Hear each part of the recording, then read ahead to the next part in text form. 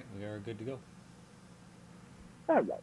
So we begin as the escorted party is leaving the cabin toward the airship.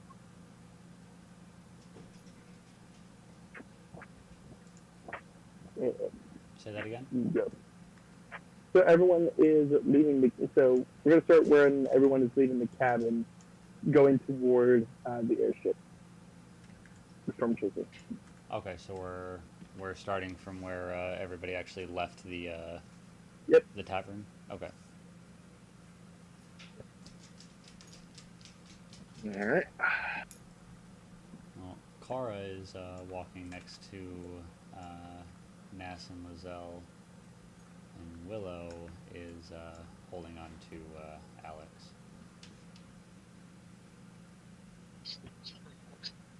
That was a lovely evening. So yes, it was. I enjoyed myself.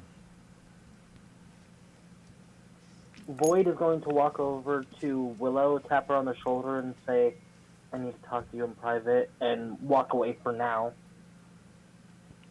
Willow is going to look after Void with a bit of concern and look back to Alex and say, I guess I'll be right back.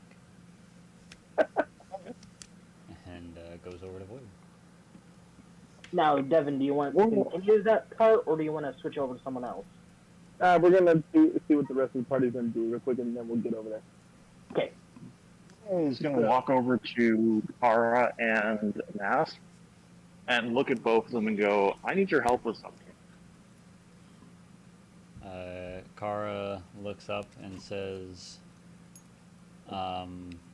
okay, what? Nass kind of looks at Amora and goes, okay, what do you have in mind? Amora looks at them and goes, I need a crew. Kara, do you mind being my first mate? Ow! Damn it, Naga. Oh, Amora approached them? Yes. Okay. Kara is going to beam at Amora and say, it would be my pleasure. Nass, I need a navigator. You're one of the wisest people I have met since we arrived on Iceland Dale. And I don't trust anybody else better with navigations than you.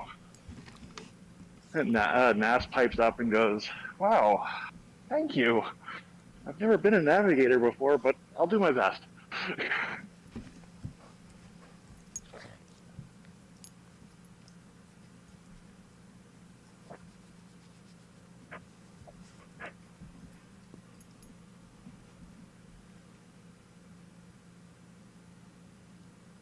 Silverwind walks over to, looking at his now grown an additional 3 party. He looks at Raprix and goes, well, seems we've got a big party now. Indeed, you should make your quest for Dark Raven much easier. And you also got an apprentice, too. What I do. I hope she doesn't disappoint. No, she doesn't. Just gonna see if I can try to keep Willow away from her a little bit longer. Chuckles and says, that could be arranged. What did you say? What did you say, Devin? Raprix chuckles and says, that can be arranged. Well, don't keep her keep her away too long. You know, she is gonna be. She is a vital member of the party now. We're gonna need every ounce of strength we have against them. A little too vital for trouble. And you act as if we're defecting for a while. No. You'll be living with me, but we'll still be around a lot. Ruby. You know, ever since I met you, and that you've been kind of like a grandpa to me. He smiles and says, well, I'm glad that you see me that way. I never had really much of a father figure or whatnot. Closest I've had, so best I can look at it. Well, if you need any advice or any help, my door is always open. Thank you. My place is always open as well if you need a refreshing beverage or a place to kick your feet. He nods and says, I may take you upon an offer one day.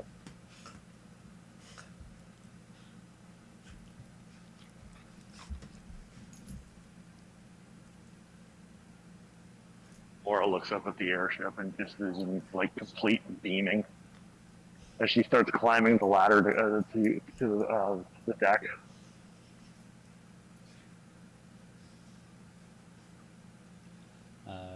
Kara is going to run up and give Nas a quick hug before following Amora up.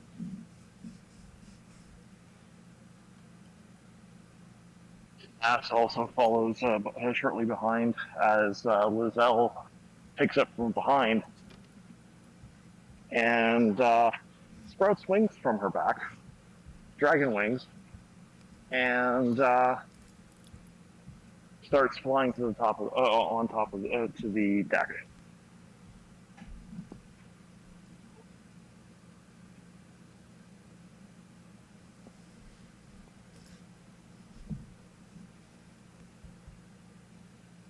Also, real quick, how high is it up to get to the deck?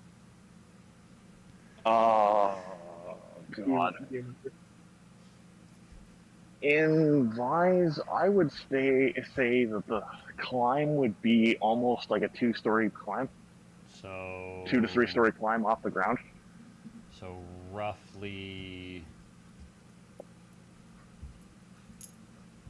10 to 15 feet.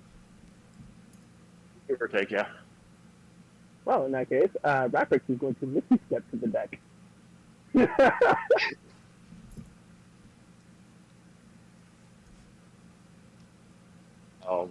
Silverwind looking at all his armor and that, and then looks at Willow and goes, and holds his hand out to Willow and Void.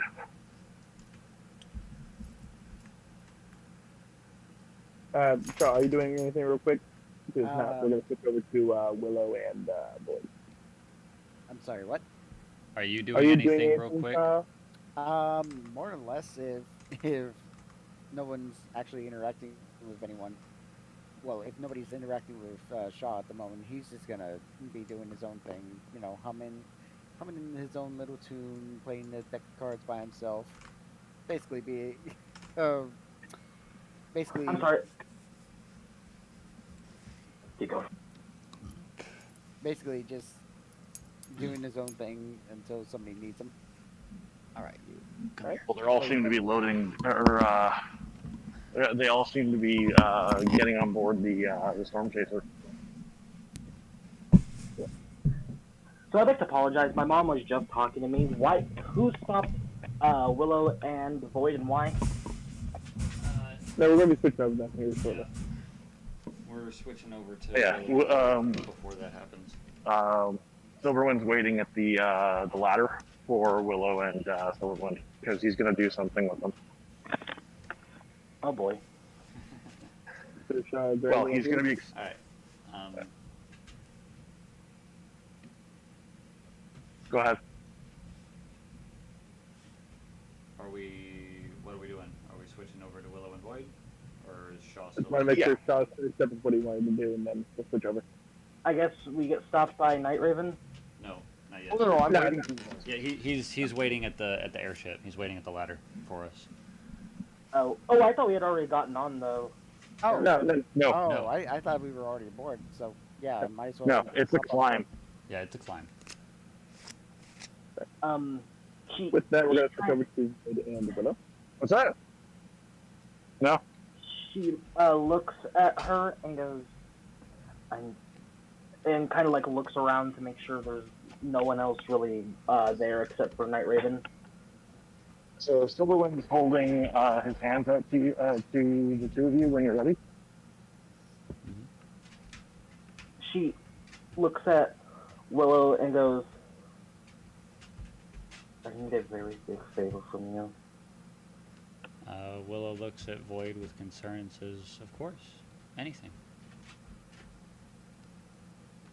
I need to gain access to be able to use a wish spell A wish spell?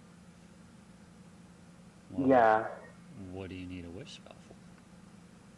You see her hands kind of like drift down to her stomach and go, I want a child of my own, and I want it to be ours.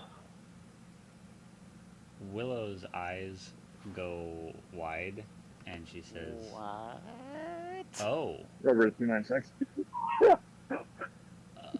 uh, oh, um, okay. I will talk to Alex, An and individual we'll see what we can do by about that." the Skywalk. Huh? And Willow is just kind of standing there stunned. Well, actually, there's two favors. I hate to ask all this of you, honestly, but the other one is, do you know a way that there is to possibly communicate with? Confirmed. He was doing martial arts and being obnoxious.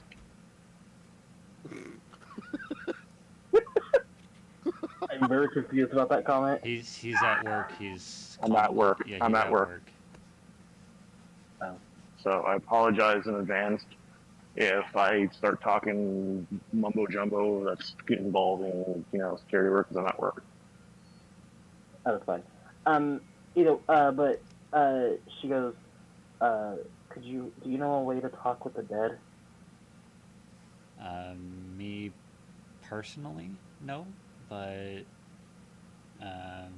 maybe one of the newer rifles knows something. We can figure it out. Why do you need to talk with the dead? She nods and then looks away and goes, do you remember how I told you I was a princess, or used to be? You never told me you were a princess. I guess maybe you weren't one of the ones to hear this, but I am, and I'm also over 300 years old. Willow says, wait. You're a princess? Yeah, I used to, I was the daughter to, a long time ago, well, I guess you see it a long time ago, I was a daughter to a tiefling king and queen, and I was the firstborn and inherited all the power, all the responsibility, and yeah. Willow, if Void looks back at Willow, Willow is looking at her with hunger. She kind of like raises an eyebrow and goes, Willow, are you okay? Willow shakes her head and says, "Yeah, I'm fine. Go on." The look of hunger does not go away. She kind of looks down and goes, of course, being dead for 300 years means my parents are long gone, so I'd like to talk to them at least one more time. Willow places a hand on Void's shoulder, a hand on each of Void's shoulders, and says, "I don't know what I can do to help with that, but I'm sure we can figure something out. For now, let's get on the ship and just get home." At that moment, she wells up with tears and hugs her tight. Willow returns the hug. And then she looks at her, nods, and goes, "Yeah, let's go home." And she walks over to Night Raven, or Silverwind. And Willow also walks over to Silverwind and takes his hand. He's gone for the minute, so I guess we'll wait till he gets back. Yeah, I'm back. Yeah. He basically, when they give him his hands, he uses 3 spell slots for Misty Step, and 3 of them Misty Step onto the Storm Shadow. You see Void blink and go, that was the coolest thing I've ever done. Rapix looks at them and says, "Oh, y'all can do that too."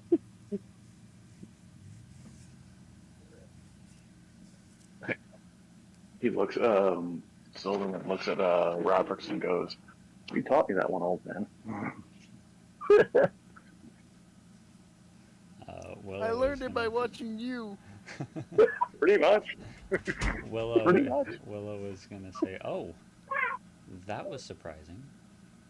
I was not expecting that."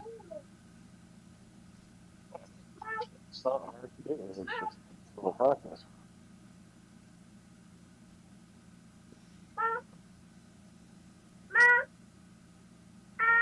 So Rapix is going to walk over and say, "Once they get back to the world, there's a stop that we need to go to real quick."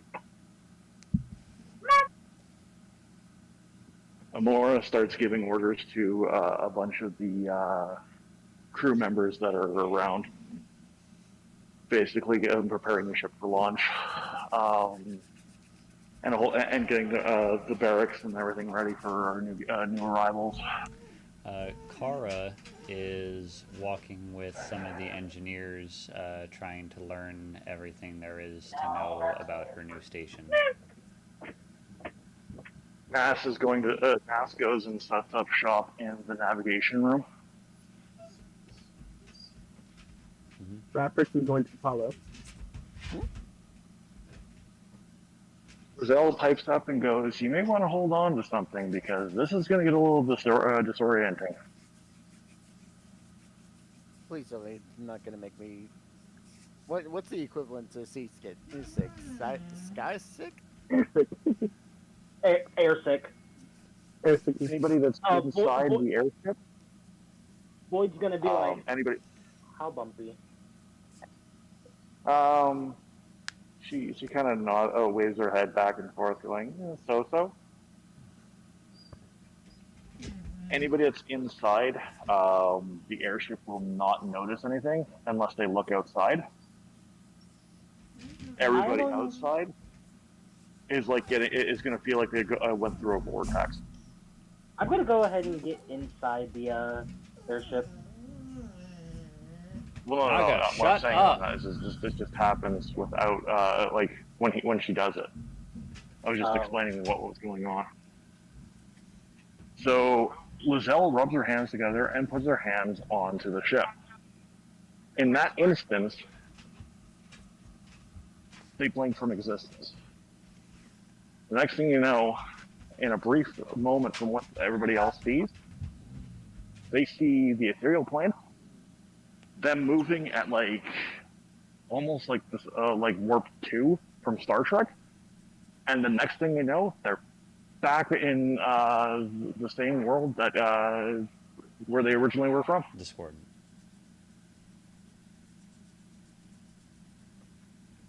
Okay, just for comedic effect.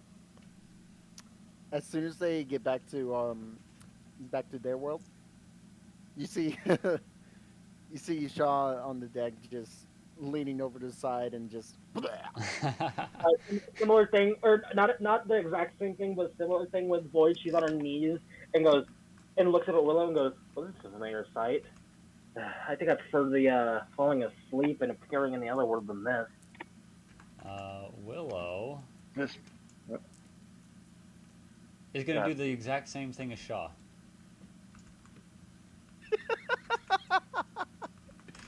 What now? What I missed?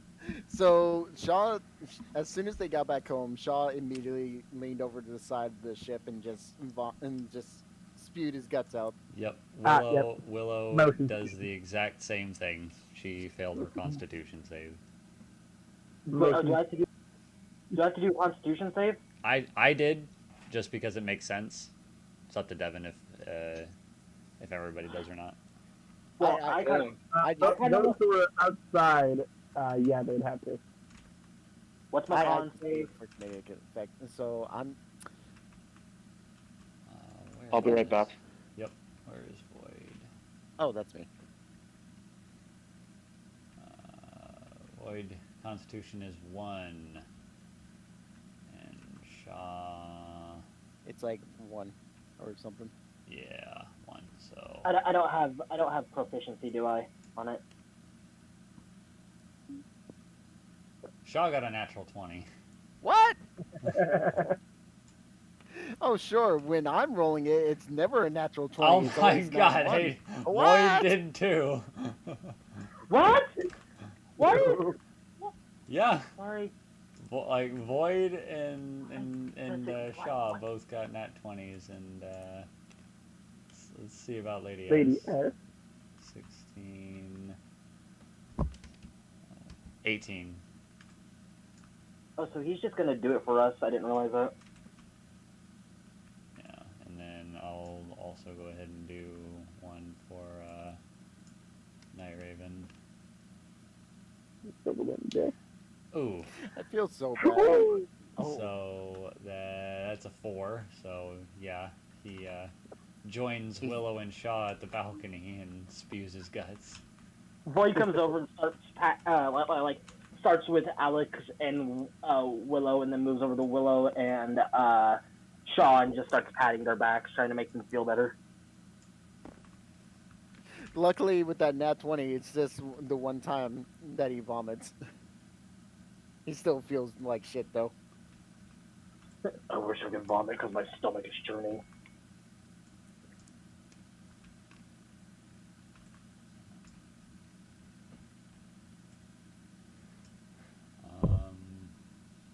Yeah, that's Silver. pretty much it. Unless we want to do one for Silver. I'd say do one for Silver too, since he's still technically with the party.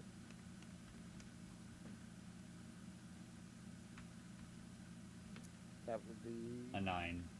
9. Yeah, no, he's fused. Yeah. And Kara is a planeswalker and is used to this sort of thing, and Nass as well, so they're fine. I was gonna say anyone who's a plane walker would be used to this type of thing. Oh yeah. So Retrix is going to be with Naz and direct her toward his hovel. He says he needs to catch in a favor real quick. Night Raven is not here. He like left. I think he might be on his way home. I think he might be on his way home. Oh. Possibly. Nope. So we might Everyone just have take to a bath hit and break the if you need it. former apprentice. Actually, But yeah. actually, I got a favor to ask. Shady, while you're doing the whole streaming thing, could you lean over to my character sheet so I can take a quick snapshot with my phone? That way I can update my infillable sheet. Yeah. There you go. And If you need me to get a closer look, let me know.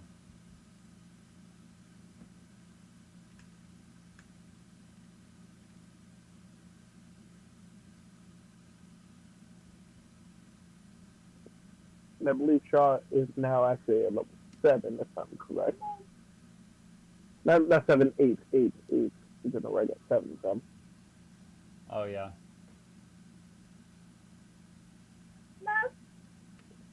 Yeah, that's right, Shaw. Make sure you give yourself Yeah, level 8. Oh, shit.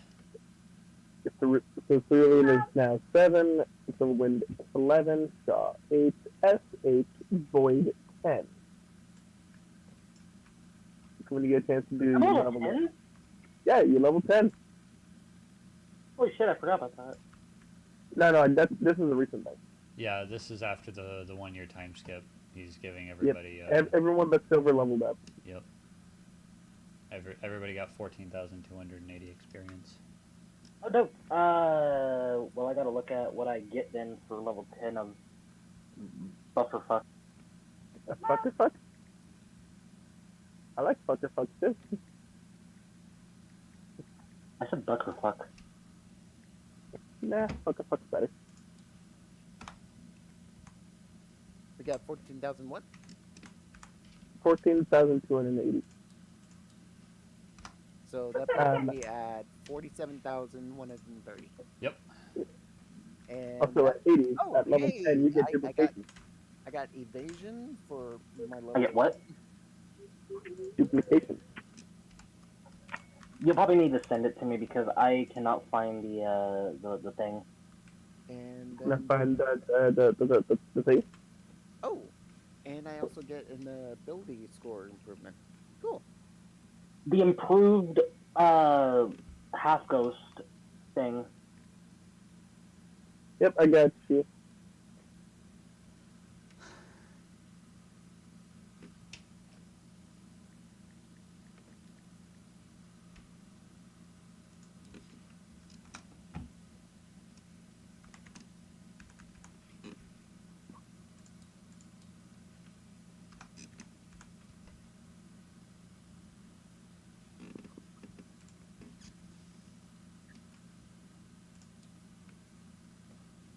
I'm seeing nothing.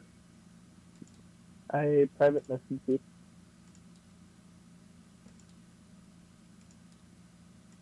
It's right there. You sent me half ghost provides 2 pages, Yeah, and the provided file is corrupted.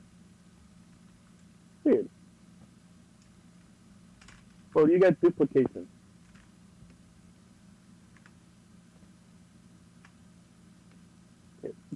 So pretty much you spend Yeah. points to make copies of yourself. Hello, welcome back. Oh, is he back? Sweet. I just realized that I am off now. Nice. Okay. So ability and score improvement. Isn't that like 2 for 1 or 1 for 2? Yeah, so you can Or increase one ability score by two ability scores by 1, or you can get a feat.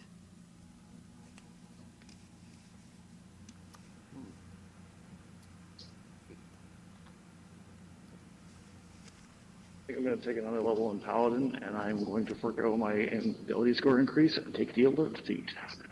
Yeah, I definitely don't. I'm definitely not gonna be able to get it, Devin. If you just want to take pictures of the abilities and send them to me, and I'll just save those.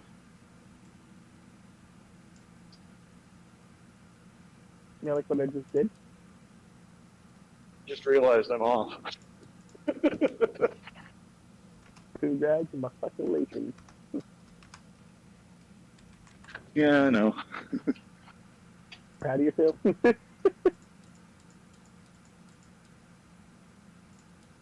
All I gotta say is for Void, this just made bedtime much better. So you're going 8 levels paladin or 4 levels fighter? 8 levels Paladin. I'll take You have Fighter no, Max. you have no idea how much Void enjoys bedtime now.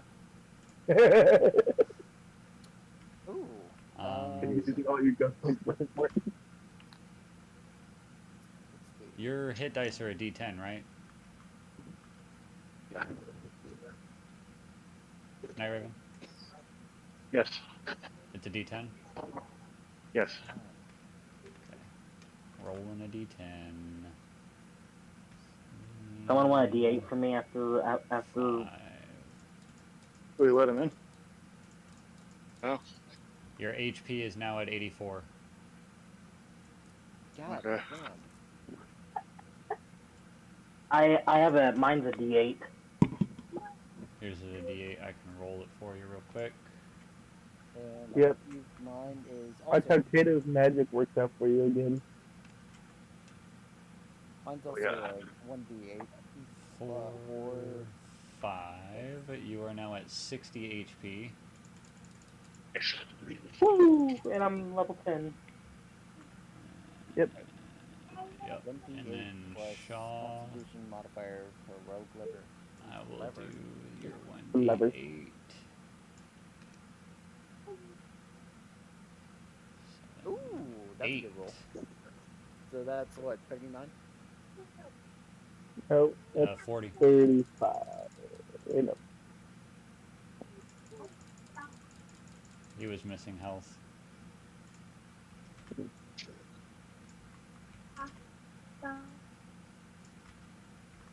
And I think think for my ability score improvement, hold on. Yeah, I'm gonna put 2 points into charisma. Why? Why not focus on your dexterity? Actually, Yeah, you're proficient in like all dexterity based skills. Go motherfucking dexterity, my guy. Like, you're a rogue. You need dexterity. okay, yeah, Hey. fine. I'll I do mean, 2 for dex. if you want to do charisma, you do charisma. Yeah, but But you do you, but I'm saying, yeah, like make rogues do that. very well with a high dexterity. You know what? Yeah, I'll stick with it. 2 for dex.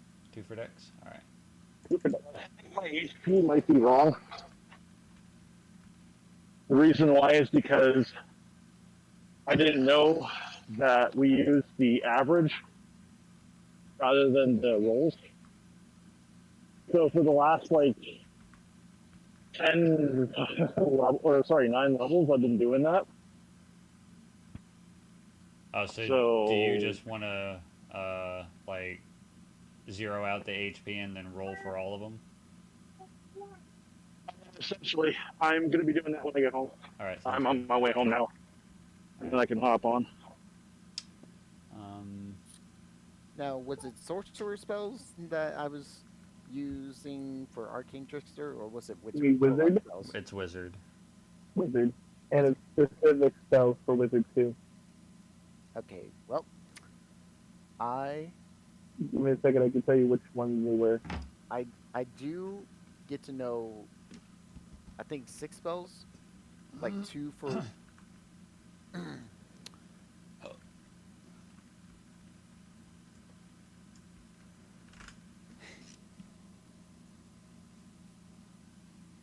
I'm really glad my microphone isn't always on because it sounds really weird right now. I mean, it's So, always sounded like Just that. to let everybody's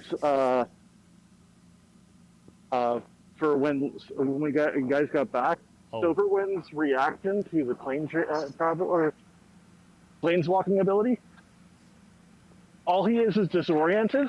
He's dizzy, but he maintains his lunge. we actually rolled Constitution saves for that. Oh, did I puke? Yeah, you, Willow, and Roll Shaw before. puked. And And- Void and- came and over Silver. and comforted all of you. Yep. Yeah. So Silverwind, Alex, Shaw, and Silver all puked. Silverwind and Alex are the same person. What? You said Silverwind and Alex. Oh, I meant Alex, Willow, and Shaw. Yeah. Over real quick shot, it's the enchantment and illusion spells that you can pick from wizard. Holy shit. Illusion.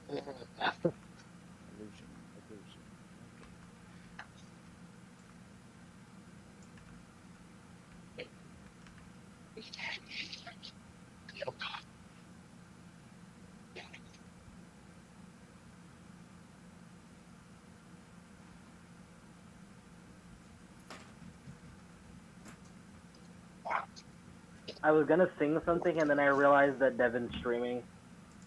I'm not. I am streaming. Oh. Well, because I was gonna say, I think it's technically in the public domain, but I don't want to risk it. Then don't. If you're having to second guess at all, then don't.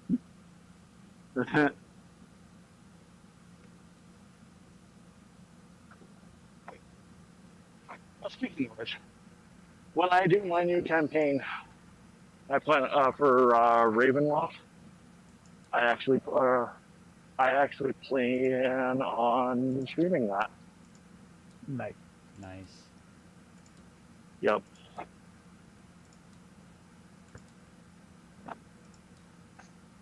Anyway, so it's a reference is in with Nath and is directing her to go toward his hovel because he needs to cash in a favor that he owes. Nass also pipes up briefly and goes, "We've changed locations again. I Yeah. can feel it." After puking, Willow is going to cough a little bit and say, "Wasn't expecting that." Lizelle chuckles and goes, "Yeah, that usually is the same response that everyone has on that one. Sorry about that. I should have warned you guys sooner." Shaw's just that gonna would've been cough great. a little bit and be like, "Sweet maker, I hope that's a one-time thing." Yeah. Although you have 3 in the back there who are capable of doing that.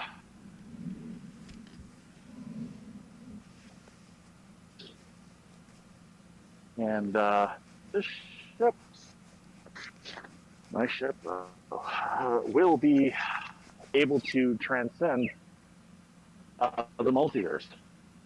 But don't make a habit of it. Oh, Is this the Please thing you don't. were talking about with all the other universes? Yep. He chuckles. So that means we can go almost anywhere we want. Not exactly. Boyd looks See- down and See, the thing that you guys need to realize is the only ones that are actually able to use this functionality is somebody who has the title Planeswalker. Makes a lot more sense. And the only ones on this ship, besides myself, who will be leaving soon, have that capability is Kara, Nass, and Amora.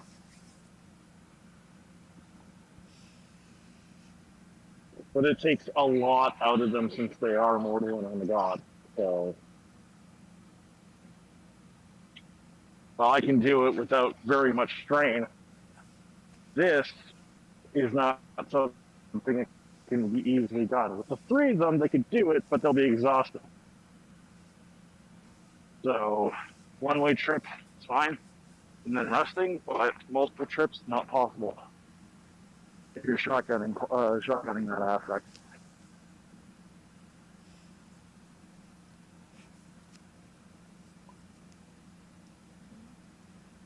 Willow says, Now, if you'll excuse don't me. think we're gonna be making a habit of this, and sits down. Boyd looks Alex down and goes, "You know, I know I'm not the smartest person, but this multiverse shit just doesn't make sense."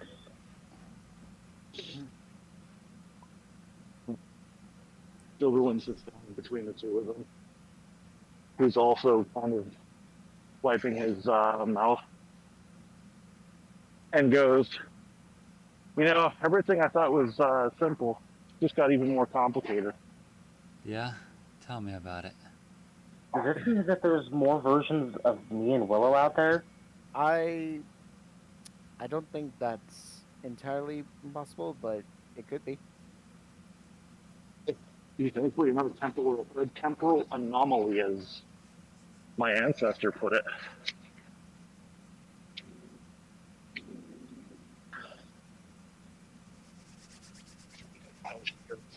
He's an anomaly in and of himself. And I'm not saying that lightly, she chuckles.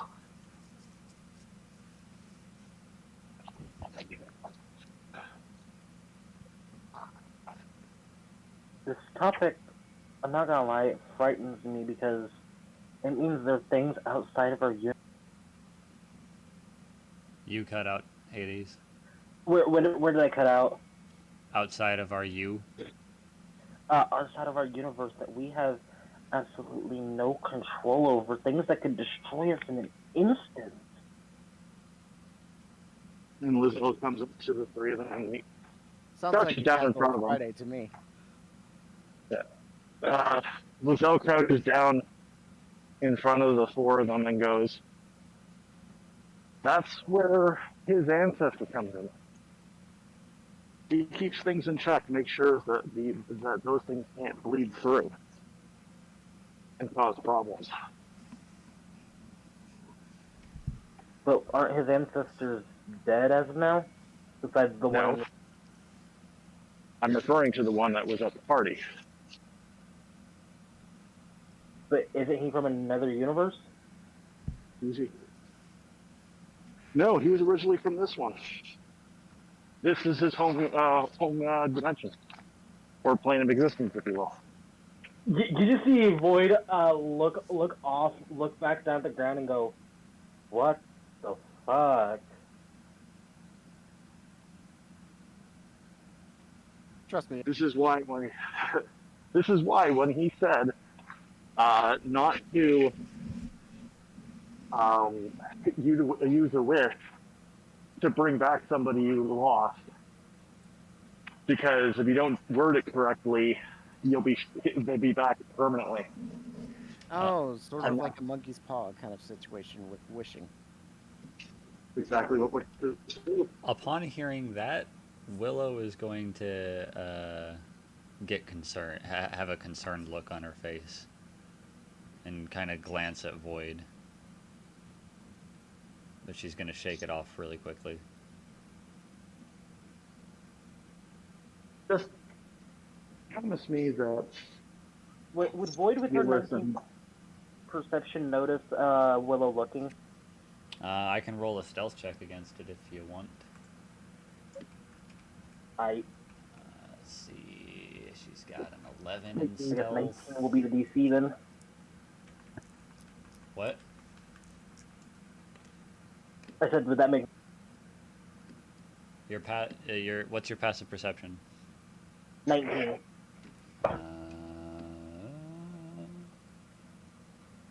Non-natural 20. Well, fuck. She Void's not able to see the light. I'll be back in a few. Yep. We will wait.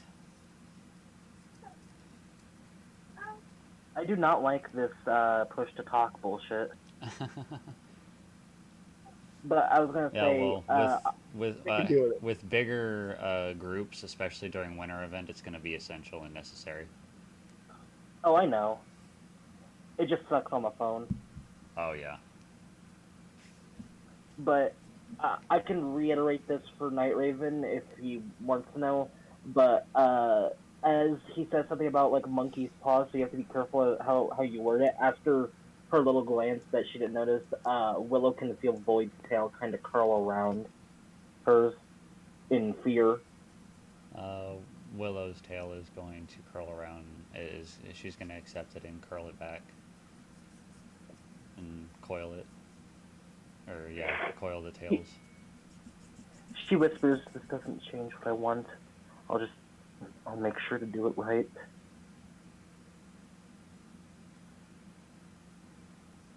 Willow is just going to hug her without saying anything, and is going to look, or well, he's not here yet, so we'll wait for that. For now, she just accepts the hug, and then when you finish it, we'll continue that. Yeah.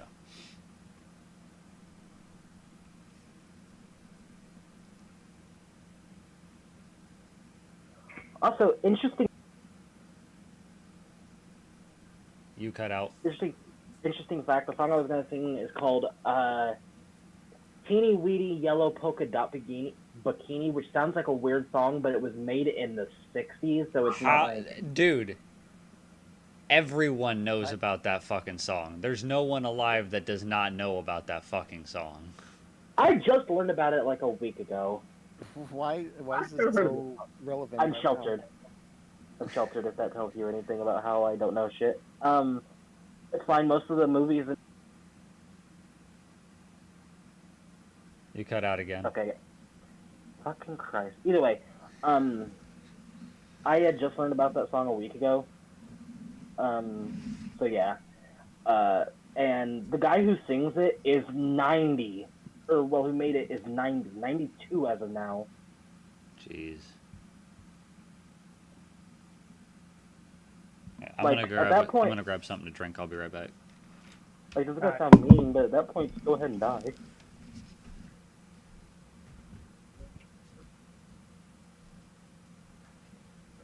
I don't want to be. I really hope no one watches that part of the stream.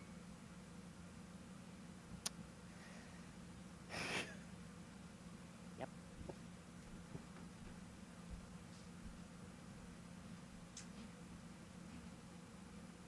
Like, that ain't gonna get me banned or anything. I just rather not be known as saying "come on, die" to elderly people.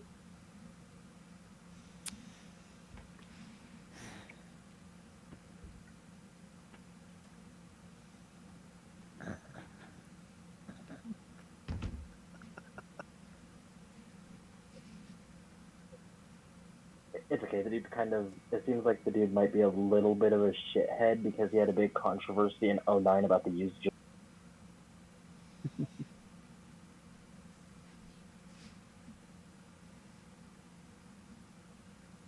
It's like when Tatum gets back, it's like Silver. You can see Silver kind of playing with his new boots that are on his feet.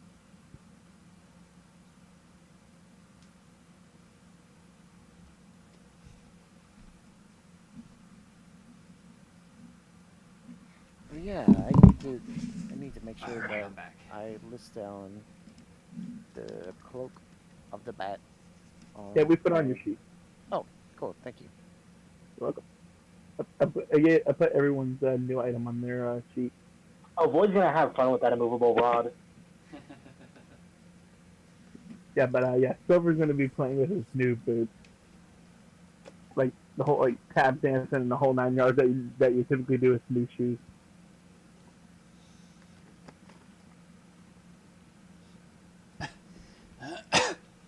I usually keep my new shoes safe.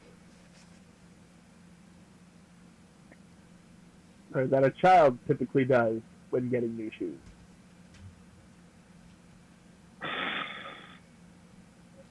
Not saying anything. And I'm back. Hello. Welcome back.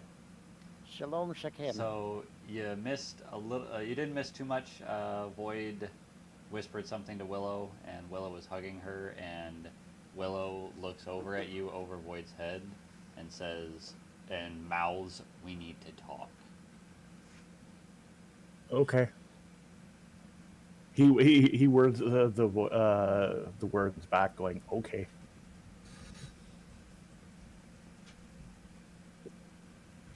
But yeah, So Reference is going to ask Nas, how much farther are we from the destination? Not far actually. We should be there in 20 minutes. All right. He goes out to the rest and tells the others that we're going to be making a quick stop at his hovel. He needs to cash in a favor, though they can hang out here and mingle while he handles what he needs to do. Willow is going to stand up and look out around at the scenery around the airship, and is just gonna look wide-eyed. She's gonna look like a kid and start jumping around and start pointing. At They're stuff. only moving, and of course, get disconnected. They're only moving 10 miles per hour. They haven't increased speed because everyone else is outside. Well, that's fine. But Yeah, she's just looking at all the things and amazed at how small everything looks, like a kid in a candy store kind of thing. yeah. Airplanes, I've seen that happen. After a brief moment, Amora returns to everybody, going, "Sorry about that. I was getting more fitted with where everything is located. If you'll follow me, I'll show you to your bunks." Reference follows. Willow, bunk beds, like we're gonna be sleeping with each other? Not in the way Amora- you're thinking. No. She says that with genuine curiosity and goes, "I was always told to sleep alone from the rest of my siblings." Well, see, this is the thing. As they get to the room, they actually have separate rooms for everybody. So when they yeah. move Like down the those. stairs, So, who all is going? Reference. um, Rapid, Yeah. Nas. Willow is going. Void. Is Shaw going? Yes. All right. Silver is still disoriented. Lizelle is going to. Silver is still pick playing her with up. his elven kind. And yep, downstairs.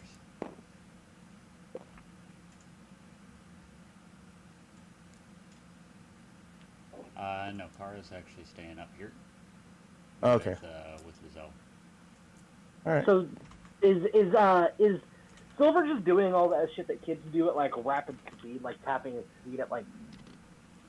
Because Kara is still getting acquainted with and trying to learn all the ins and outs and taking her job, quote unquote, seriously. Okay. Did you guys even hear me at So- all? What did you say? I just asked Devin if Silver was doing the thing with the in the boots at like Mach speed, since elven kind increases your speed. Mock chicken. Fuck.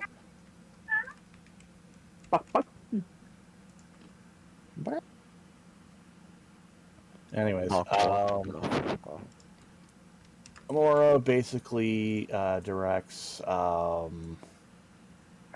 Willow and Silverwind to the back here for the two of them.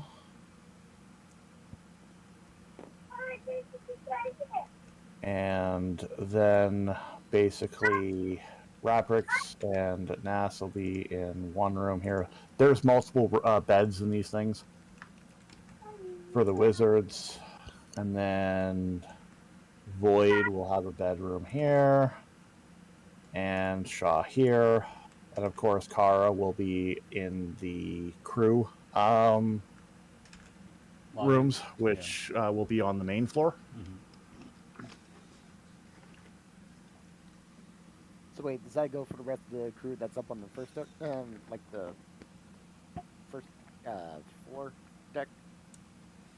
So up here in this area here, I'm just going to use Amora as a counter, or basically, so up here is the crew cabin. This is the guest suites kind of deal, but the crew, mainly the crew, is going to be up here, or here. Captain's is here, and then of course you've got certain areas like I know there's probably another level higher than this for this. For example, navigations, etc. And then of course you got the crew down here, storage, cooking area. Ooh, we need to get a cook. Mora's like going on, talking on about everything and that, and she looks like gives everybody a tour of the place. And then she's like, "Ooh, we need a cook."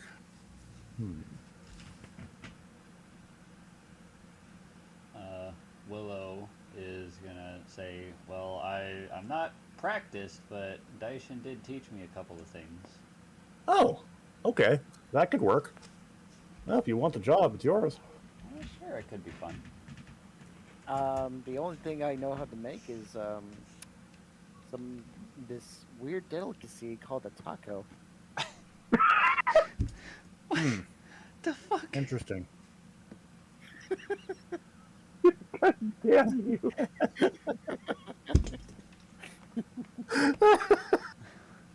What? This weird called taco. Called a taco. Apparently, it's named after this one wizard named Taco. I fucking hate you.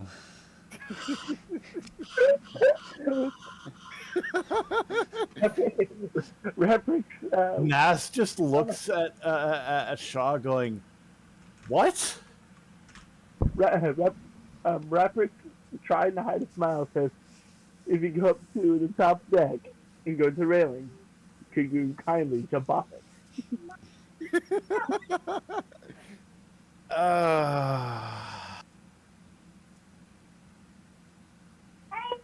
She she basically Nas basically lowers her glasses and pinches her in between her eyes. And I'm gonna pretend I didn't hear that. Willow is gonna look at her and say, "Honey, you better get used to that, because that's a daily thing."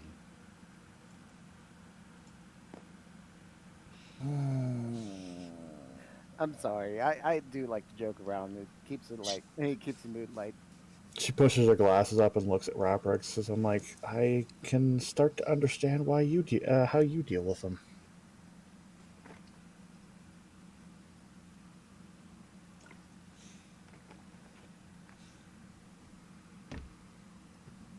Um,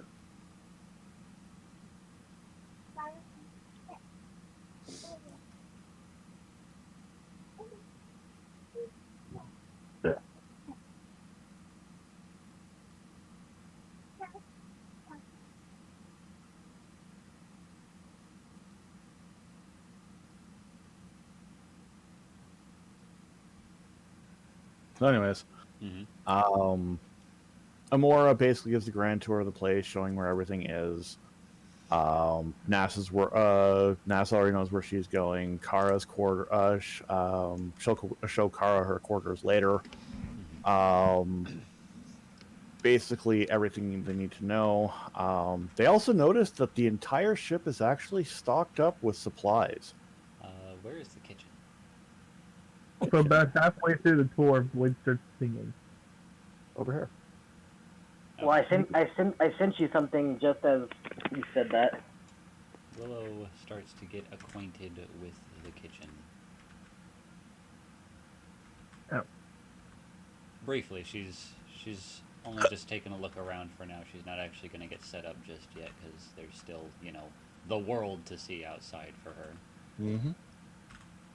They'll notice that there are no weapons on this, or cannons or anything like that on this ship. Well, I mean, this is the first time they've ever seen an airship, so there's no. Well, they've reason seen a ship, but Well, you said there's no. You cut Sorry, out what? again, Hades. Cut out. I hate this push to talk. You said there's no roll back Kevin. There's no cannon. cannon. Yeah, Is there's no cannons there on this thing. Still an armory for like us.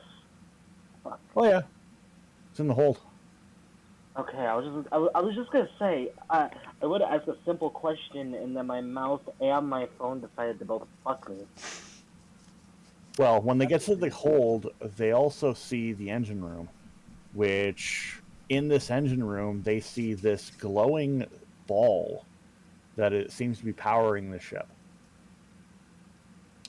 Don't, Rapper for says, the "Good love thing of so." God, keep Silver out of here. He won't be able to get in here. By the way, speaking of Amora looks at Nas, and by the way, she looks at everybody going, "Does any of you guys know how to do protection spells or wards or anything like that?"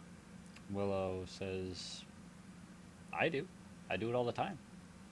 Nas pipes up and goes, "Yeah. Perhaps we can put some fail-safes on the engine and possibly the ship." Willow says, "Yeah, absolutely. I can Awesome. probably get to that right now, actually." Amora excitingly hugs Willow and Nas, going, "You guys are awesome. Thank you."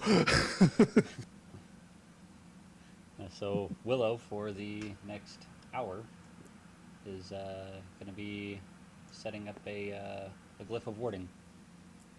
Nas is also going to be helping on the engine and basically setting up a failsafe that when the engines get tampered with or go critical, it gets put into a bubble. Yeah, so actually that's exactly what Willow's doing. She's casting a glyph of warding and casting Tiny Hut. So if the engine goes critical, the ward will go and Tiny Hut will be cast around it. So if it does go critical and explode, it'll just shatter the bubble and won't go any further than that. Well, in that case, then Nas is going to be putting wards on the hull, on the basically on the bottom of the ship, because there are hatches actually that open up compartments on the bottom of the ship, and she is using levitate and a rope, obviously, to actually be on the bottom end of the ship, and is putting wards of or Glyphs of warding. glyph of warding It, with it takes slow fall. hour. It takes 1 hour per glyph. Yeah, she's going to be exhausted when she's done. Yeah. But yeah, while Willow is doing that, she's using her violin to do it. So she's playing music. So Nass hears that pretty much the whole time. Which is going to make her job all the better, because after she's done with that,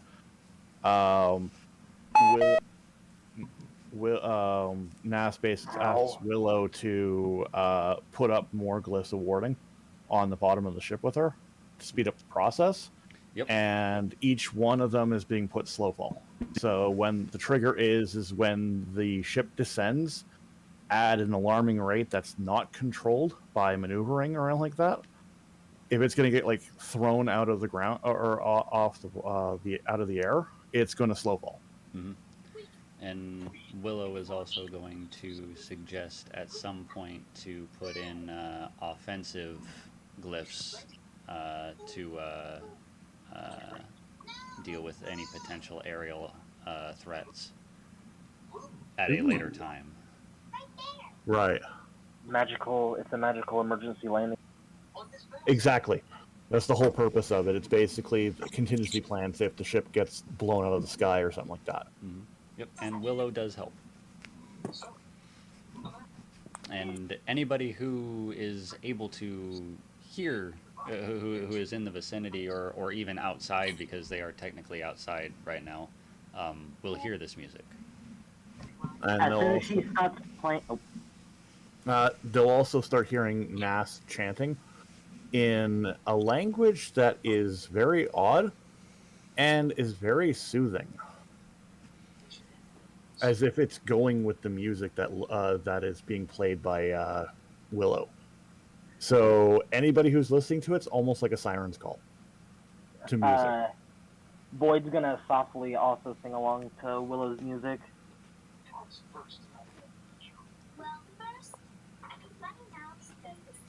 Shaw's probably just gonna be relaxed by the music and just laying on his bed. Silverwind goes to Raprix and goes, that new apprentice of yours seems to be very talented. That she is. There may not be a lot I can really teach her if she's a prodigy like this. Yeah. I don't know what you did to your mic, man, but it sounds so much better now. Yeah. I'm sorry? Devin's. Like, I don't know what he did to it, but it's fucking better. I turned off Bluetooth, my earbuds were dying. Ah. Oh, that would explain a lot. Yeah. Though he says, though after the whole encounter, this makes me want to go to my books and see if I have anything about planeswalking. Planeswalking. Yeah. I think the only thing I've ever heard in all of my time, or being alive, even when I was back under the influence, was something about plane shift. That does sound familiar. I may have something like that in my own personal library. Although it was more like rumors of high, spellcasters or something like that had the ability to do that. So it's a possibility. Good thing we're stopping by my hovel first. Maybe we can grab the book while we're there. As that's said, the ship stops as one of the crew members is like, "We've reached your destination." And Mora's like, perfect. We've arrived. Rabrix goes to the deck.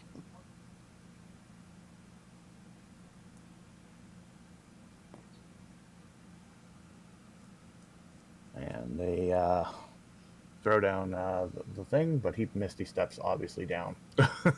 Yep. Rabrix is going to Misty step down. Amora goes back to the deck and is starting to look over the deck, going, perhaps maybe some lifeboats, just in case. He's looking around at the ship, basically kind of curious on certain things, and I must get a notebook as she goes back into her office. She's running around like a busy bee.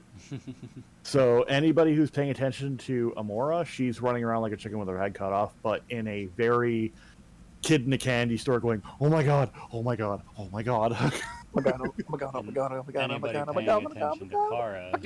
Kara is going to notice that she is catching on to the things that she's supposed to be able to take care of as well. She's very happy about it. Kara also sees a different side of Amora that she didn't see originally. She looks like she has purpose again. Kara is going to smile to herself, happy for her. And then continue on with what she was doing. So sometime later, Raprix reappears onto the deck, ending whatever message he had on a sending stone, also with a book in hand as well.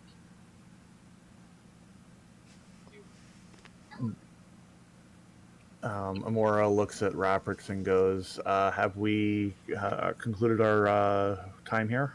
Can we move on? He nods and says, yep. Okay. And they should be over at the estate shortly. What's the coordinates for the estate? He provides the coordinates. Her response: Helmsman, coordinates to turn the ship and fly towards these coordinates. And the coordinates are put in, and the ship starts moving again. Would you say this is going to take a couple hours to get there? Oh yeah, yeah. Like they're not going. They're taking it slow because they're breaking the ship in. They're not. They're not testing the waters out yet. It's just basically they're not opening her up and seeing what she can do. Not yet. She's the thing about Amora is that she's very cautious when it comes to this. This is a gift from her sister, and she wants to make sure that all the safeties and precautions are taken care of first before she lets it rip. Yep. Raprix is going to take the book and go into his room, where he will be reading his book. At that point, Void is going to kind of go to her room. She's already in there. Well, I thought we were still on the tour, honestly. Well, I just left them there and that kind of deal. Yeah. Nass, after about a couple hours, gets tired and comes up. Yeah. And basically sits there just... Whew. Willow sits down next to her about the same and says... I didn't expect it. I didn't expect the ship to be so big. Me either. Then again, I've never been on a ship. Ever. Really? Nope, this is my first time. Oh. Never thought it'd be a flying ship. Is there anybody here who can help me find the water? This is definitely something in the history books for sure, she pipes up with a smile. Yeah. A warm smile that even catches Willow's attention. Willow is going to get a familiar glint in her eye and lean forward and say, you know, you're not a bad singer. I wasn't really singing. I was more doing incantations. Incantations, singing, same thing. She kind of, awkwardly goes, thanks? Not sure what's going on. Willow gets up, leans forward and runs a finger across her cheek and says, I like you. Okay. This is seduction. This is seduction. No flirting with my apprentice! Give me a second. I need to get the sheet. And it's like Raprix is like, don't go flirting with my apprentice. And so she's gonna run a finger across her cheek and says, I like a woman who can. God damn it! I had something. I was gonna say it. I had something. God damn it! I lost it. Like you guys fucked me up.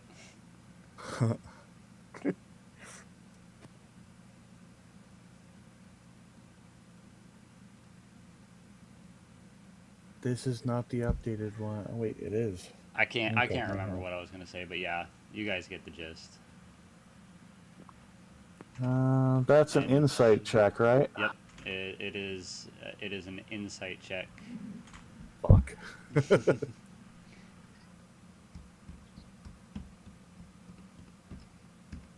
um, now the question is though, and that is, she is straight, has a straight arrow, and has no idea about that type of stuff. So, does that benefit anything or whatnot, or? Nope.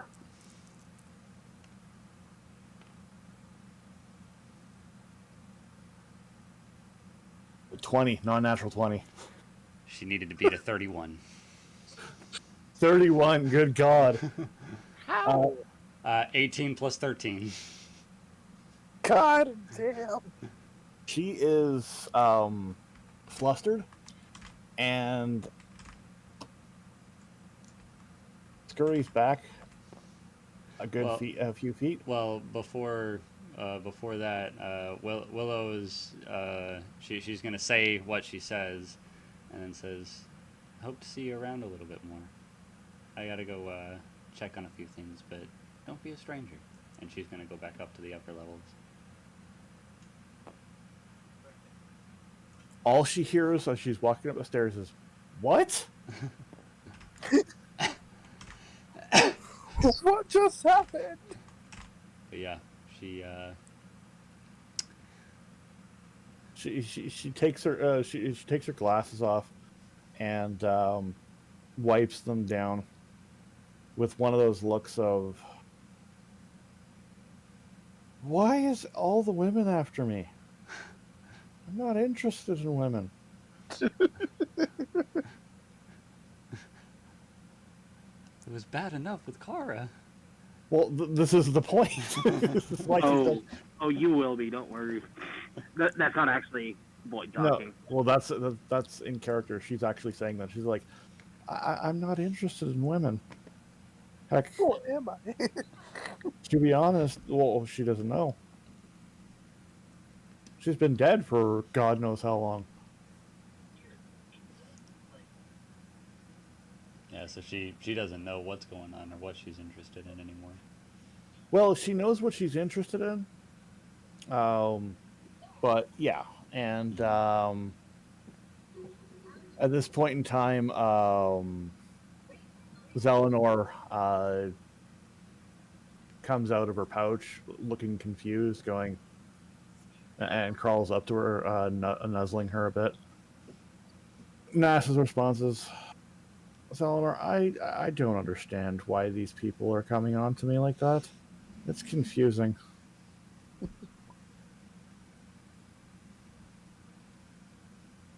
She sighs and basically comes back upstairs. Oh, as Willow is coming up through here, she's gonna look at Night Raven and give him a wink before heading upstairs to the upper level. Night Raven looks, or Silverwind looks at Willow with one of those concerns or playful looks of, "Oh, what did you do?" What did you do? And Willow just looks away and goes up the stairs, deliberately leaving the question unanswered. Until he sees Nas with a very flustered look on her face, unsure what to do. As his response is, "Oh."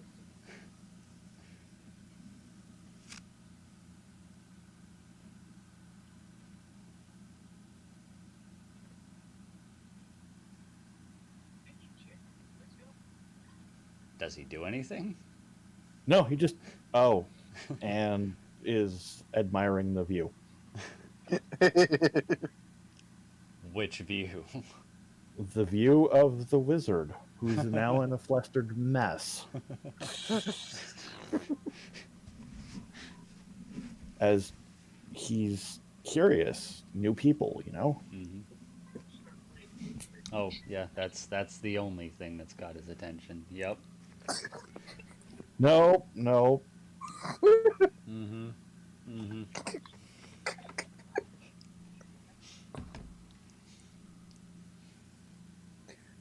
Checking out the new sites. That's beside the point. Good grief.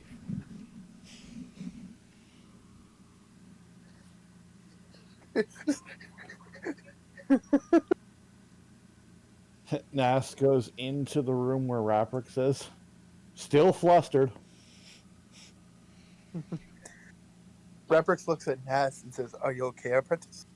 I honestly don't understand why all of the women are interested in me. I'm not interested in that. And while I'm not interested in them in that way, it just she flops on the bed, like defeated almost. Willow talked to you, didn't she? Yeah, yeah. She says, kind of hesitantly. He sighs and says, "Why am I not surprised?" Oh, you make it sound like it's a bad thing, kind of deal, like in a way. Like, I don't mind talking to people, but I wasn't expecting that. It's not a bad thing that she has that air about her. Especially with Well, her being pregnant, she's even more so. hmm.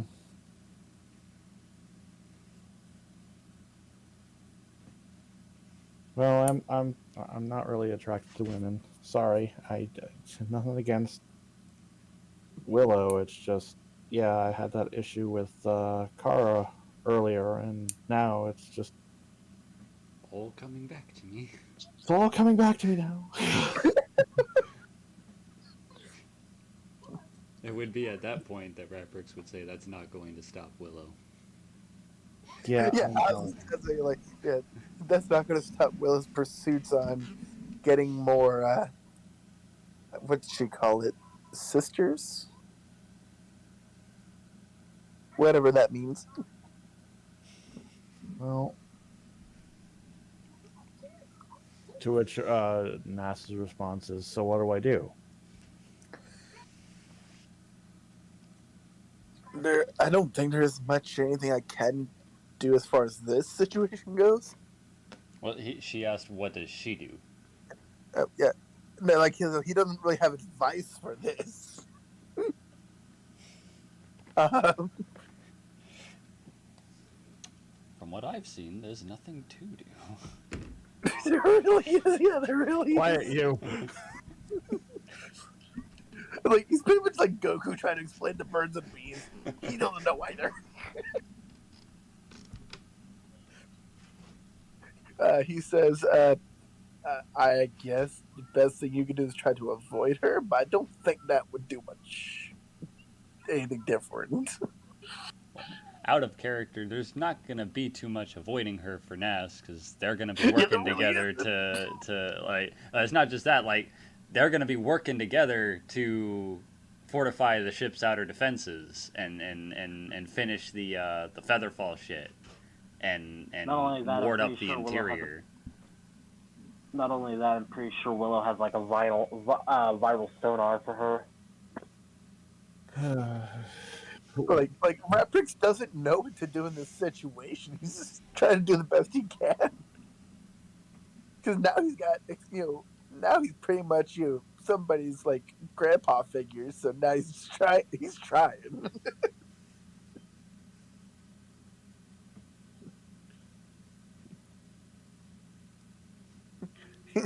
Raptrix clears his throat and says, "Anyway, changing topics. So I've been reading this book about planar spells and the such. Oh, And yeah, doesn't really seem to be many record of plane spells. From the looks of it, there's only 3. Oh well, I am. She pipes up, going, "Oh, you mean planeswalking?" Yeah, like No. traveling to other planes, planes themselves. Like, there's not a whole lot of magic to do anything with them. She reaches into her bag and pulls out her notebook, not her spell book, her notebook, Yeah. and basically flips open a book or to pages. These are all the planes I've been to, and it shows a list, a long list. His eyes go wide. I was originally from a place called Icewind Dale, and then we went to this place, and then she just starts rambling on and on and on about planes that would make Raprix's head spin. But he sits there and listens politely. He listens. Yes, because we need that politeness in this. Well, he doesn't want to like be rude to his new apprentice. It's like that's not him. Well, she doesn't like. She just explains that these are different types of planes of existence and what each of these planes have. Apparently, they've been to a place called Ravnica, which is a planet-based city, That's awesome. Interesting. and they're run by various guilds, each representing a certain aspects of things. There's one for knowledge, there's one for life, there's one for death, there's one for everything. It's actually very fascinating. I kind of want to take a look at that place. Do you know somebody who can take us there? Um, I think Amora mentioned something about that place. Amora might be able to take us there sometime. I mean, I could probably take us there, but I've never been there before, so it'd be really hard for me to do that. He puts a hand on her shoulder and says, "Well, we don't have to do it right now, but when we have the time, we should definitely check that place out." Hmm. I agree. There might be some information we can get on things. He goes through his book and says, "Oh, I think I found something for contacting a different plane." Oh, And he reads and says, from what it reads here, you can contact demigods, dead sages, or other mysterious entities from other planes. interesting. And if we're able to successfully do so, we can ask 5 questions. Oh, cool. She actually looks very fascinated. Like she's learning a lot of things too with that. Silverwind is just like listening, and then basically he walks by and heads upstairs to the deck.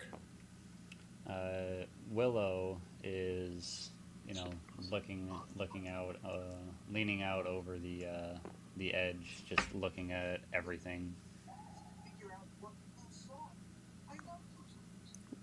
Hair Reference flying in the upon wind.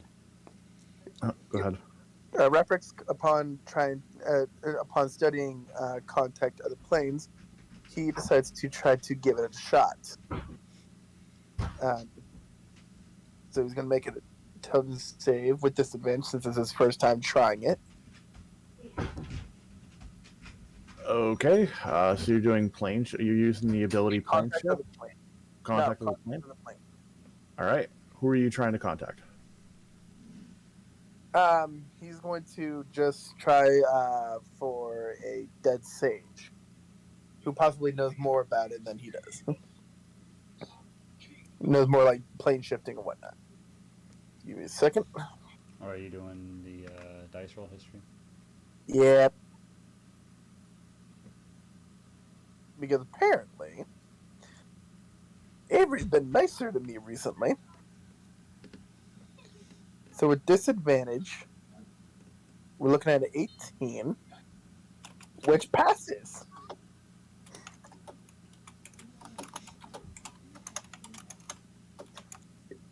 So he successfully was able to contact the spirit of a long dead sage.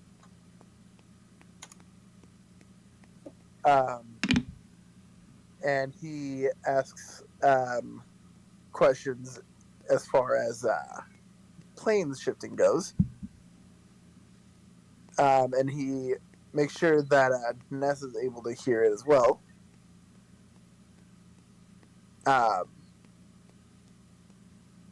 He asks if there was formerly planeswalkers in this universe. Gets yes. Asks if there are any currently. Gets no. That's wrong. No, like that originated from the plane. There's still technically 3 in the plane now. Yeah. One's sitting next to you. Yeah. So he would get yes. Okay. He asks if there's a way for those that originate from this plane to acquire plane walking. Gets a no. Yes, but with difficulty. So unclear would be the answer here. Yeah, unclear. Unclear. And Night Raven, I'm actually sending you. Hang on. And with that, he cuts communication with the dead sage and has a smile, almost like a child that got a mansion for Christmas. But yeah.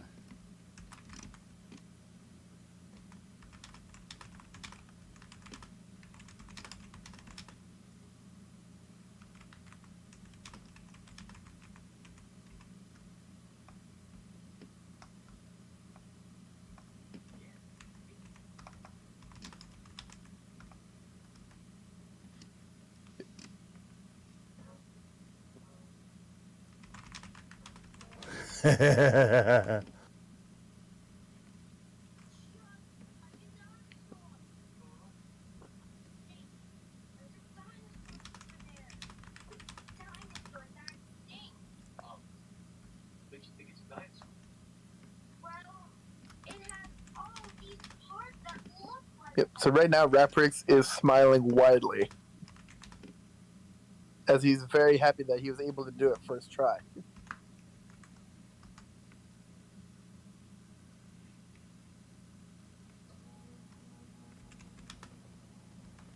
Oh. So if you can communicate with other planes.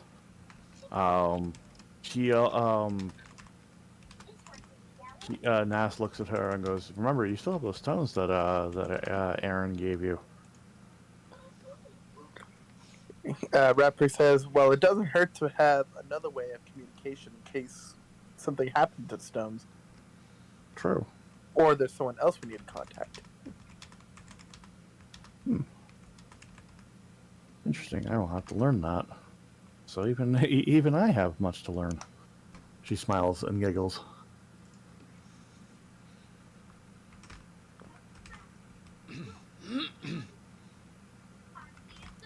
Silverwind walks up and stands next to Willow, looking over the edge. Willow looks over at him and kind of jumps on him and hugs him and says, "This is fucking amazing." I know, right? I never expected the day that I'd be on a ship, let alone in the air. Yeah, everything looks so small from up here. It does, doesn't it?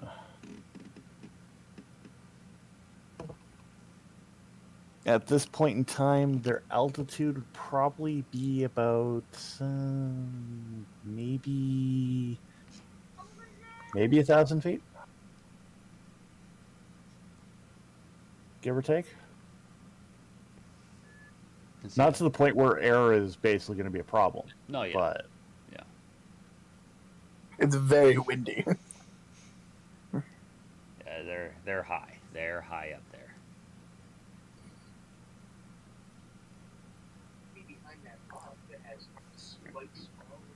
Willow is going to look out and say, "There's only one thing that would make this better." What's that? she gives Night Raven a kiss and then says, "This," and she pulls out her violin, tunes it a little bit, and then starts playing and dancing around the ship. She casts Enhance Ability on herself, giving herself Eagle Splendor, and makes a performance and seduction check at the same time.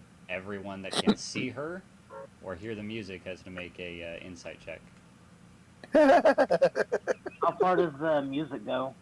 It can be heard from these two levels. God damn it. All right, I was gonna say then. So, So Red I'm Tricks rolling and, her performance check first. So, all right, and then or I can do it on Avery 14, because I believe I have proficiency. 27 in performance. So, I have to get another character sheet out. Give me a second here. yep. I love how, like, had I not needed to do advantage, I would have gotten that 20 on the trying of contact other plane. And a I got a 15. 26 16. on seduction. So 27 on performance and 26 on seduction. So you guys need to beat a Yeah, 26. I failed both of those. No, the performance is just for how good it sounds.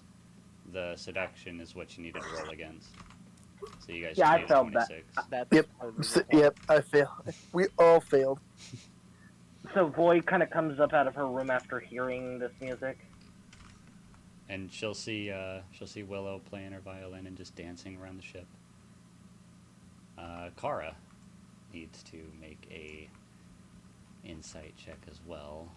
I just realized. She smiles and kind of giggles at Willow.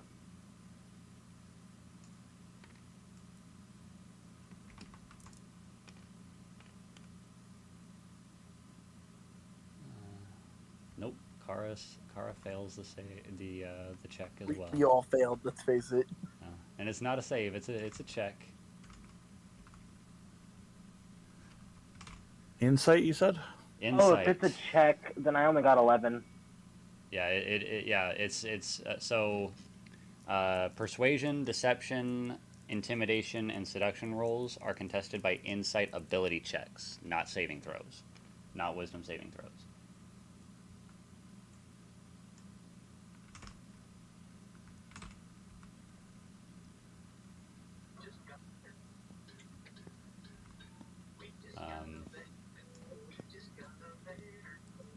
Shoot, I'm gonna roll for S. Amora fails. S fails. And I'm gonna roll for silver. Lizelle also has to make this save. I know. Silverwind fails, but that was a given. He's literally at disadvantage on that fucking roll. Yep. Yeah. Silver fails. I should have just made it to where Void failed automatic. Nash Oh. critical fails. Oh Ew. my god! Of all people, a critical That fail. counts as 2, doesn't it? That does. So wait, how many does she have to lose to be able to become? One more. Oh boy. Or she Yeah. has 2 left, Yeah, sorry. she has Lu- two. She has 2 left now. And then Hey, she'll well, become part of the harem. S failed, right? And Lizelle is S 27. failed, right? What'd you say, Night Raven? Lizelle is 27. She succeeded by 1. Dragon Lady wins. Dragon Lady wins. That's 2 for 2. No, actually, it's not. It is 1 for 1. For Lizelle? Yeah. She won the last time. No, she didn't. You didn't make me do anything. You didn't give me a fucking chance to actually seduce. She just left saying no. Oh yeah, that's right. You never got a chance to do that, right? Yeah, so this you is never 1 for 1. never gave me a chance. You just Yeah, had her yeah. leave. Just, no. No. Yeah. So Lizelle's like, Willow's just dancing. She's not actually trying. It's just No, I kinda know. happening. It's just, yeah. Doesn't phase her. Nas is just like, wow. Now, Kara is looking at Willow with her legs get a little weak, and she kind of holds on to Lizelle to keep standing while she's watching Willow, and she says, Boyd's in a puddle. and she just says, she's a fucking bard. Boyd kind of shuffles over to Willow and whispers in her ear, "You know you're making it very hard for me."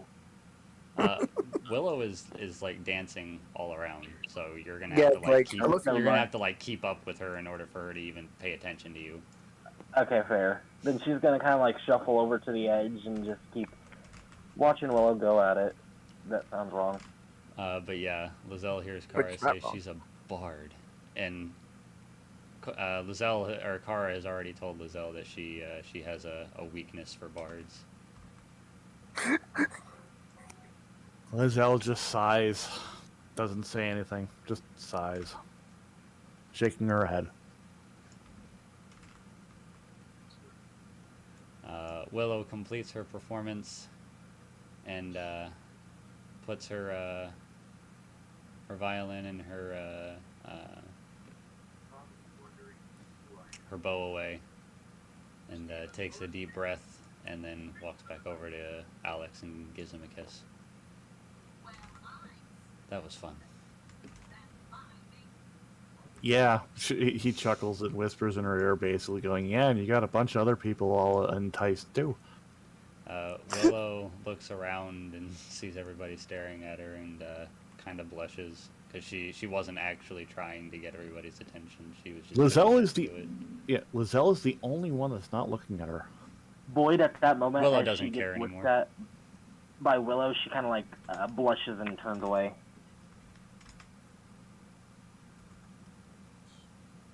Lizelle kind of looks at everybody and goes, well, if everyone's established here, then I guess I will bid you all farewell for now. Kara turns away from Willow and looks at Lizelle and gives her a hug and says, "Thanks for everything, Mom." She rustles her Kara's hair a bit and kneels down to her level and goes, but I'll be back to see you again. Kara smiles. You are my favorite apprentice. Kara blushes and hugs her again. Anyways, I'll give my regards and to my dad and thank him for the training he bestowed on myself to you. And she nods and says, "And extend my thanks to him too, please." Lizelle looks at everybody that's still left on the deck and goes, "It's been a pleasure meeting with you all. I hope to meet you again. But until then, this is farewell." And she blinks out of existence. Kara kind of stands there just with her eyes closed. There you go.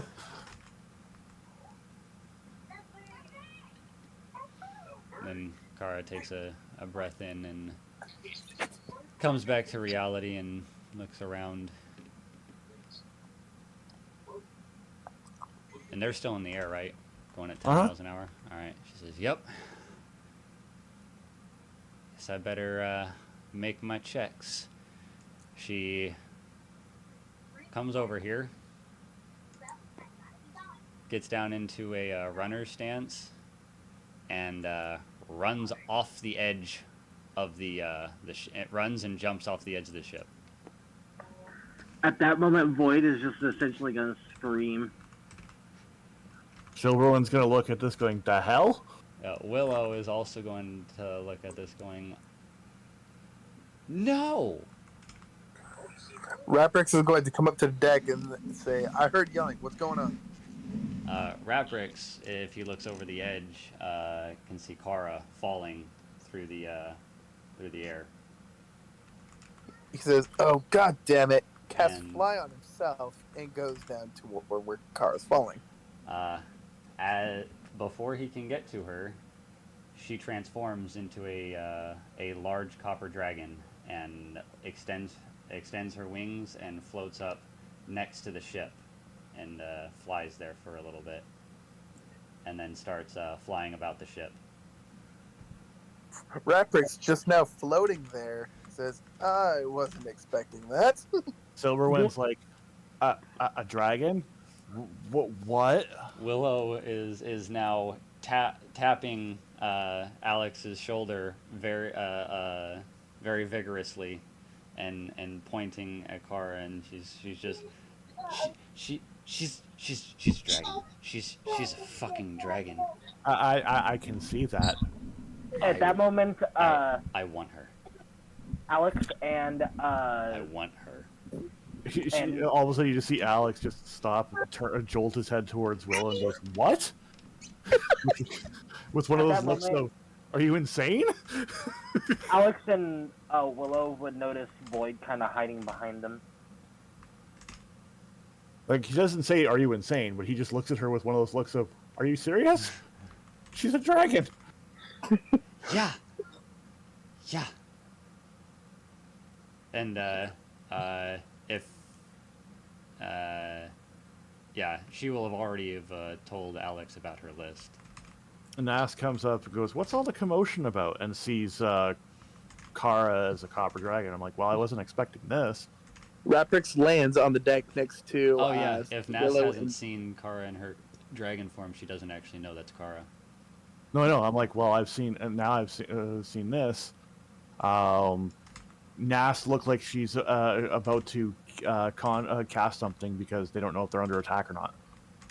Yeah, so Raprix is going to land next to Willow and Silverwind, ending the spell fly, and says, "Yeah, I was not expecting that at all." Raprix at this point would notice that Nas is pointing her finger at the dragon. Also, Rapix would notice Void hiding behind Alex and Willow. And looks to be concentrating something. And holding her action. And everyone who is watching the dragon notices that it is inspecting sails and just pretty much inspecting riggings and ropes and stuff, making sure everything is tight. Her finger keeps moving, or keeps following the copper dragon. At this point in time, Like it's locked onto her? Like it's locked onto her. Raprix, can you do a Arcana check? Yes, Raprix will do a Arcana check. Because that's the signs of disintegrate.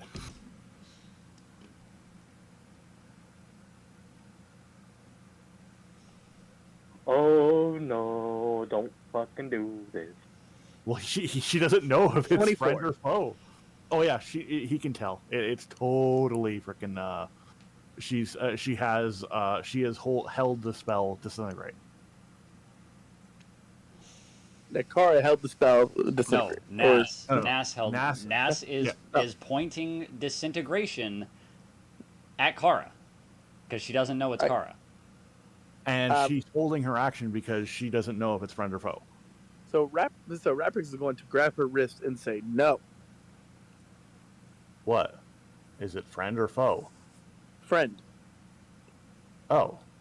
And she no longer is doing the spell. Well, hang on, actually. everyone's in shock to the point where I have no idea what the hell's going on. So I took a defense. Just in case. Yeah, for the dragon flies overhead and is circling around over here. As she does that, you hear Void kind of. Where's Tyson when you need him? Dragon! Ah! Except for Bokart, I'm making that kind of. I'm going to start making that a thing amongst my characters, except for like the ones that are supposed to be super brave. They're all gonna fear dragons. Silverwind is just gonna look at this and go, this hand on, because he didn't see the transformation.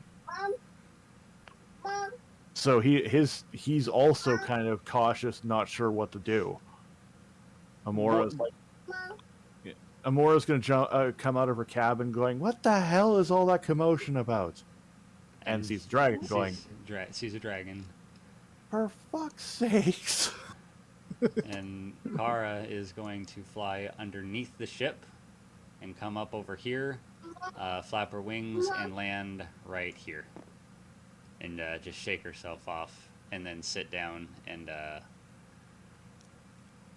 look about at everybody, and say, and she's gonna look past everyone to Amora, and say, lift one of a paw to do a salute, and says, "Everything's ship shape, Captain." And the dragon speaks with Kara's voice. Amora just looks at her with one of those dumbfounded looks on her face, going, "Kara, is that you?" Kara says, "Yep, it's me." How the hell? Raprick says, "Yeah, apparently she has the ability to change herself into a dragon now." If it's all the same with you guys, could you please turn it off? She's like cowering behind Willow. Willow is going to snap out of her trance, or her enthrallment with Kara, and hug Willow and say, "It's okay. It's she's friendly. You Nas, Void. Nas comes over to Kara, going, "That's amazing. How'd you do that?" Oh, it's something I picked up from Mom. Really? That's Yeah. cool. Yeah, And she by the way, she Void taught me. accepted the hug. What? I said Void accepted the hug. And Willow is actually going to do a persuasion check to try and get her to calm down, which she still has advantage on. What would I fight? Would I fight that with anything? If you want to. I don't know what I'd fight that with. Insight. Ah. Persuasion, deception, intimidation, and seduction are all contested by insight.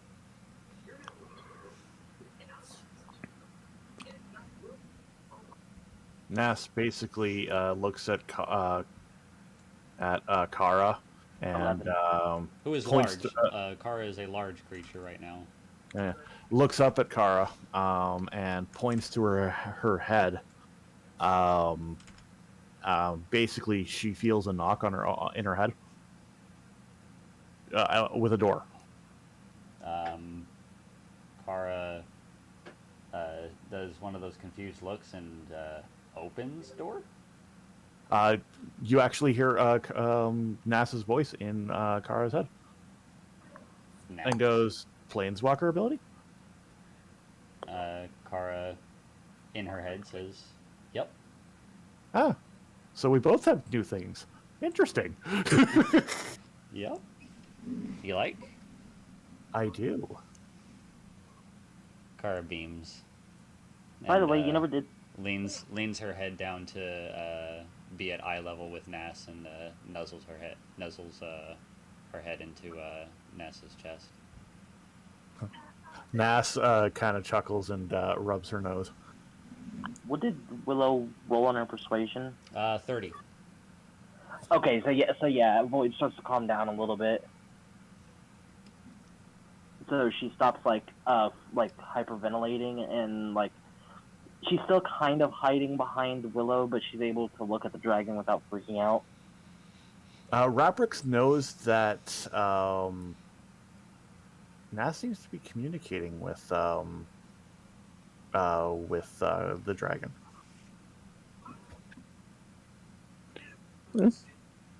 So he walks up to Naz and says, "Oh, you're using message, aren't you?" No, actually. He looks over at her. I have. See, one thing that you weren't informed about with Planeswalker abilities is they have unique gifts that that grant them special abilities as well as Planeswalking. Things that enhance their already current capabilities. And Kara is laying down so that she is at eye level with both of them. It seems that since Kara was spending time with Lizelle, the daughter of Bahamut, she learned how to become a dragon. That would make sense. For myself, when I woke up, I felt my spark, as they call it, awaken, because it was a traumatic experience from coming from dead to life after so long. I learned I was dead for quite some time, frozen to death. Kara nudges Nas, trying to comfort her. And I basically was brought back to life thanks to this a book that she pulls out. Actually, she pulls out the said book that they found, and it's an ancient relic of Icewind Dale. And then she puts it back into her bag. This thing brought me back to life, actually. And when that happened, I felt my spark awaken. Which He puts a hand to his chin and says, frozen to death and back to life. I'm surprised you didn't become a half-dead, spellcaster like our friend," as he points over to Void. She just kind of gives him a look. no, I'm quite human. She kind of shakes her head. The only reason is I was frozen and kept alive is the difference. Willow. As she says alive, she turns her head to look at Raprix and then turns back. I also have something that any spellcaster would love to have. Oh. High HP. Nas basically high HP. Shut up. Wait, what? What I miss? He said, "I have what any spellcaster would want now at high HP." God damn you. So, as she says, as she looks over off the edge at a bird, or not a bird, but just randomly at something like debris or something like that flying or floating through the air, she basically points her hand at it, and a fireball just gets thrown at it, and and she doesn't say anything. Void passes out from that. Willow picks Void up and resuscitates her. So yeah, she doesn't say anything. She just points. She just sticks her hand out, looking at them, then looking at the object, and launches a fireball at it without saying a word. Oh, so you know Fireball too? Oh, I know more than that, but did you notice something? Raprix would have noticed that she did not use any verbal or somatic components, nor material components to cast the spell. How did you perform that spell without any vocal or material components? That's the beauty of it. I was just capable of doing it. It's a part of my planeswalker ability, I guess. I'm still learning everything I know about myself. I learned that I can speak to people telepathically. Kara is going to actually say, so is in her mind to Nas. So is this one of your abilities? Yep. Nice. I like. You just hear in the back of what's my don't think. She chuckles, Nas just goes, I don't go into people's minds with this. It's just I talk to them periodically if they need assistance. It's also great for strategizing, apparently. She's like, oh, I could see that. And you see her attention turn back to Willow. And I'll let you fill in the blanks about what's going on in her mind there. Nas, like the door closes on in Kara's mind, and a door appears in Void's mind with where you hear knocking. She sees this. This is what you get the vision of in your head. In the vision, she lets her come in. Opens the door. You see Nas there going, "Hello," in your head. That's how I will always communicate with somebody. It's respect. She just kind of she looks around and goes, "So why are you able to telepathically communicate with someone? Weren't you just originally like a spirit or dead or something?" I have this planeswalker. I'm a planeswalker, apparently. And she explains everything what a planeswalker can do, and they get these abilities. After that 10 minutes of explaining fucking Void. Which is the funny thing about it, Zilna, is while it's 10 minutes in your head, it's not even a minute outside. Afterwards, you just see Void kind of look dumbfounded and go, "All right, that's a lot to take in." It's like the speed of thought. Willow grabs a hold of Void's hand and says, "Come on," and slowly starts making her way toward, pulling Void toward Kara. All right. Reprix excuses himself as he pulls out a sending stone and goes to his bedroom. She goes at that moment, "Sorry, girl's calling me," and then she like politely closes the door and like kind of like snaps back in. How much of that cut out? None of it. We heard everything. Okay, I was gonna wonder because my dog came over and stepped on my hand.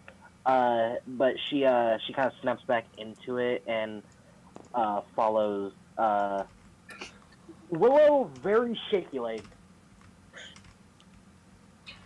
Willow approaches Kara and reaches a hand out and says, "May I?" And Kara nods, and Willow starts petting her and urges Void to do the same. And Kara just, I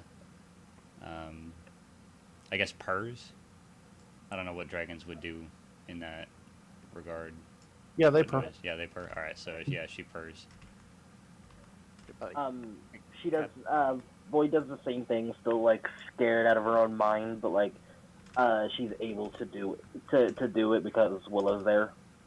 You were gonna say something, Rogue? No, I was just commenting about how how dragons are just like big cats in my perspective. I mean, I don't know if lizards purr. I guess I'd have to look that up. Nas heads downstairs and goes to visit Shaw. Oh. Hello. Sorry, I'm trying to get to know everybody, and I didn't get a chance to meet you. Oh, Hi, I'm Nas. Oh, pleasure to meet you. Name's Shaw Carell. Hopefully you probably haven't heard the kind of reputation I've made for myself so far. I'm Nas Lantimir. To be honest, I probably got a bit of a reputation where I'm from too. So, yeah. What, you've done a couple of crazy things in your life? She pulls out the professor's orb in a book, in a spell book, and goes, "Yeah, I kind of took this from somebody," and puts it back in her bag. You have a professor's orb. Huh?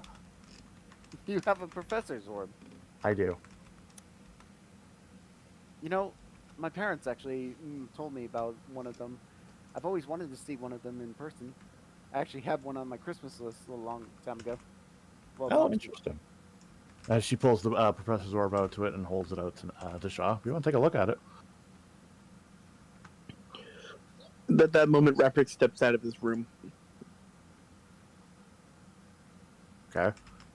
Nas seems to have a conversation with Shaw, and if he looks inside the room, you notice that Nas has a professor's orb. says, interesting. He's never seen one before, so I thought I'd let him see it. Be very careful with those. I'm aware. I'm well aware. He smiles playfully at Naz and says, "Not you." Oh. He looks at Shaw. Look, I know you might think of me as a child, but I'm still learning from my mistakes. He sighs and says, "To be You're like honest, blowing up it's better planet? you over Silver." You're not there. You can't say anything. Stop that. He says, "Honestly, it's better you holding the professors over Silver." You know what? I'm glad that you have the vote of confidence in me when it comes to that. He looks back over at Naz and says, "Anyway, a party member of ours called and asked when we were coming back. Do you know how long it'd take until we arrive?" Give me a second as he pulls out puts the orb back in, pulls out the orb of true sight, and calculates the distance between where they are now, their heading, and their location. About 10 minutes. He nods and says, "Thank you." Although we could speed this up a bit if you'd like. It'd be preferred, yes. It sounded like she was kind of getting annoyed. Who? All right, 1 second. As you see her walk out of the room, go to the center of the ship, and at this point in time, Rapix notices that she starts using teleportation circle on the entire ship. Wait, You never cease to surprise me, my young apprentice. Who is getting annoyed? Wait, what happened? So he had a call from Cerulean. Cerulean? At this point in time, everyone also gets another disorienting feeling. Oh, shit. As instead of where they were, they're now right at the mansion. Alright. They teleport, essentially. At that feeling, Void's gonna fall down and go, "Oh, I hate teleporting." Does a 15 pass? All right. Yes. Right. Wait. Hold on. That's against my spell save, right? This is a Constitution save to see if she throws up. So I don't know, whatever it was that I was supposed to beat earlier. Spell save was 17. So no, Willow once again turns away from Kara, goes to the edge, and vomits. You hear a voice from below saying, "Watch where you're spewing." I got a 4, so Void comes over right next to her and throws up as well. I got it in my mouth. Kara is gonna come up behind them looking concerned. Silverwind does the same. Oh, he does? Runs up. Yeah. Okay. Pukes. Okay, so I got a 15. Amora's fine. You fail. Wait, that's fair? Let's see. There's Silver... a bucket next to you. There's this guy having the worst day ever. Silver pukes again. Wait, a 15 fails? Yes, it's the 17. It's a spell save 17. Okay, well, he's gonna go over to a bucket and just start. And Lady S fails. I think everybody fucking failed. Amora succeeds, actually. She got 4 an people just 18. throwing up on this random guy. So I will say this now. Yeah, I'm just waiting for you guys to at least succeed once, because then you're good for it. Yeah, Willow has You failed. hear both cries of of them. agony coming from below. You just Only have hear. to succeed once. Yeah. Well, once you succeed once, you're fine. Oh, then Void. Yeah, she then Void's succeeded the fine. first time, so okay, but she hates the moving, so she's coming over and she's kind of like sick to her stomach, but she's comforting Willow and Alex. Well, the difference is though in that the planeswalking aspect is different from teleporting. Oh, then no, she yeah, fell back. then yeah, she vomited. Because you are bouncing between realities. Willow, after she Well, you just hear throws cries up of and agony says, coming from "Can down we below." stop doing that? I only have so much lunch in me, okay?" All you hear, Yes. from the under the deck below them. Sorry, you just hear a Nas scream out, "Sorry!" Shaw's just looking at So Ness and so everyone who was puking, as you're looking down because you're puking, you see various construction workers and artificers down next to the estate where there's a large hole. Silverwind's like, Sorry. "Sorry." Yeah, Willow. Sorry. and We got a among little more all the sick. among all the artificers, you see one covered in vomit. oh, She like puts her hands to her mouth and goes, "Oh, I am so." Oh, God. What are the chances that we all puked on him at the same time? oh God, don't get me started. He's the only one covered in vomit. Everyone else is clean. Ooh. She looks to Alex and says, "We have to make it up to him." Already on it. He Misty steps down below and pulls out his pouch. Pulls out about 3 coins and hands it to him, going, "I think this will cover it." 3 platinums or 3 gold? 3 platinum. Make sure you He's adjust that on your sheet. Yeah, because he's just like, "Ugh, yeah, yeah." Where'd my gold go? Devin moved it over to this note card here. Oh, Yeah, right Yep. here. This coin purse note card right here. Okay. Thank you. he snatches the platinum and stomps off in a rage, and you see bits of vomit like peel off of him as he stomps Drip. away. Drip. So there's like a trail of like mixed vomit for where he's going. Oh. He just kind of looks at it with one of those looks of like embarrassment and wasn't planning on that. Ooh. I feel sorry for the guy. Well, when he realizes that it's 3 platinum, he's gonna be like, "Holy fuck!" The guy just gave me like freaking like 1,500 gold. Yeah, that guy just gave me like a whole 3 months salary right there for vomiting on me. Yeah, This is the but best day of my he's too fucking angry life. to care. Well, He's too after, angry to care. Like, can you do it again? like he cleans himself up, and after he cleans himself up, he checks the gold and realizes those aren't gold; those are 3 platinum pieces. Oops. So the next time he sees him, he's gonna be like, "Hey, anytime anytime you if feel thought that those you were need to silver. puke, just go ahead. Keep this coming." At that point. Do I want to call this puke shaming or? One platinum, puke on my. Like, you keep on paying me, and you can puke on me all you want. I mean, it's 3 platinum pieces. It is literally 1,500 gold. Or no. 3 platinums is 90 gold. No, I'm wrong again. It's 30 gold.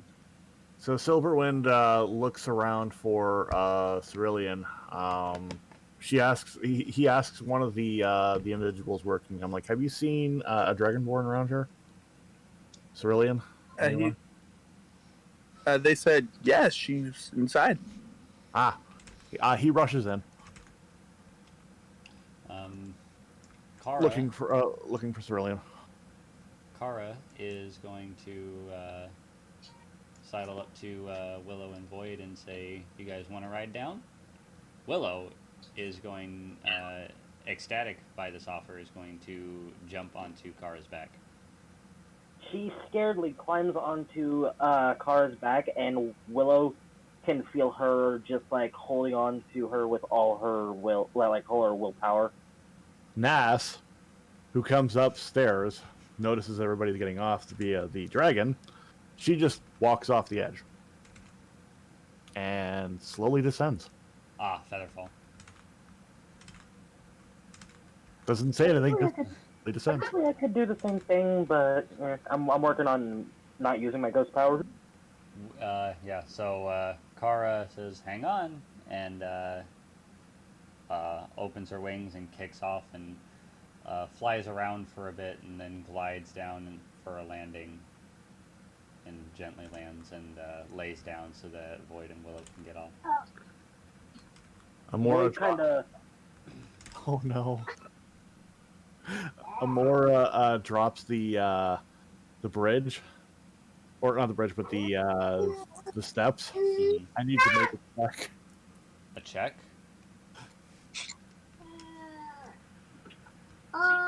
And some poor helpless guy gets knocked in the head by the thing. Oh no!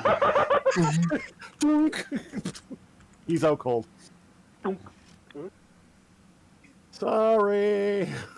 She yells out.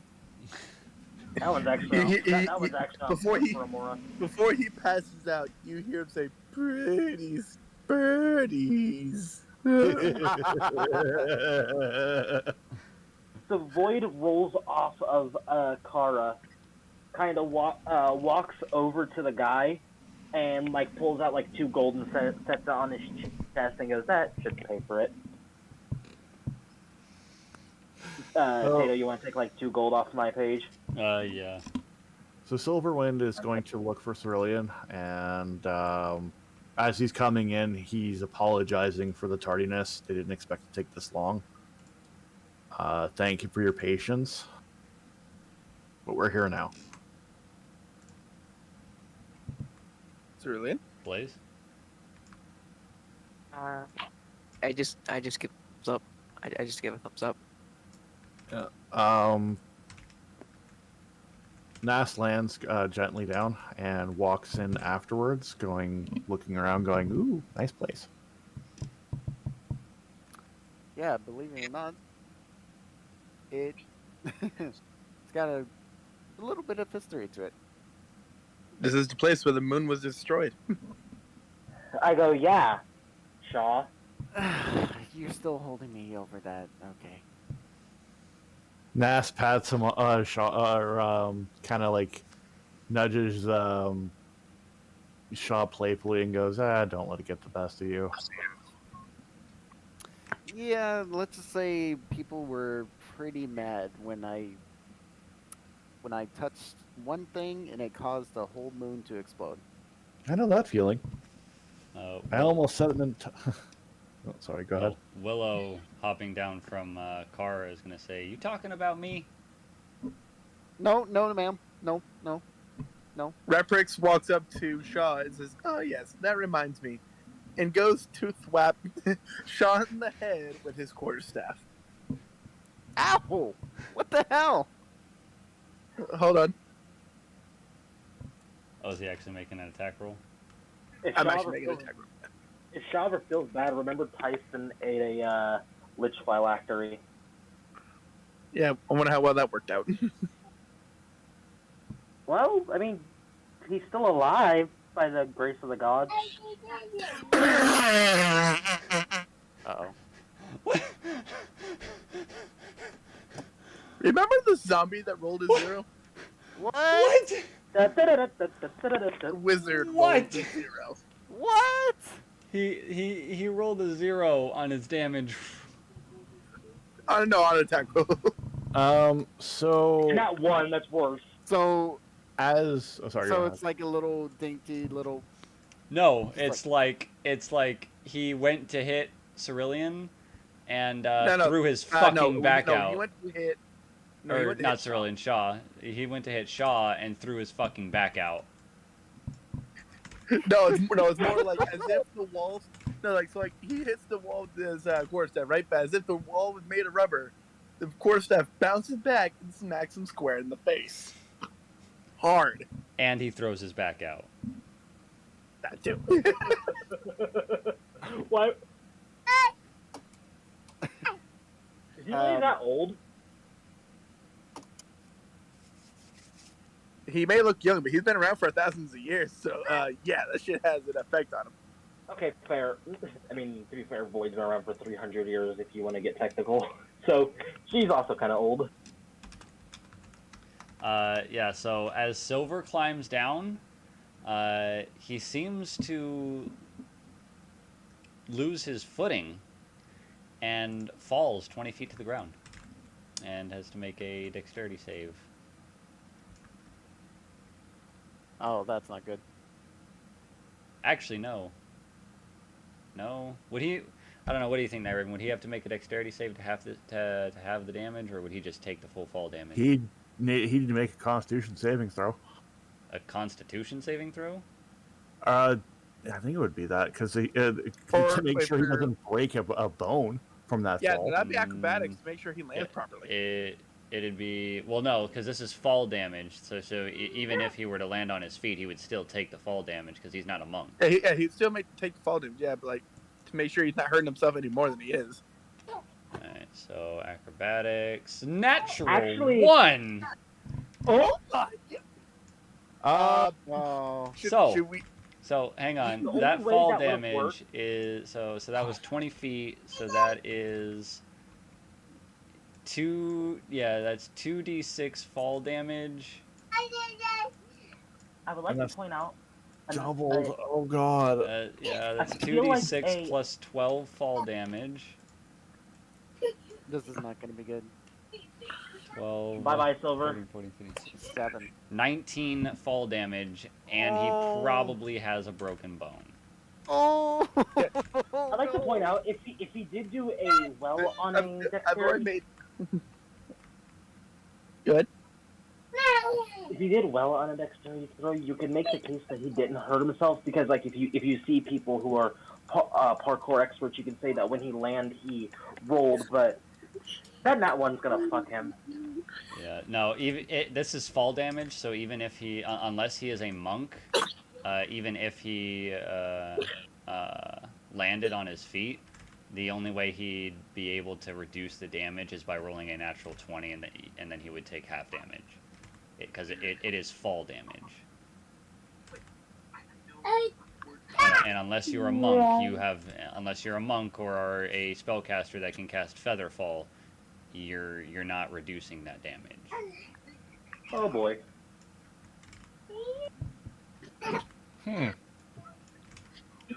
Also, I just got a message from Shadow saying he passed out at 7 o'clock with a migraine. Oof. So I don't know if he's coming in or not, but we'll see. Doesn't look like. Probably not. Silverwind looks at Cerulean and goes, did you find everything you needed? I hope that your room is suffice and supplies were available to you while we were gone.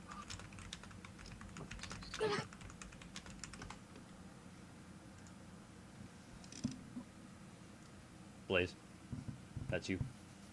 Sorry. I just give another thumbs up. Also, we have an airship. He beams with a slight grin. Yeah, Cerulean sees an airship. The shadow of one, that is. Yeah, the shadow of the airship. Childlike joy washes over my face.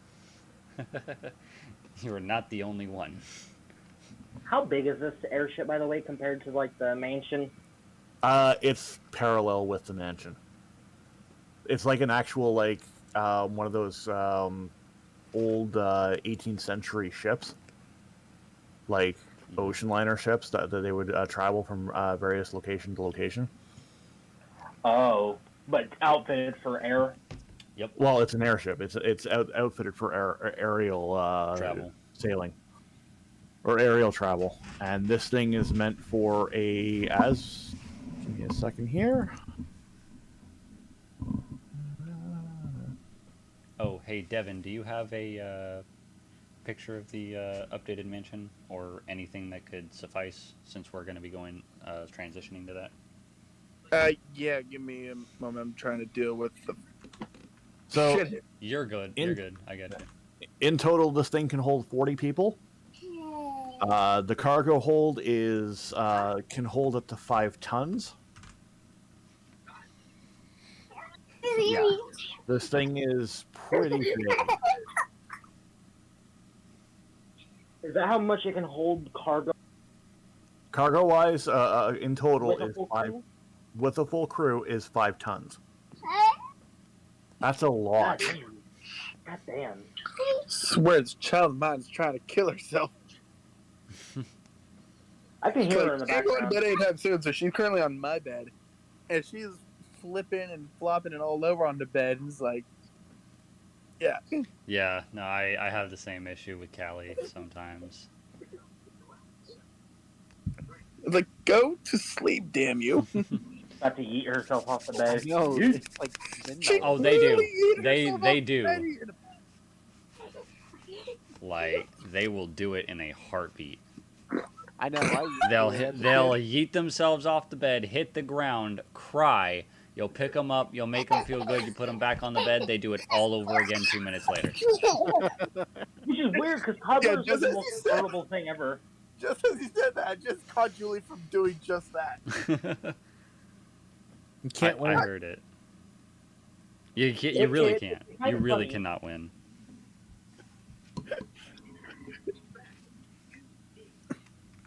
It's because they find falling and shit like that funny. No, I find it funny when we sub That is not what I meant. an image for the dimension, right? No, I meant a map layout. You fuck. Oh no, I haven't finished that yet. We're still sticking with the one that yeah. Okay, so then I'll We're just. still sticking with the one that we're working with. All right. So Julie, stop. this is. You know what?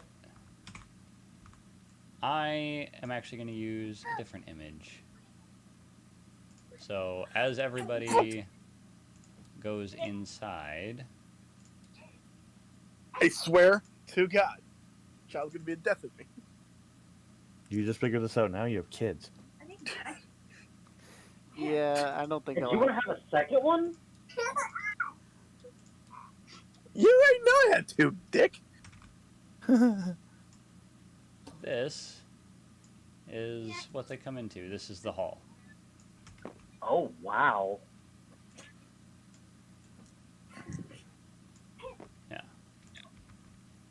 So this is the hall, and these are all guest bedrooms. Wow. What Or a this is the ballroom, basically. One of those is permanently yeah, you're- belonging to Void. No. Void's room is somewhere else in the mansion. Mora is still on the Storm Chaser. She is basically doing work. And Kara is actually also still outside, not on the Storm Chaser. She could not fit through the door. Nasa's just getting a look at the place, just going. Actually, yes, she can. Actually, yes, she can. Yes, she can. I know, a big place, So right? she is in here, and Nas looks at her and goes, "You may want to come back to our size. It's a little It's a little bad down here." this is actually big. Like it's bigger than this. The ballroom is bigger than this.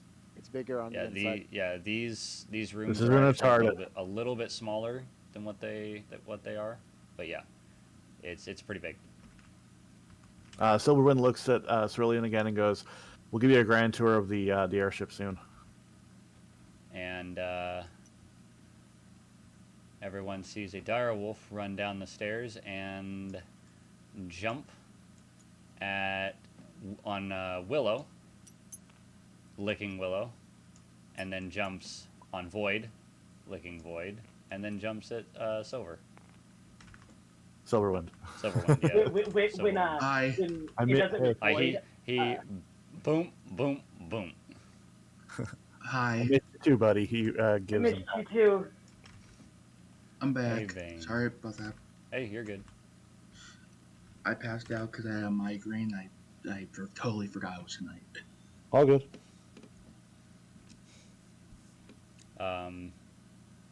Nas and Kara just see a direwolf jump on these three. With They'll get they don't. Nas doesn't do anything except smile. Wouldn't it be a direwolf with like pure white fur too? Yes, yeah, the direwolf's fur is pure white. And Kara just kind of sidles up to Nas.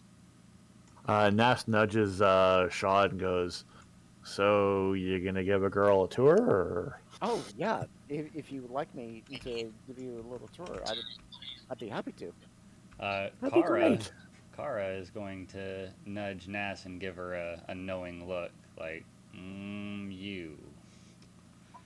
What, in her head? What? Kara says, "You Raptrix sly gives dog, Shaw you." In their head, says, "I see what you're doing." I'm not doing anything. Mm-hmm. She kind of blushes. Mm-hmm. Kara reverts back to her human form.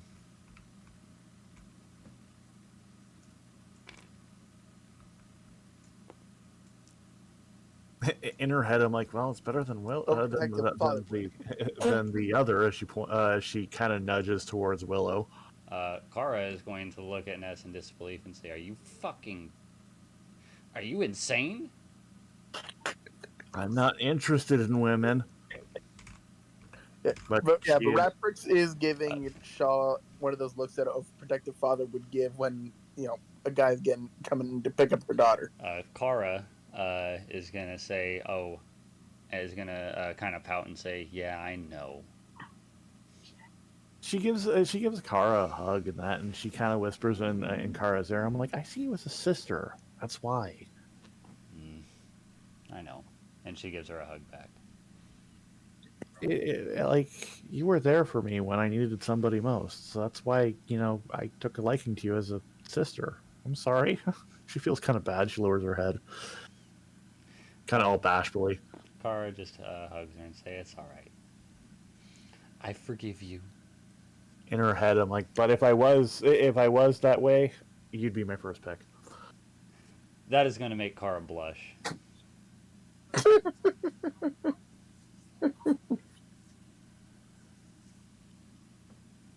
As she kind of chuckles and goes, "Yeah, best friends forever, right?"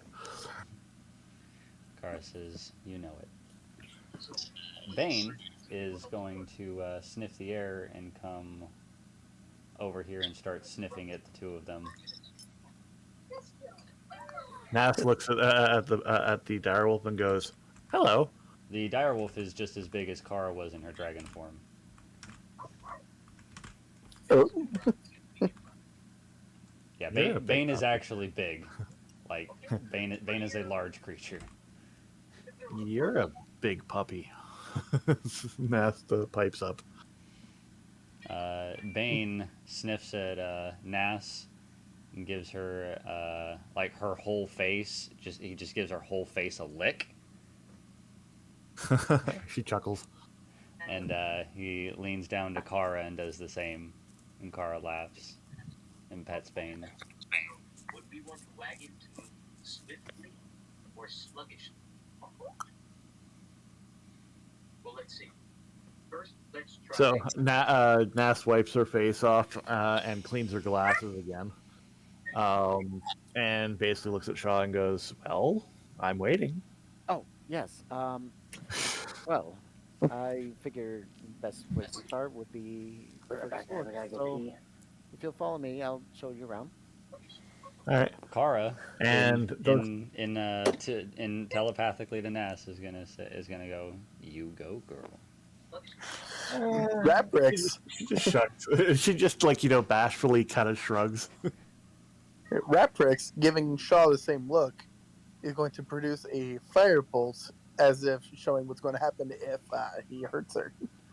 Kara. Nas looks at Raptrix, and the firebolt goes out. Oof. As if he just got counterspelled. Counterspell. And she just... Can you counterspell? Yes. Yeah. You can, no. If you already got a concentration on one on a spell, firebolt is a cantrip. Yeah, counterspell can be used on spells and cantrips alike. No, I'm saying concentration. It was just only a fireball, so I don't believe it has. It doesn't have concentration. Doesn't matter. Whether the spell has concentration or is instantaneous, counterspell will stop it. And she gives that you know the thing that in Terminator 2 where the T1000 does the finger shape going kind of thing. She does that to the Raprix going no. He's still giving Shaw the same look. Seeing And that glare from he's actually going to look at Kara and notice that Kara is giving him that look. My character looked at Shaw and said, Shaw, come here for a minute. I'd rather not. Shaw. Kara, or not Kara, but Nass looks over at Silver and kind of looks at him going, she's giving me a tour. Can't I have a tour, please? Kara is going to look at Silver and say, yeah, they're I'm kind back. of busy. What do you need? And Silver sees a 5-foot redheaded female just confronting him. Nothing. As he walks away, just pretending like nothing's happening. Does he normally do that? He's sort of an edgy boy compared to me. Raprix shakes his head, saying, "No, he normally isn't like that." Silverwind goes over to Cerulean. Where's Cerulean's I piece? put Cerulean's piece somewhere. Hang on, let me find it. Nope, not over here. Yeah, Devin, there your it is. daughter's There not it is. happy. Okay. Silverwind comes over to Cerulean and goes, so, you know, if you're going to be a part of us, you might as well come join us. Like, you're more than welcome anywhere in in this place. And the food, he points to the location where the kitchen is. The food's over there. So, you'll be fine. Is there anything that we can get you? Or are you good for now? I think I shall be good. Okay. Let me know. I'll in the next little bit. I'll give you the grand tour of the airship later. Willow Okay. is going to approach Void and say, and look at her with that same look of hunger that she showed back at the Winter Lodge, and say, "Come here, little princess." You mean the airship? Because I'm pretty sure No, that was in the airship. before. It was before. The conversation they had before they got on the airship. Oh yeah, it was. Yeah. She nods and follows Willow, knowing better more than to not decline her. Yeah, Willow leads her to a room, gently pushes her in, and casts web on the room and shuts the door behind her. Oh no! Silverwind walks over to Kara to talk to her, and she's like, I know this is sudden since we're basically new, since you're new to the party and all our stuff. Can I have a conversation with you in private? Kara kind of looks at Silverwind and blushes and says, "Sure." Yeah. Okay. That's fine. And basically takes her to one of the rooms here. Oh, okay. And basically goes, I know that you're new, and I want to get to know you as best as everybody else. So I'm going to be straightforward. I need your help with a matter. I saw what you acquired at the Christmas party, and your gift that you have would be greatly appreciative for an issue that we currently have right now. She said she reaches to her back and pulls out the Rod of Resurrection and says, "You mean this?" Yes. Somebody very dear to one of our party members, she goes by the name of Lady S. Her father was killed by my other half, and I've been fighting tooth and nail to try to stop him. You got a dark brother, huh? Not exactly Dark Brother. We're one and the same. He's the dark side of myself that I purged thanks to Willow over there. She freed me from his hold, and he is. Wait, you mean the bard? Yes. I used First to of all, be did a. she I don't know. avoid I don't know if you ever heard of a blackguard before, or a fallen paladin. Heard of oath breakers, but never heard of a blackguard. Okay, oath breaker is one thing, but a blackguard is something has gone far beyond what an oath breaker can do. This thing is the pure embodiment of evil in a fallen paladin state. This is what I used to be before I was freed from my curse. And all of my darkness is purged into a being called Darkraven. He has thrown Lady S's kingdom into turmoil and despair, and has threatened everyone that I've cared about, including soiling my name because he looks exactly like me. I want to right the wrongs that he's done to bring clarity to and peace to the land.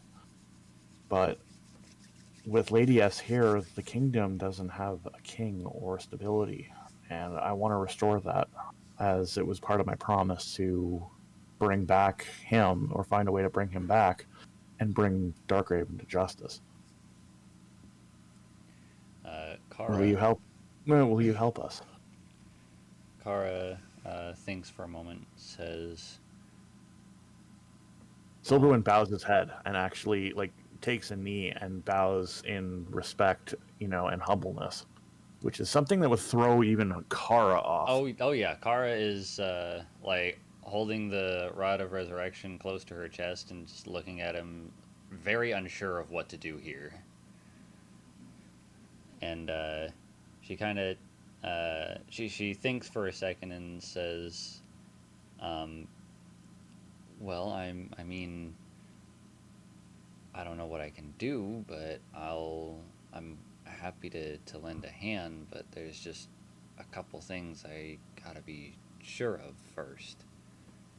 Not a problem. And name it. I'll do whatever I can. He starts stammering like he's not sure what to do. Like he's desperate. Right. The first thing is I need you to stop that. And she waves her hand and, motions to all of him. Stop what? Like, as he looks up at her. Stand up. Please. He stands up. Oh, well, sorry. I just. She says it's okay. It's just I'm used to looking up at people. I'm not used to having them kneel down before me. I wasn't expecting that. Wasn't ready for that. Sorry. It's okay. It's just I wasn't ready for it.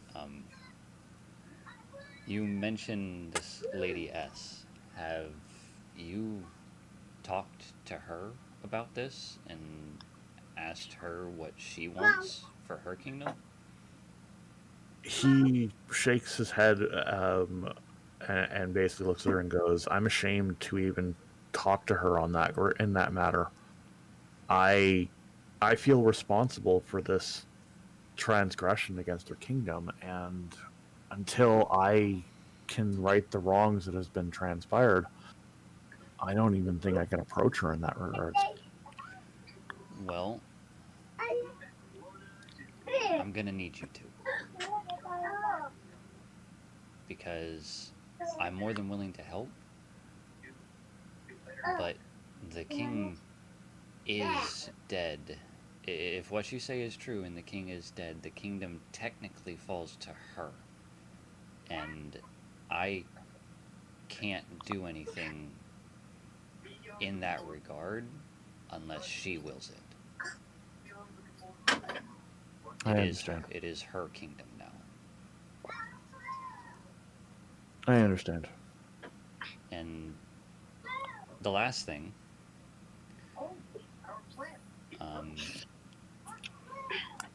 I'm really embarrassed to say this, but you You know the bard? She's my wife. He pipes up. Oh, oh, your wife. Um, she's looking really embarrassed now. Like, well,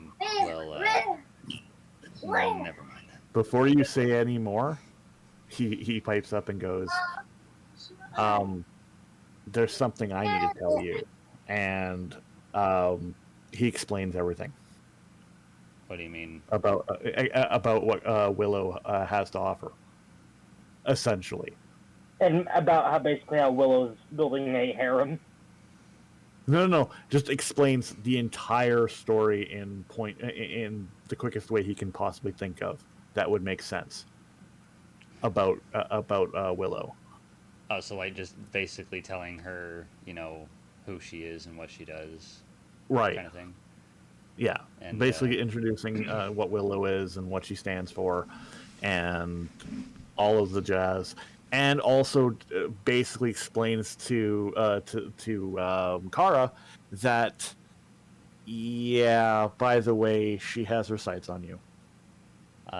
Upon hearing that, Target Kara's legs are gonna come out from under her, and she's gonna sit on the bed. Oh, okay. I mean, would they be able to hear Willow and Lloyd going on? Well, no, because that depends on what material. Like, if it's oak, no. They're not hearing anything. Yeah. If the walls and the doors are oak, they're not hearing shit. Well, I think that's up to Devin, but yeah, I don't think we've really had a chance to talk about that. Yeah. But yeah, no. You guys can switch to somebody else while Alex and Kara are basically discussing things. Yeah, while Alex and Kara are doing this, we can switch to. So we're gonna switch over to Shaw and Nas. Go to Cerulean. That's really. All right, Cerulean, what are you doing during this endeavor? I'm sorry, what? Blaze. What are you doing during this? Oh no, Rogue disconnected. Yeah, that's gonna happen. He keeps disconnecting. Blaze, you there? I've been having this trouble all day. Blaze. What was the question? How did this happen? What was the question again? What are you doing during all this? Yeah, what is Cerulean doing while that's going on? Just sitting on the floor, tapping her feet like a child. Bane is going to come up to Cerulean and sniff at her and kind of growl a little bit. I gently try to just pat the doggo. Bane accepts the pats and licks her hand. Raprix looks over at Cerulean and says, "Have you heard any information on Dark Raven while we were gone?" I do not believe. I don't believe so. I see. Once everyone gets acquainted here in the mansion, our number one priority is to look for Dark Raven. Put an end to him forever. Why? Because he is an evil that needs to be purged. If we do not get rid of him now, who knows what he could do? Okay then. While they're going through the thing, NASA's going to go over to Silver and basically look at him and go, "Hi. Hello. You all right?" Yeah. Why? I'm just curious. Why are you all so dark and brooding? She kind of inquires. Reasons. I don't know if you would like to know. I'm curious. I wouldn't be speaking to you if I didn't care. I don't know. Well, why don't you come join me and Shaw? Sure.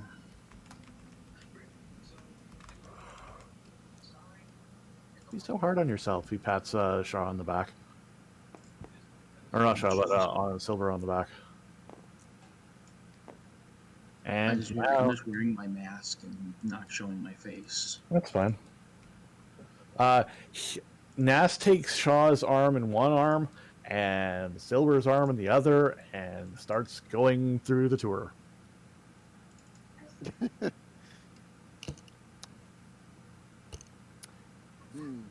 What else should I think? There is a balcony out inside on the second floor. I know that was one of the highlights of this little adventure that our crew and I kind of went through. Ooh. She's got a rogue on each arm. Yep. That she does. That she does.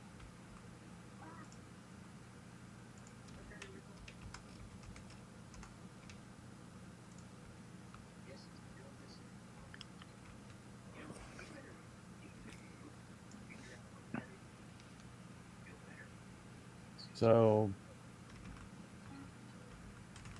basically, she's chatting up a storm with Shaw and Silver about everything that's going on in this world, wanting to know every little details about what's different, what's new, what's the same, all of this type of stuff. Like, she's gossiping.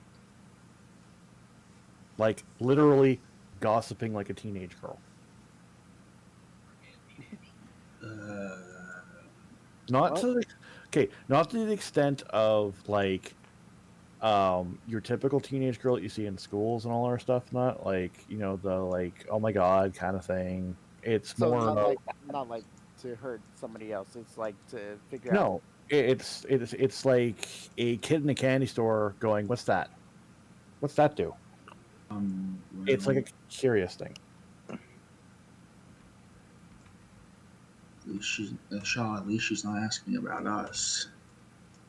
Bane I don't. has started to scratch at the door. I mean, I'm not really concerned if she does ask, but Yeah, but my life is not that good. well, nobody truly has a good life in our little merry band, now does it? You guys are both rogues, aren't you?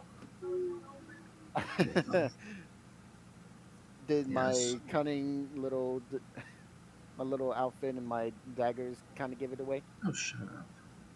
Al, Nas kind of looks at Silver with one of those looks of, you need to be a little bit more cheery. Why? Bane steps away from the door as it opens, and Willow walks out and follows him up the stairs.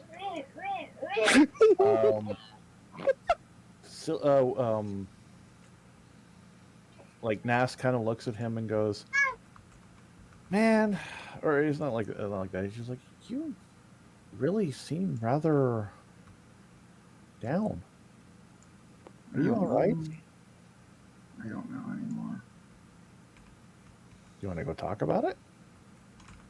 Sure, I don't care. It's not like this is gonna happen to me again, like it used to, right? What do you mean?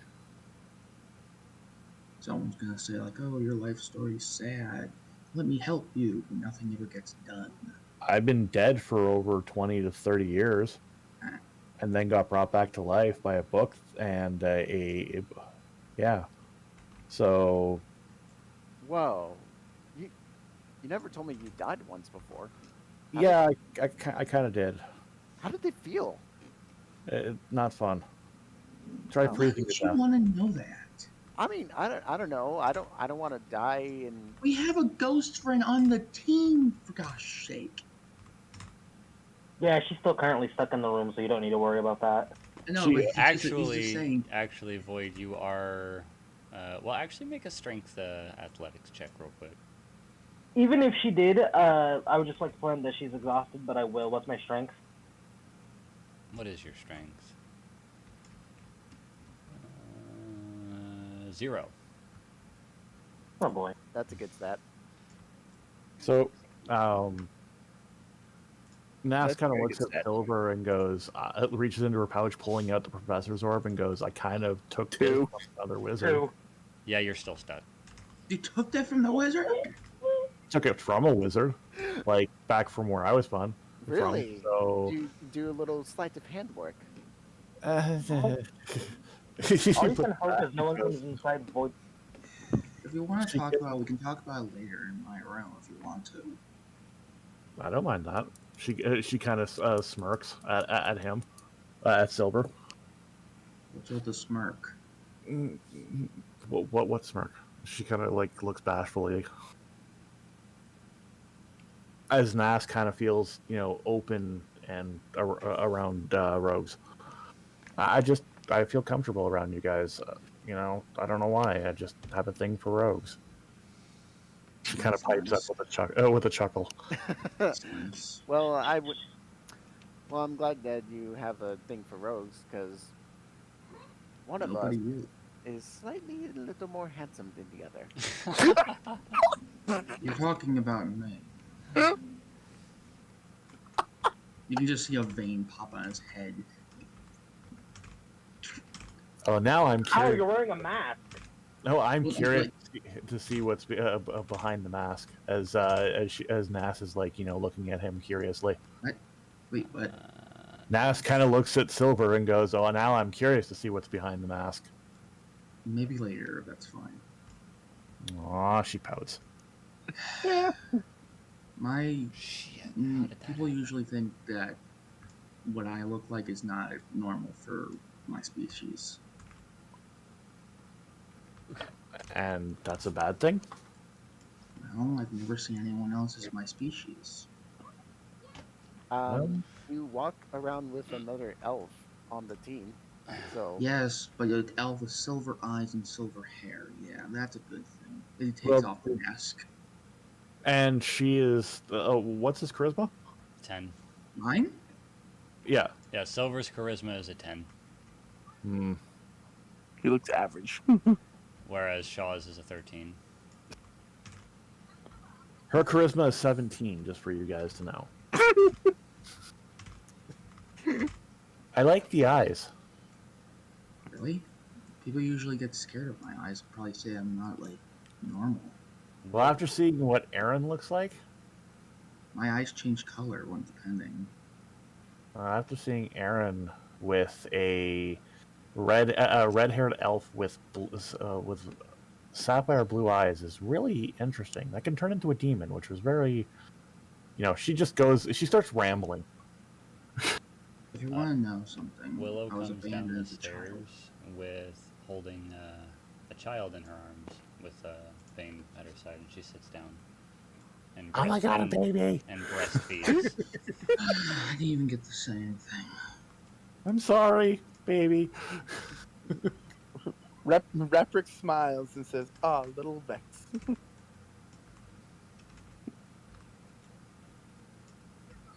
And Willow looks at Ness and says, "Isn't she cute?" She is. We're gonna attempt to get free from the bed again. Yeah, make a strength check. Gotta beat a 13. After getting her baby fixed, she goes back to the two rogues. And I'm sorry about that. Just cute baby. Can't say no. It's totally understandable. Nat 1! You got one? The baby is too strong. No, I think she would dislocate something if she's trying to break out. No, she just gets herself even more tangled up in the webs. Oh, you're fucking kidding me. and then she hollers for Willow. Willow looks at the door and says, and sits there for a moment, mulling it over. Reprick shouts to Void, "Can't you go intangible?" She goes, "Yeah, but I'm not invisible, and I don't really have any clothes on." That's just like. Willow dispels the webs. God damn it. I didn't hear what you said, sorry. Willow dispels the webs. She comes over, pulls Willow in for a kiss, and then starts getting dressed. She's naked walking out the door. You were just. Oh, on the other side. You're you're still in the door. You're still in the room. Willow is outside here. That means you walked out naked. Yeah. Nas just averts her eyes, going, "Come on." Yep. She This gives happens her a a lot. You'll kiss, get goes used back to to it. get dressed. I don't want to get used to this. Oh. Yeah, she doesn't and- mind the other girls seeing. Oh, and yeah, Willow is also not very dressed and is breastfeeding currently. As soon before after she gets all dressed, Yes. Boyd comes over and goes, "Oh, Vex," and How then about like the kind of like room? pets her head. Okay.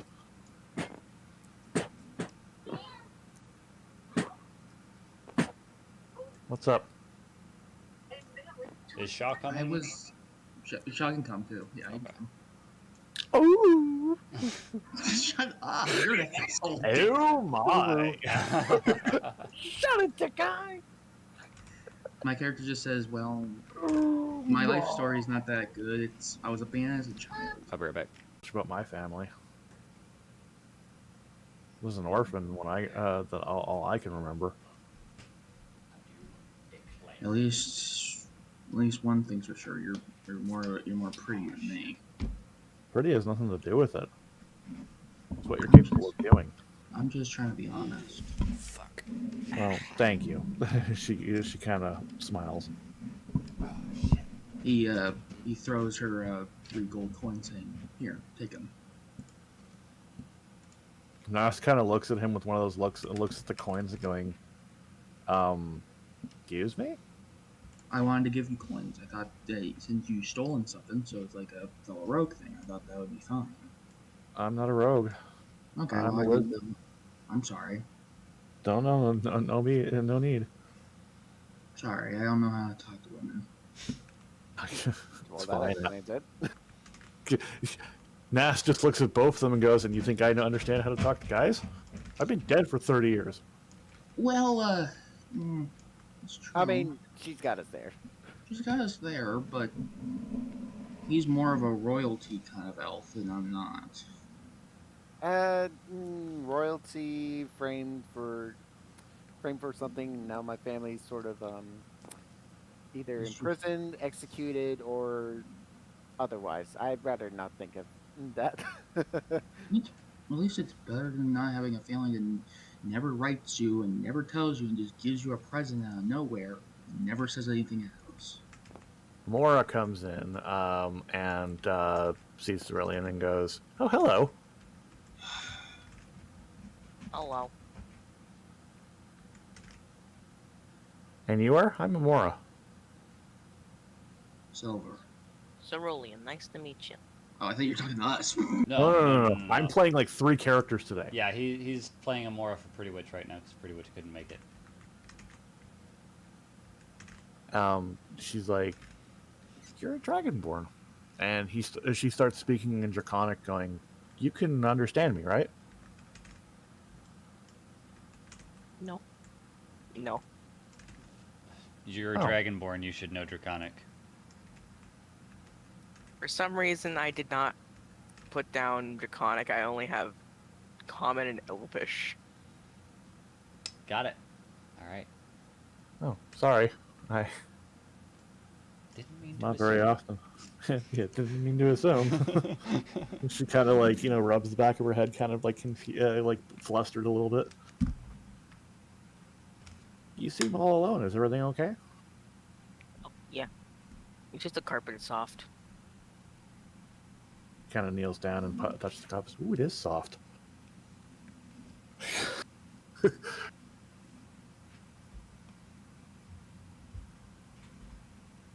And basically now Cerulean has a new friend.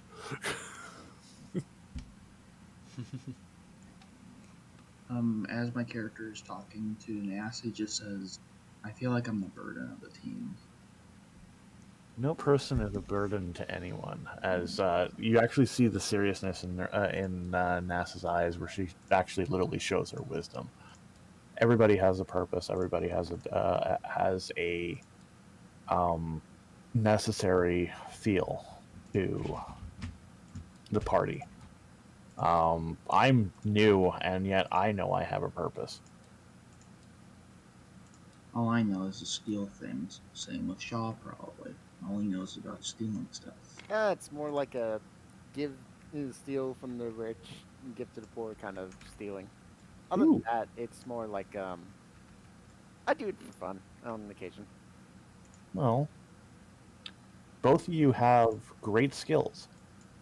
Why not utilize them to the fullest? You guys should be working hand in hand together. I mean, I would like that, but with Mr. Grumpy Pants over there. Okay, thanks. I'm a lot. sure. I'm sure he has. Wow. Nas kind of looks at Shaw, going with one of those frown looks on her face, going. I'm sure he has a reason why he's like that. I mean, coming from a guy who had a backstory like he does, like, it makes understandable that he has trust issues. Am I right?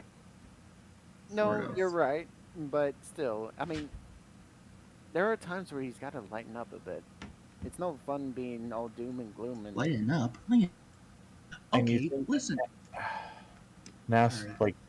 Nas looks at Shaw and goes, "You understand that buildings weren't built in a day. They take time. Bonds with people take time. You can't just decide which is best for somebody when that's not what they want. If you do it that way, you're never going to get anywhere." You can hear a noise coming from Silver, like crying noises. He's just like crying a little bit to himself. She kind of looks over at him and goes, Are you crying? Are you okay? You're crying. Do you want to talk about it? Just the two of us? Sure. Can you excuse us, Shaw? yeah, I probably said too much, and probably I should probably. You can say. Well, you said you wanted to talk to me. Nas pipes up. I don't care for anything anymore. Why?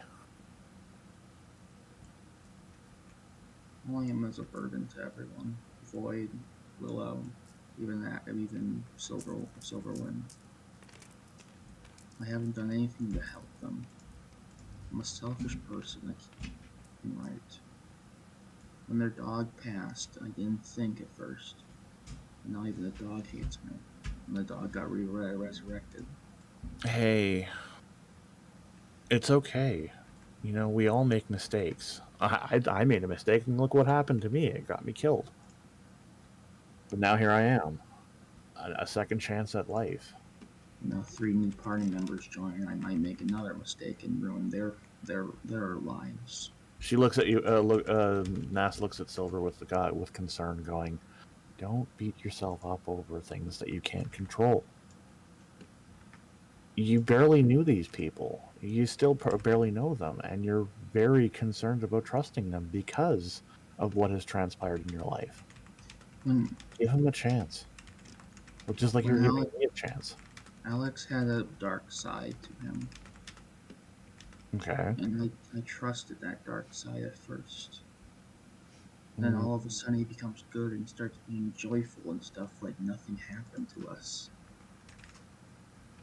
I think it's his way of coping. Devin, read your I messages. don't know. Wait, what, Taya? Telling Devin to read his messages. Oh. I think that's his method of coping. And then a wizard yells at me and Shaw for touching something when we didn't know what it was and blows up the moon and didn't Well, do it. to be fair, touching something that you don't know what it does and causing, something like that to happen is a big deal. I get it's a big deal, but we apologize. So real quick. So, something hits Silver in the neck. Something sharp hits him, Silver in the neck. He suddenly feels very weak and is at now 1 HP.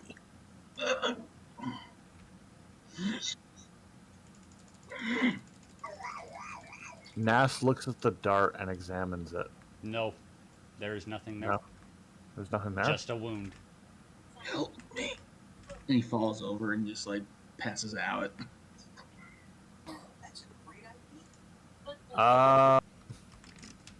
Nas storms out. What's her passive perception? her passive perception.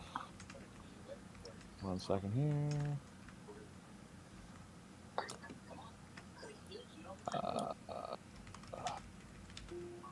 This is the weather reporter. Interrupt. 11. Weather. She sees. She's as She dense sees. as She sees white feathers here. Oh god damn it. What are these? But she They shrugs lead. it off. They lead into this bedroom. She yells out, "Is there a doctor in this place?" Willow turns around, still holding Vex, and says, "I'm not a doctor, but I mean I have healing magic." We have a problem. All right. She gives Vex to Void and says, "Hold her for a second. I'll be right back." She follows, but a little bit behind, holding Vex calmly. Silver's been stabbed by something. I'm not sure what. Oh shit! All right. Let me take a look here. And Willow that's it. examines the wound. Says, "Well, shit. The fuck did you guys do to him?" Nas follows the feathers into the room. The room is empty. What the fuck? She picks up some of the feathers and starts looking at them. That would be a. Would that be a? What the fuck? Why is he a back? nature or an animal handling? That would be either or, actually. I'm It'd gonna be say nature. be an animal handling, actually, or survival, or an. No, you know what? Survival. Survival actually makes more sense. God damn it! I'm actually sorry. I'm looking at the wrong character sheet. I actually have investigation though. Yeah, you know what? Investigation. Yeah, makes sense. Yeah. Although he is trying to identify the feathers, so I think it would fall more under the nature. Nature? Yeah, nature. Yeah, nature. Nature.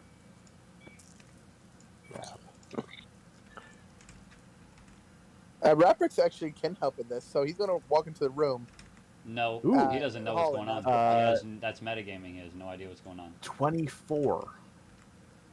I rolled a 19. She recognizes the feathers as geese feathers. Why is he back in the game? Why is he doing Goose? I'm doing an Arcana check on these feathers. All right, make the Arcana check.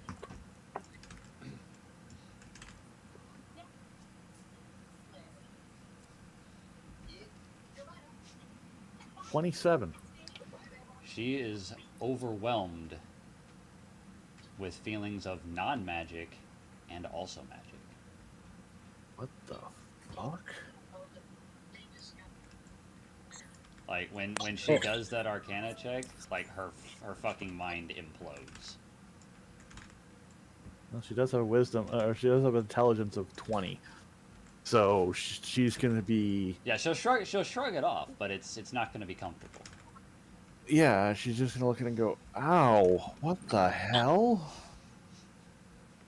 You guys, I actually have to clog off for today. Alrighty.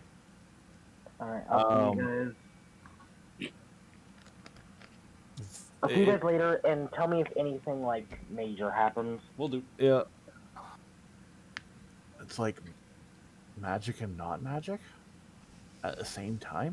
What? How does this work?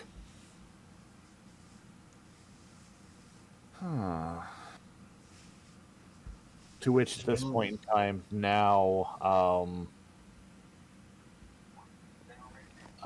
Nast is now investigating this, and she's starting to investigate the trails from the other room to the other, and the wound that was on his head, on his neck. Let's see.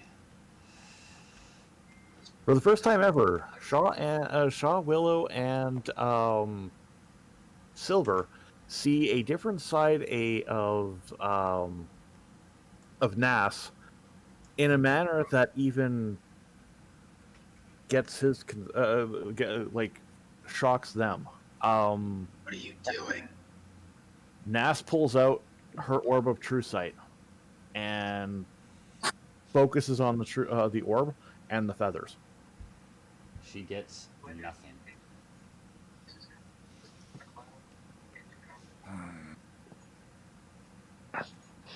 Maybe this is a curse.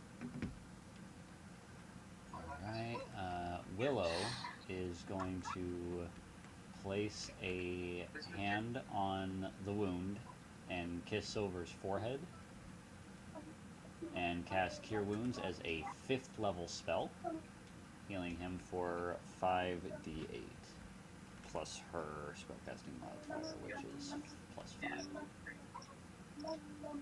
So, you guys do whatever you're gonna do while I get that, because that's a lot of fucking d8s tonight. Yes. What are you doing?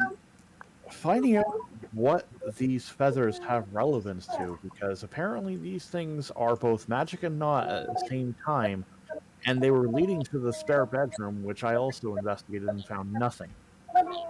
Maybe it's a curse or some shit. Hold on, is Shaw Shaw in the room? No, No, there's nothing in the room, and these are geese feathers. no. I'm saying is Shaw still in the room? Yes. Yes. Oh, well, is there anything I can do to at least help somebody with this? Go get my master. He may be able to assist on this matter. Rapprix? Alright, I'll go get him. And Shaw goes to get Reprix. Silver is healed for 34 HP. Thank you, Willow. Hang on a second. I'm adjusting your HP. You're back up to 35. Willow sits back in the seat and looks at from Silver to Nass and says, "What the hell happened here?" Don't know. I was talking, and all of a sudden I got something sharp into my neck. I didn't see what it was, but I noticed when I came out to go talk to get help, I found these on the floor. Willow is going to look at the feathers and just look puzzled and say, what are those? Some kind of bird feathers? It's geese feathers. Geese feathers? We don't have any Yeah. geese here.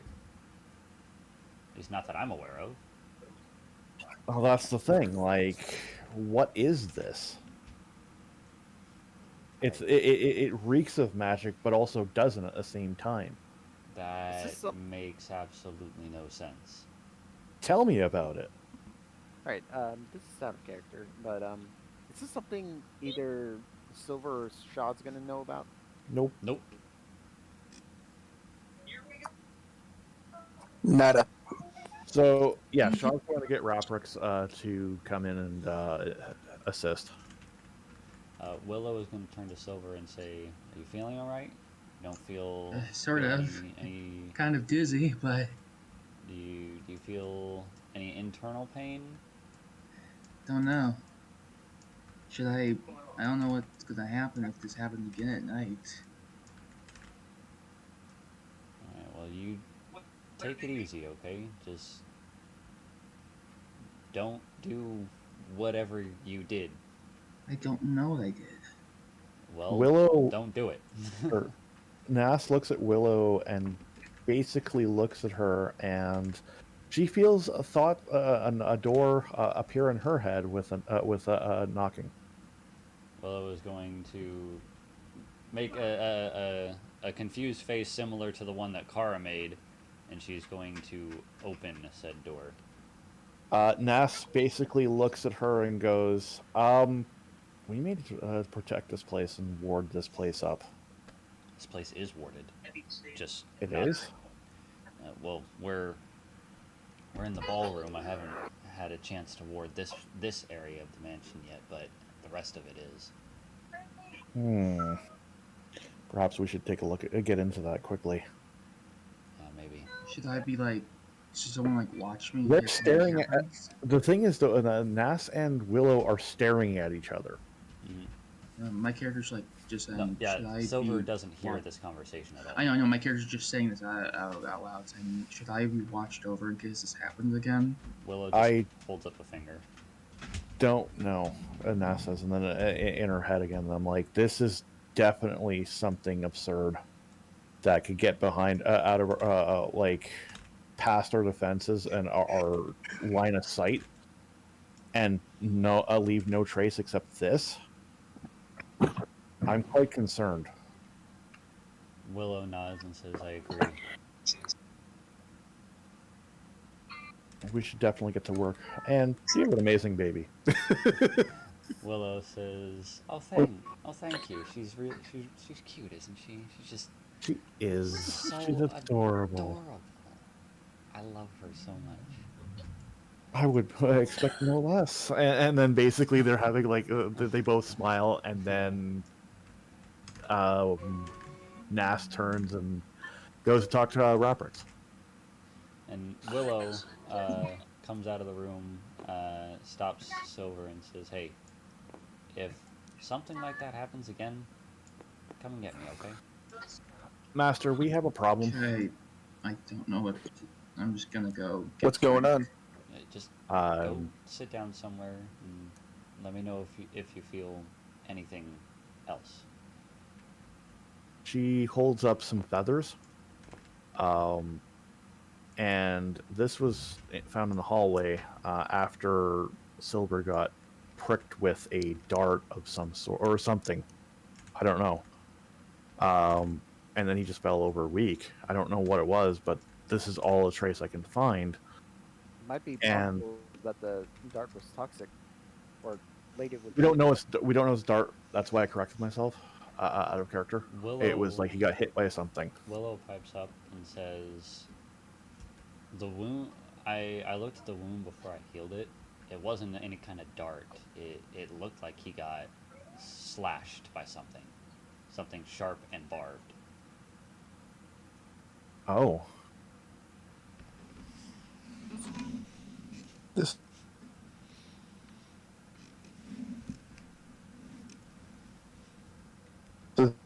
Jedi? You're cutting out, my guy. You're going robot. Yeah, you're a robot right now. Am I? Oh, It's I like think Red I Hot think Chili you're good. Peppers, I he's think going you robot. might be good now. Beep boop. Beep boop. Beep boop bop. Yep, you're good. You're good. Not beep boop boop beep. Okay. Anyway, so Reprick says, why would it happen to Silver of all people? I have no idea, but this thing, here's the peculiar thing. This thing reeks of magic and doesn't at the same time. There's something fishy about these geese feathers. It's so bizarre that even the orb of true seeing can't pinpoint the location of the culprit. He looks. What? So, beep boop beep boop beep boop. Robot again. Probably says, You're my fixed. You're a robot again. Go robot, you find your flow. Try. Yeah, I was just gonna say try resetting his Discord. is that better? Much. Yes. All right. So it says, oh, it wasn't able to see the assailant? No. Take a look at these feathers, and he hands some of the feathers to Raprix. He studies the feathers. Does he do And an his Arcana magic. check? What's up? Does he do Do an an Arcana. Arcana check? Yep.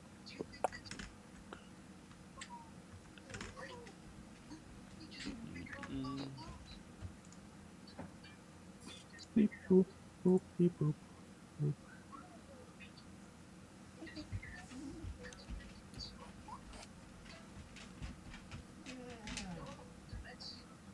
His mind implodes.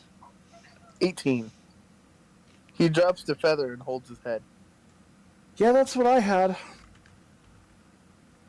That's what I had. The concept of it being magical and not magical at the same time is improbable and impossible. You're most correct. This is quite concerning. But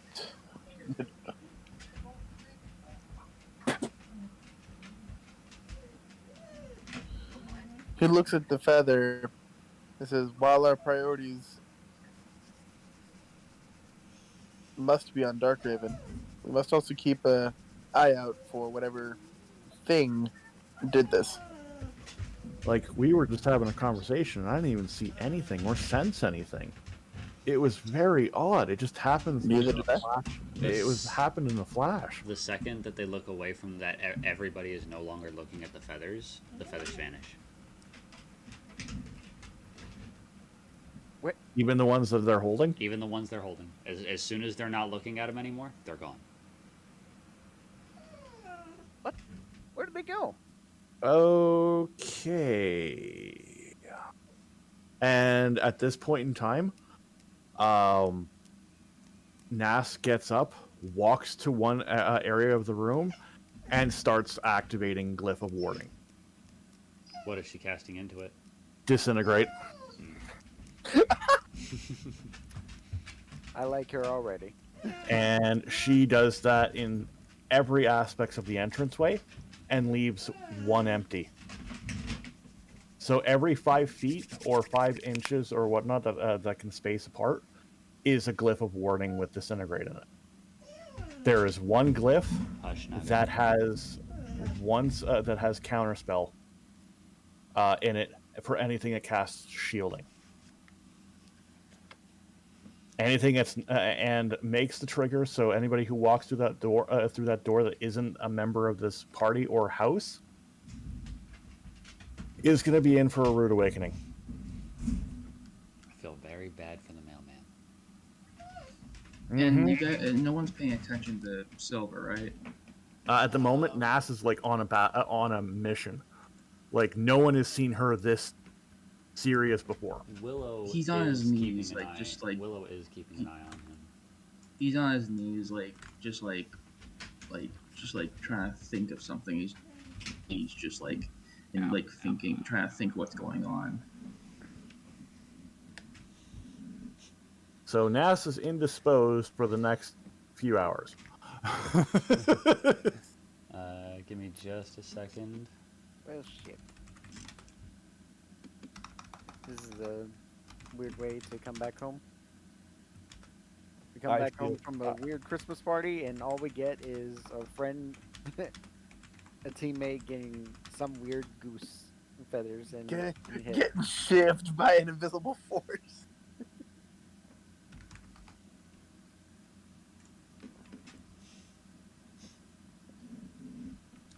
All right. Silver, what is your peasant perception?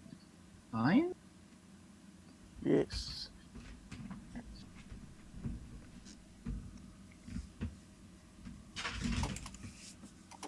$16.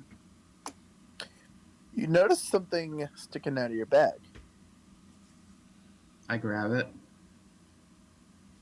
You see it looks like something of a scroll.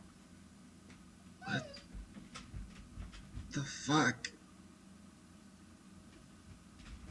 I open it.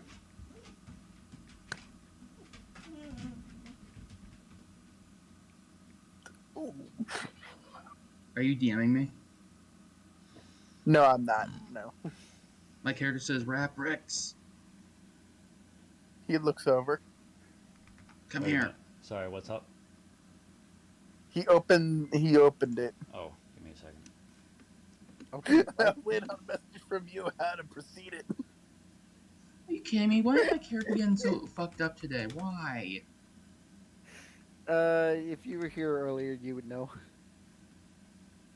This is stupid. Not exactly stupid. It's completely understandable and completely justified. My character gonna get killed? I don't know.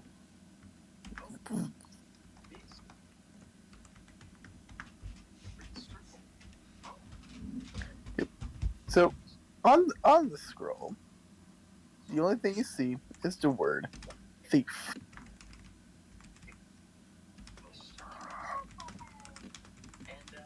Ominous.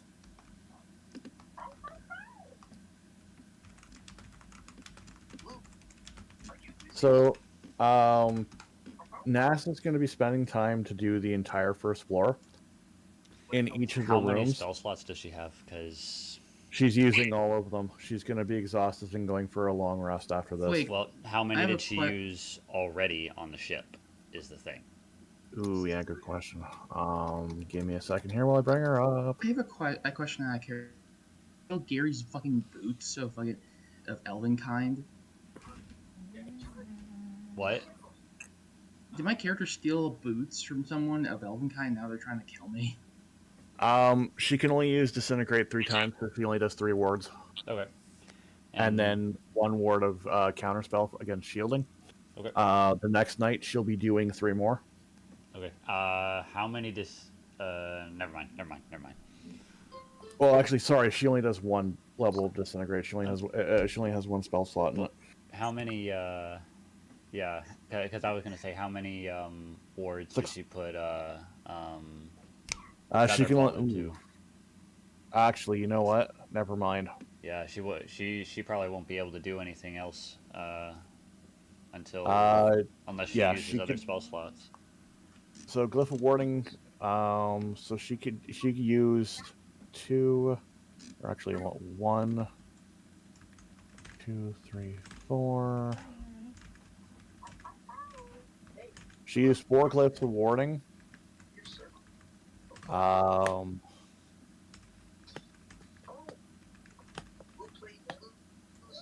Sorry. Yeah, 4 glyphs of warding. 3 of them has Featherfall. 1 of them has Disintegrate.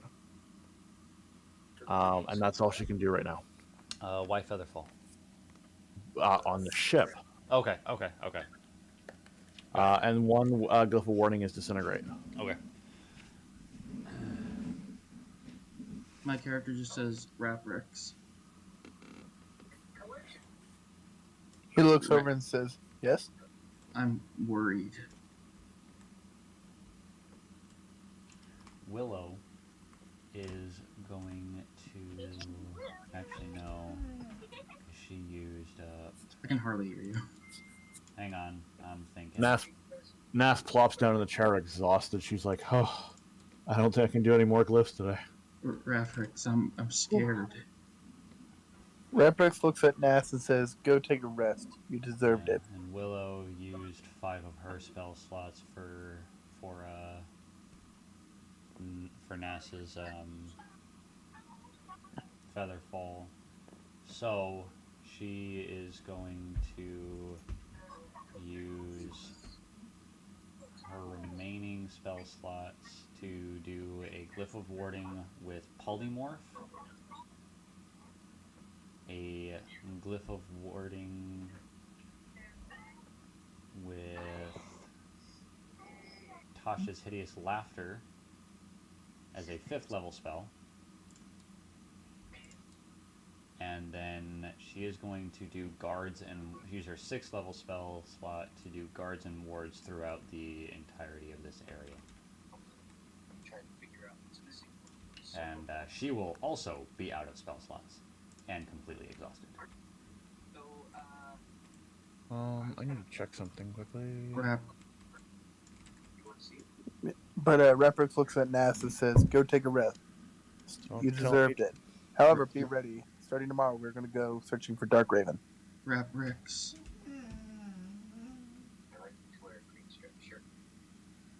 Important. Raprix. Raprix looks over at Silver. I'm just worried. Someone is after me now. Well, what is it that you did that warranted somebody's hire?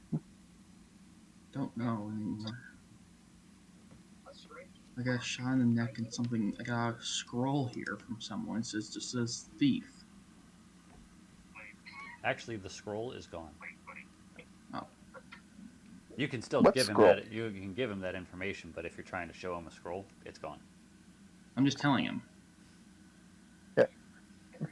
A scroll says thief. And where did you get the scroll? It was lodged in my back.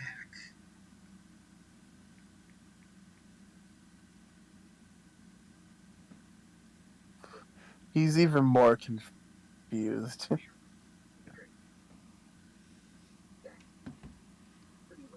My character just clinks, trying to think what's going on. Actually, no. She doesn't do hideous laughter. She does fireball as a 5th level spell.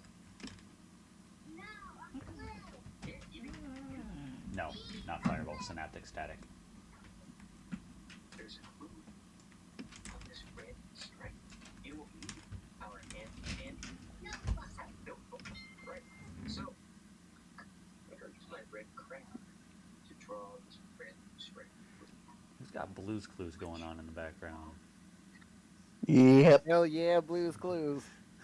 The original Blue's Clues. Oh, Steve the Burns. That's the best kind. The Nice. best kind. Very nice. I'm not sure about Joe. I'm iffy with him. Must I got beef get with Josh help though. from her. Who the fuck is Josh? The new guy. There's a new guy? Yeah. What is this? Doctor Who? Apparently. As Explain if a lot. Doctor Who is playing games of Blue's Clues. So, Alex looks at, or Silverwind looks at Kara and goes, and now you understand the situation and everything that's going on. Kara. And about my wife. Kara nods, still a little shaky in the legs, and says, "Well, I'm more than willing to help. Like I said, I can't do anything until we know what this princess you speak of wants for her. I will talk to her." And she says, "And I'm really nervous. About Your life." my life. Wife. No, my wife. Why?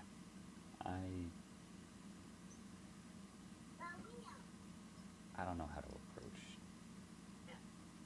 people that He kind of like smiles and goes, "I was the same way when I first met her, and let me tell you something. The moment I was actually myself, I couldn't help myself but to, because she was the one person that was there for me when I needed it. There's no other person I could love more than her."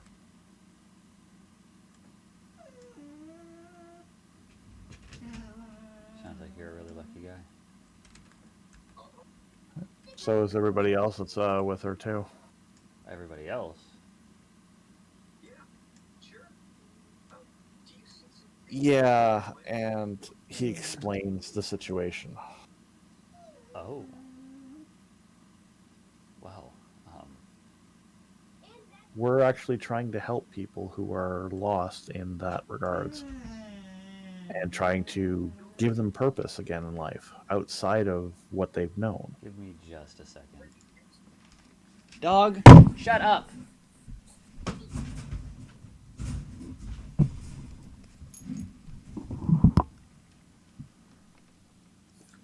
Okay, sorry about that. Go ahead.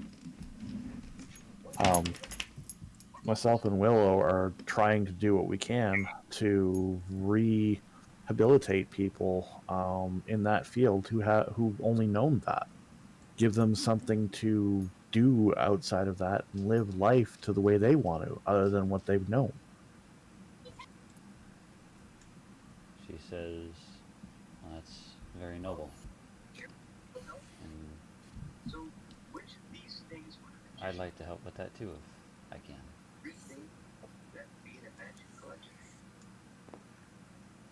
Silverwind looks at Kara and goes, I know. I can sense it on you. There's something about you that just radiates good. She kind of blushes and says, "Really?" Well, looking at the monk outfit and the nobility clothes that you wear. She's actually wearing the gi. Yeah. That's like all she wears. Yeah, that tells me that you were taught in a very, very exquisite and distinguished dojo. I was. I'm very Hence proud why I can tell. You have good in your heart, and you want to do something to better the world.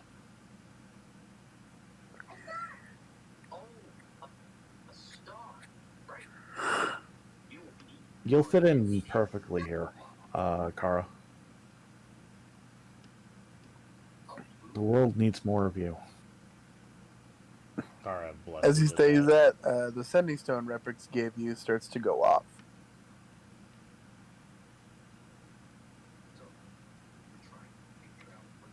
Okay. Silver One goes, oh, I've got to take this call. Call? And heads out to Before Robert. Before he goes, she quickly gives him a hug and thanks him, and then lets him go. Hugs back and basically looks at her and smiles and goes, just tell her to be gentle. It is your first time. Kara blushes and says, "How do you how?" And just can't get the sentence out. Just like crosses her legs. How do you know that?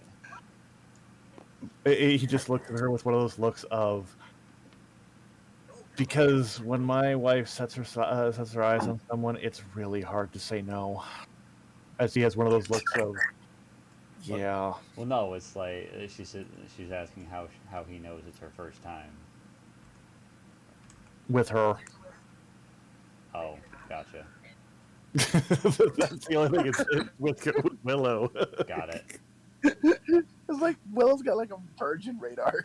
No, it's not that. It has nothing to do with that. It's their first time with Willow, is the thing. Yeah. Like it's not about it being their first time ever. It's their first time with Willow. And Willow has many levels of what she could go with. Yep. So that's why he gave her the advice, because the first time that they had it, he didn't know what he was getting into. He didn't know what he was getting. Yeah, so Alex had no idea what he was getting into. So it was one of those, I don't know what happened. It's kind of one of those things of, did I get laid? What? Because he was sore afterwards. But anyways, Silverwind comes into the room. You called Rapix? We have a problem.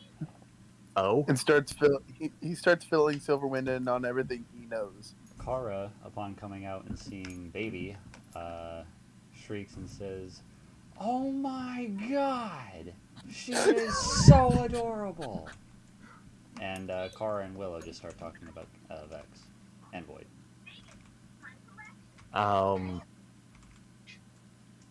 Silverwind's like, what kind of problem? He starts filling Silverwind on everything he knows. Gestures to Silver and says he can tell you more. Silver hears his name being called by Silverwind. He's disregarding everything. He's not answering. He's zoning it. No, what's going on?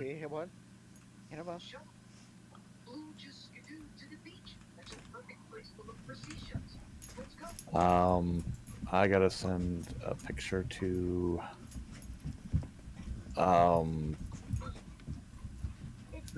Tato, because all of the yelling is basically going to get his or NASA's attention, and yeah.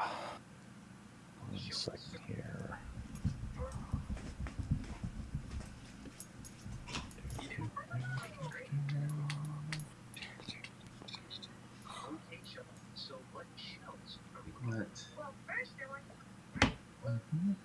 does it's Alex. One second here. He's like, "Are you all right?" Sort of.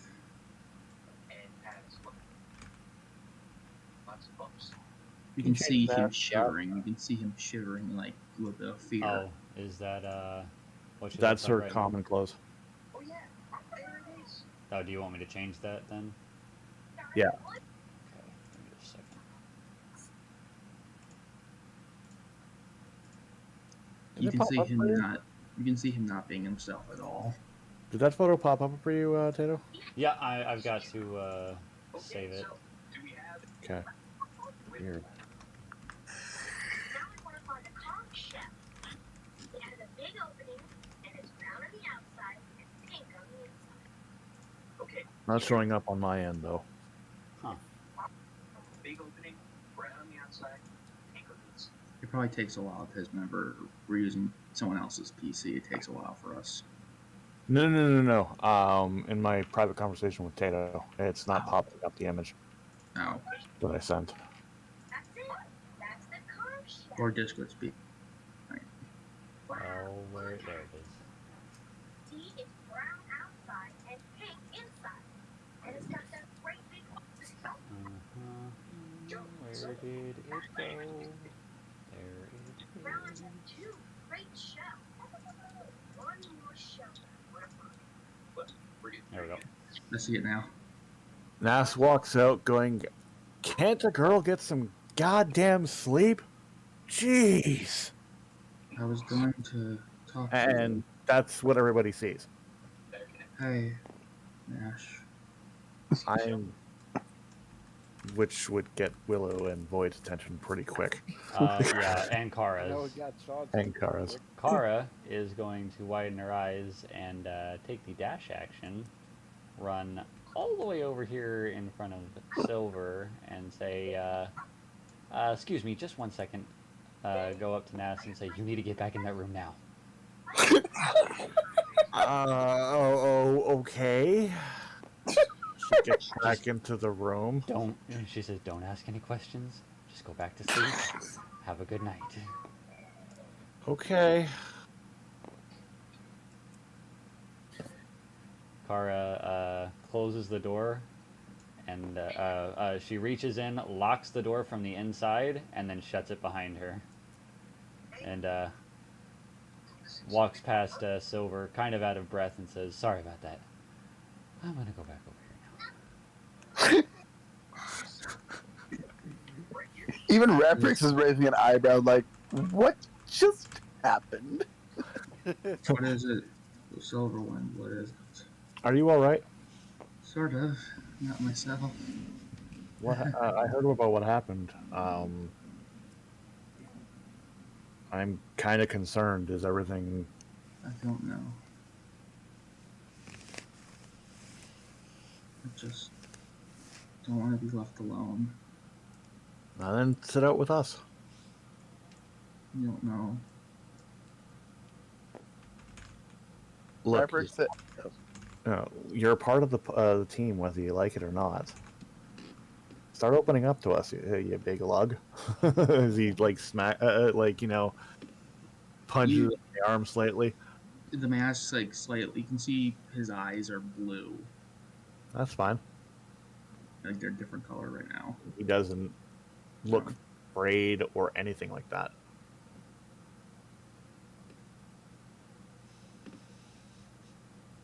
I don't know anymore. Reprix goes up to Silver and says, look, with this assailant after you, I think it's best if you stayed with us. Bane is going to start sniffing the air. Like he's trying to find something. Amora is basically brings out one of her artificer toy kind of things and starts playing with Cerulean with a almost like a contraption of some sort that looks kind of fun to play with. It's a Rubik's Cube. Kind of. Silverwind is going to follow Bane. Bane, Fine boy. Bane starts growling at something at the end of the hallway. Silverwind looks at the look at the end of the hallway with the sword drawn. Bane does not let Silverwind past.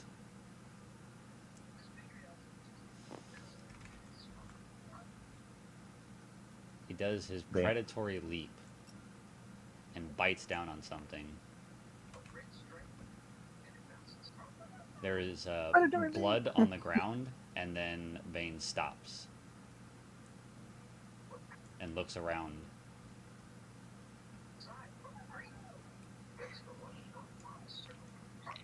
And then comes back Bane, to... are you okay? There is blood dripping from his mouth, and there is blood over here, but there's nothing there.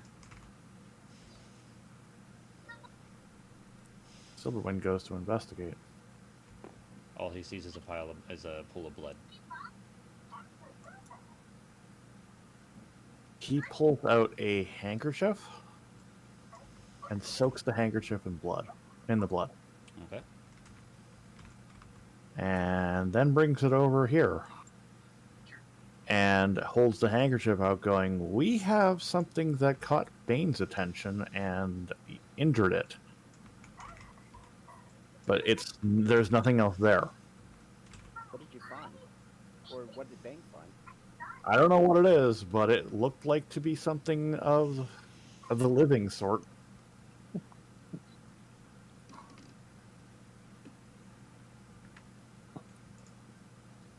So, To which Silverwind ruffles pets Bane's head, going, "Good boy." so there might Bane, be something living in this house other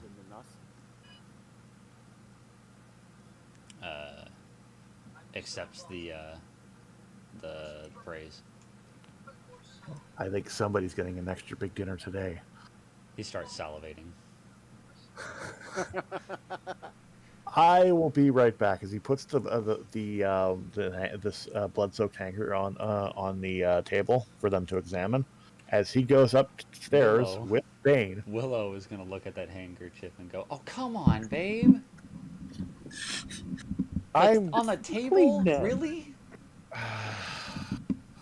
Picks up the handkerchief, takes it over to Raprix, hands it to Raprix, walks over to his wife, gives her that look of "yes, dear," and then proceeds to go upstairs. Where Raprix proceeds to say, "Whipped." Silverwind stops, looks at Raprix, and goes, "You would be too." I mean, he does the cantrip message and says, "You're not wrong." After a brief moment, he comes back down, and carrying with him is a big, gigantic plate as he plops it right in front of Bane and picks up the lid and goes, "You burned it, boy." Bane wastes no time in making that plate of food disappear.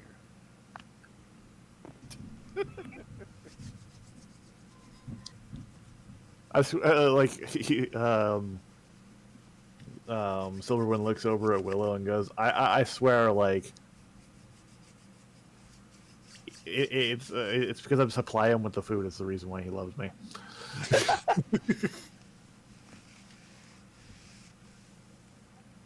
My character just walks over to Nash's door and starts knocking softly. Kara is going to look up and say, "I wouldn't do that. She is not a happy waker-upper."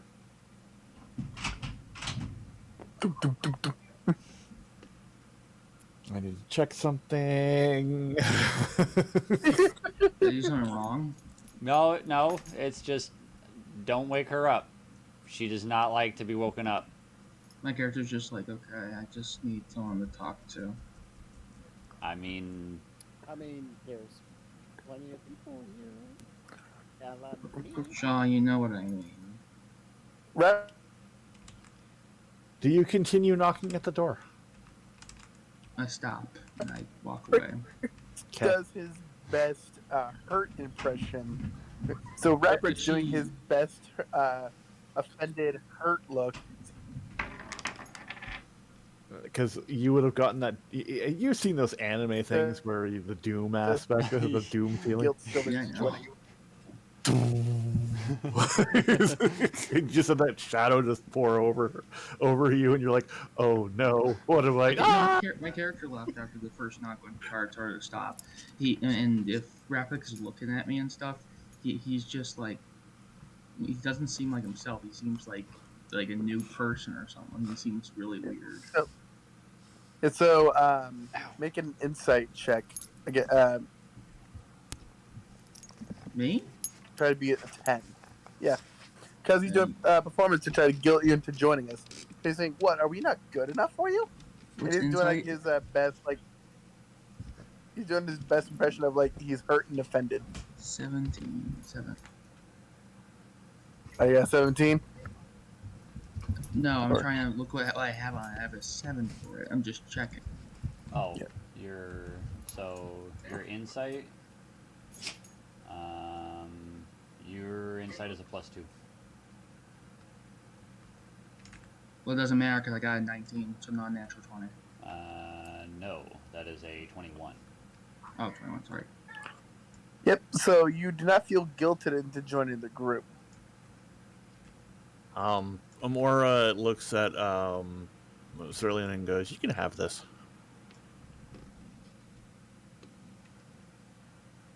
It's just basically one of those toys type things. Blaze. Sorry, sorry about that. What was the question? No, Amora's giving you one of her toys that she makes. Just basically. I gratefully take it and let out just shout glee laughter. Amora smiled.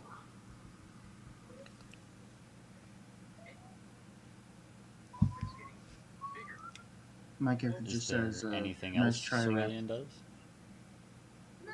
Huh? Is there anything else Cerulean does? No, that is all. All right. My character says, thanks, Rapix, for trying to, I don't know. But I don't think you want my company. Silverwind picks up the plate after Bane is done with it and takes it back upstairs, only to come back with tea, treats, and a whole bunch of other stuff and put places on the table for everybody. Refreshments, if you will.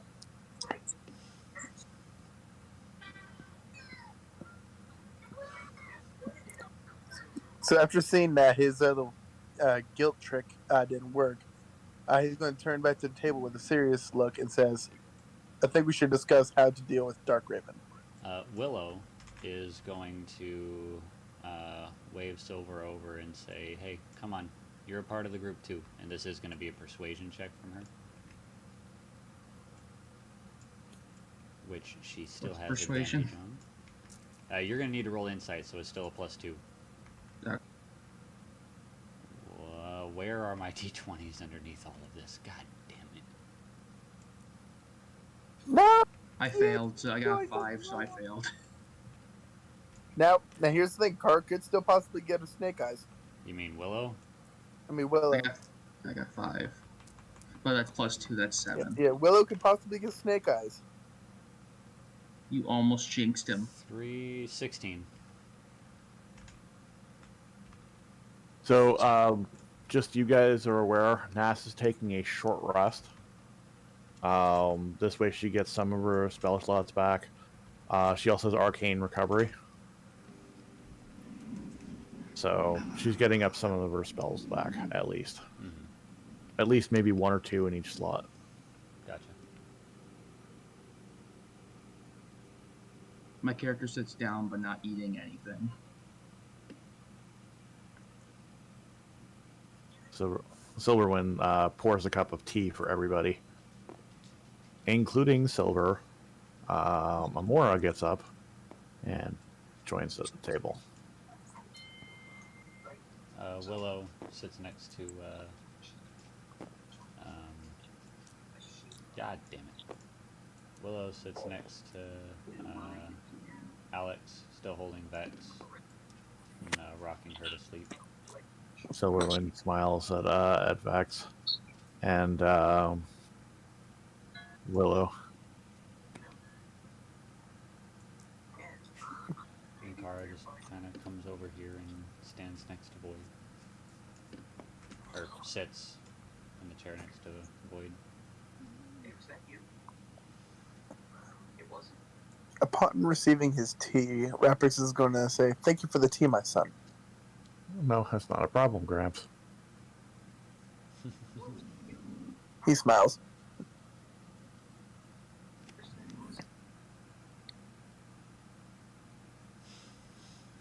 So,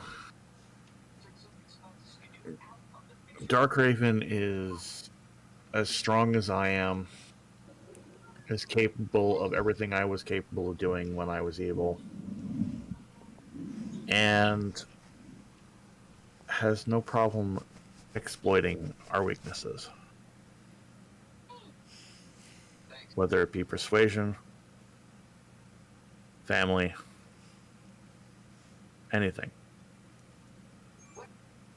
He looks over at Lady S with concerning eyes.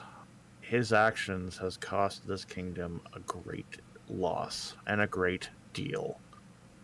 We need to deal with him now, or as soon as possible. I agree, but I have a feeling that he's not going to be working alone. He's going to want to recruit allies for his own. We have to stop him before he does. I agree. Which brings me to another concern. Silverwind pipes up. There was another person that was with us, as he kind of like holds his head a little bit, trying to remember. There was another woman when me and him were one. Alexiel. Yeah, Willow was just going to say, you mean Alexiel? Yeah. I don't know what happened to her ever since we split. Rapix seriously says, "I can assure you she is still alive, though she's confused, conflicted." I see. Perhaps we may need to get her on our side. She might be a vital help.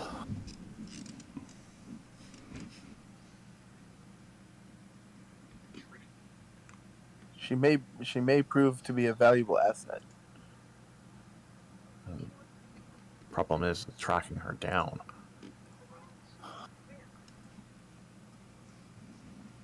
It's been months since she's been. It's been a few years now.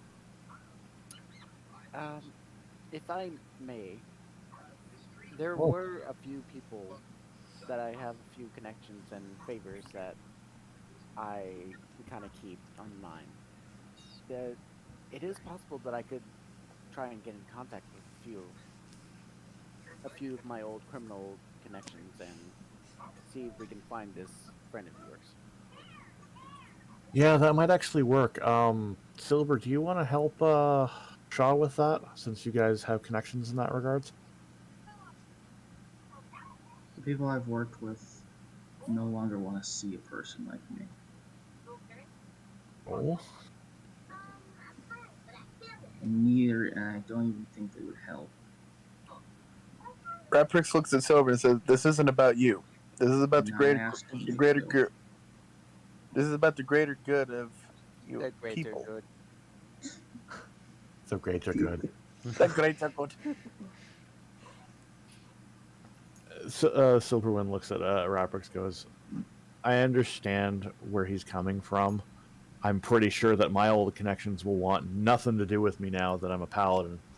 I can try.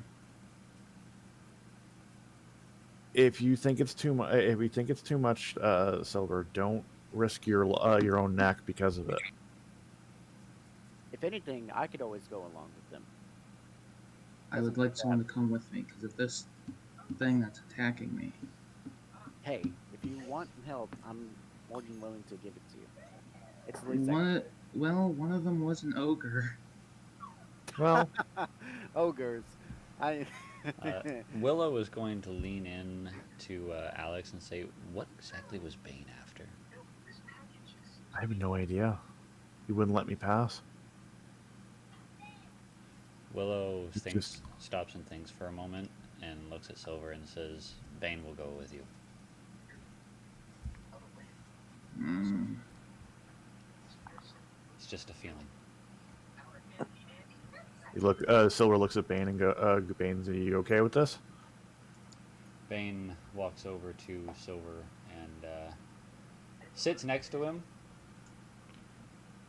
but kind of growls at him. Mm. Silver looks at Bane and goes, I understand your concerns, but maybe he could redeem himself in your eyes? Bane just shakes his mane. No, like he does the pelt shake. Yeah, I know. That's why he sighs. Because he doesn't know if it's yes or no kind of deal. And I'm like, he basically, Silverwind gives him that look of, do it for me, and I'll give you an extra helping of food. But Lord knows bribery, huh? he's gonna. Sean, Bane's ears perk up. Yeah.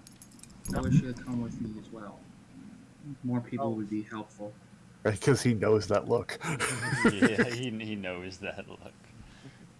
Even though I know that Bang can probably help as much, I would like an extra hand in case something attacks me for no reason.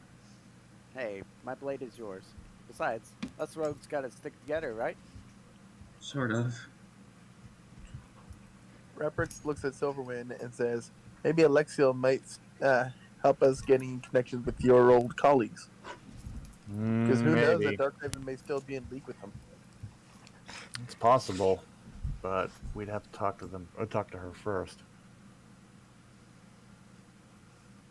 Amora pipes up and goes, well, worst comes to worst, we can always take to the skies and look. Be a lot easier to get around on that in Storm Chaser.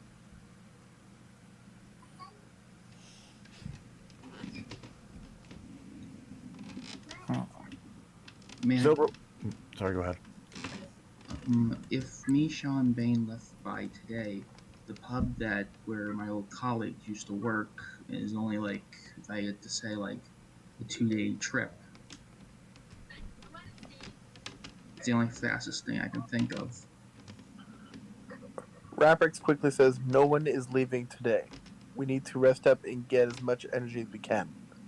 We'll begin this tomorrow. Silverwind pipes up and going, well, with our 3 new companions here and the Storm Chaser,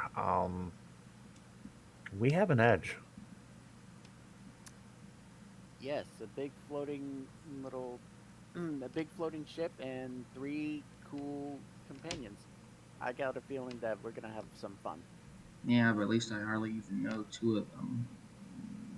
Oh, give it time. Amora looks over and goes, give it time. You know, we just got here. Already, what's her name? Nas has actually got a good first impression. I kind of like her. Well, she likes us rogues. Well, there you go. Bonding. Kara is going to have... What's that look for? Oh, nothing. It's nothing you need to worry about. Amora looks over at Kara with one of those sheepish grins going, I think I have an idea. Kara returns the look of, tell me about it later. Amora looks at Willow and Vex, and she has that look of longing. And anybody who's paying attention to Amora, they notice that she's fiddling with a ring on her ring finger. Kara is going to recognize this, and her mischievous look is going to turn into one of sorrow. Kara, or not Kara, but Amora basically steps up and goes, or gets up and goes, "If you'll excuse me," and she heads to outside. Kara is going to say, "If you'll excuse me," and follows her. I'm guessing that one guy was really special to her. Silver doesn't know that. I'm no, sorry. You're good. Just you got to make sure you're not metagaming. I know, but I'm just tired. You're good. Silverwind looks over at Raprix's and perhaps we should give prep time. Perhaps we should give ourselves a few days, at least to have the new people get accustomed to the areas and such. They're brand new to this world. It would be foolish to take them out with us until they're acquainted with everything. Like get them to know us personally. It'll also give us time to see what they can do. This is true. Well, and we can work together a lot better. As he smiles over at Silver, going, "We can learn from each other. Our strengths, our weaknesses." I'm just looking in general, and I know how much you, as he actually, approaches this matter, he's like, and I know how much I, in my other self, was not exactly the most trusting individual to everyone here at the time. I think it's time that we start trusting each other a lot more. I can get behind that. I trust you guys. And the reason why I trust you guys is because there are times where I've had my doubts in myself. Is there anything you're hiding from us? No. If you have any questions, don't hesitate to ask. I have nothing to hide. The question is does everybody else want to share their concerns, their worries? The only thing I would have to worry about is that let's just say with my criminal record, it's probably gonna bog down or bring somebody else into the fray, and I'd rather get that done and taken care of before I worry about somebody else getting hurt because of my. Silverwind looks over at Shaw and goes, "I can probably probably depending on how things turn out with Darkraven, we could probably clear your name as well." What about the promise you promised me? We'll look into that afterwards. Now that we have an airship, it'll make searching a lot easier. So I think that worked in both of our favors. Agreed? Don't know. Raprix folds his hands, rests his nose on it, and says, the most pressing matter is, what are you going to do with Darkraven once he's defeated? No, one thing, Raprix.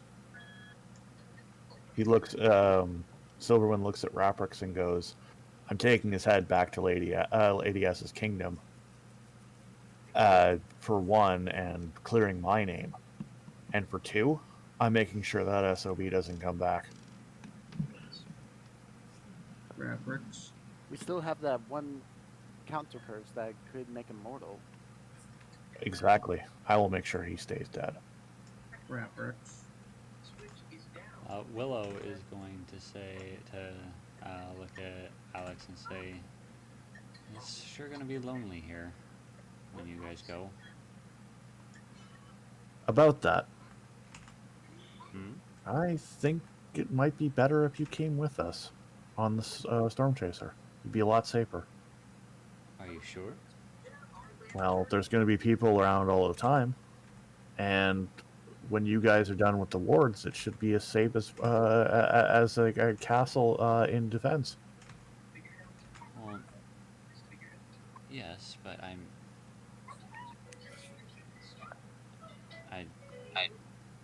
just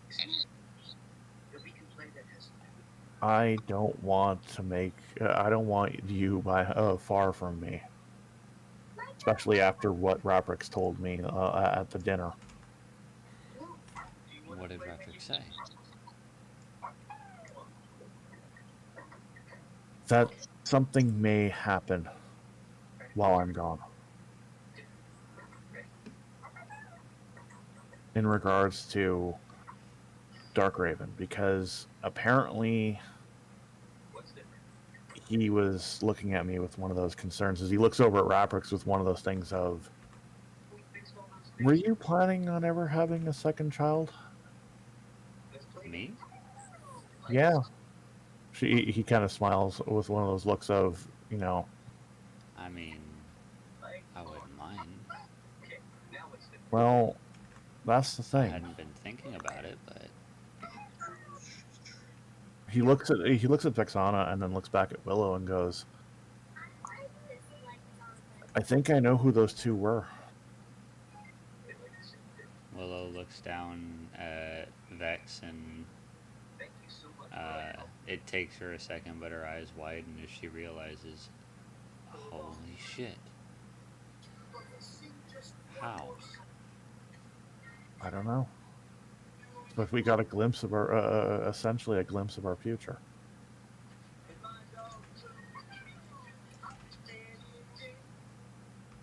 And he gets like the beamy eyes kind of deal as he gives the three of them a hug kind of deal. Bane actually comes up to Willow and sniffs at her stomach and lays his head down on her leg.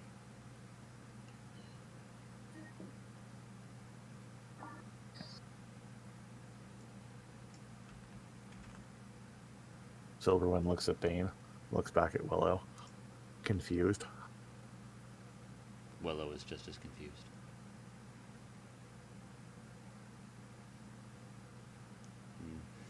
Bane raises a paw and puts it on her leg.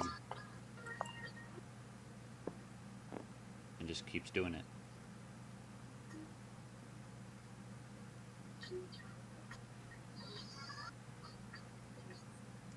Don't you have a communication thing that you can talk with him kind of deal? Like I do with Widow?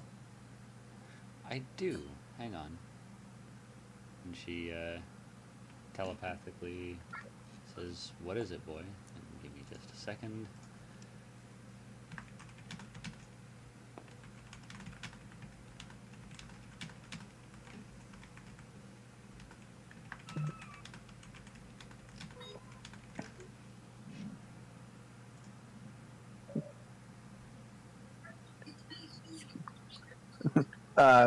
So Bane is essentially telling Willow that there's a second that he can smell a second life.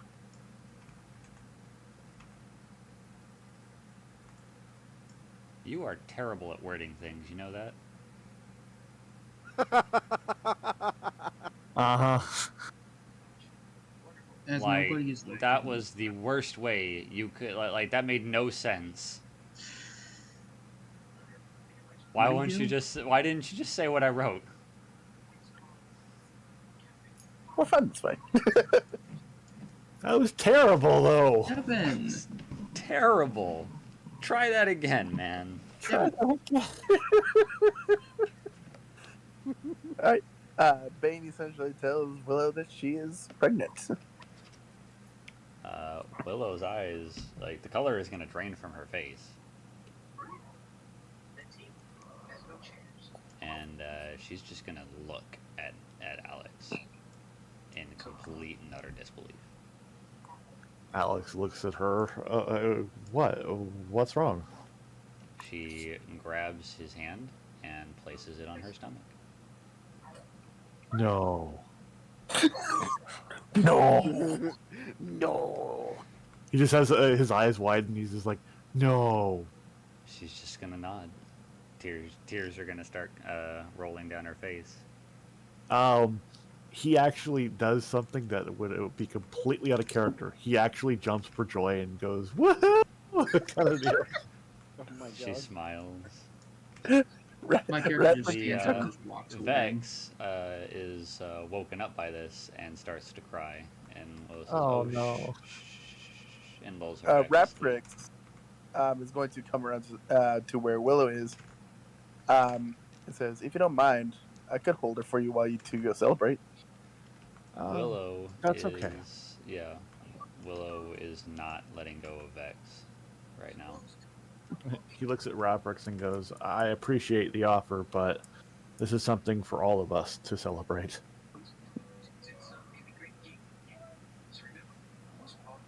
He looks at Vex with a smile and goes, "Looks like you're going to be having a little sibling." Willow hugs Alex. Is just kind of there. He just smiles and goes, "I'm going to be a dad You already were. Again. Aren't you already? again." As no one pays attention, my character just gets up and walks near the door where Kara walked to. Yeah, Willow does not, but Void says, "And where do you think you're going?" Don't worry about it. Void kind of just rolls her eyes. Switching to Amora and Kara. Yep. Amora is outside looking up at the stars on the other side of the airship, like basically on the porch of the mansion. She's sitting down. Sitting down, yeah, on the steps, just Kara. staring up at the sky. Kara walks up and sits down next to her. I'm sorry. It's okay. I think I know what I want now.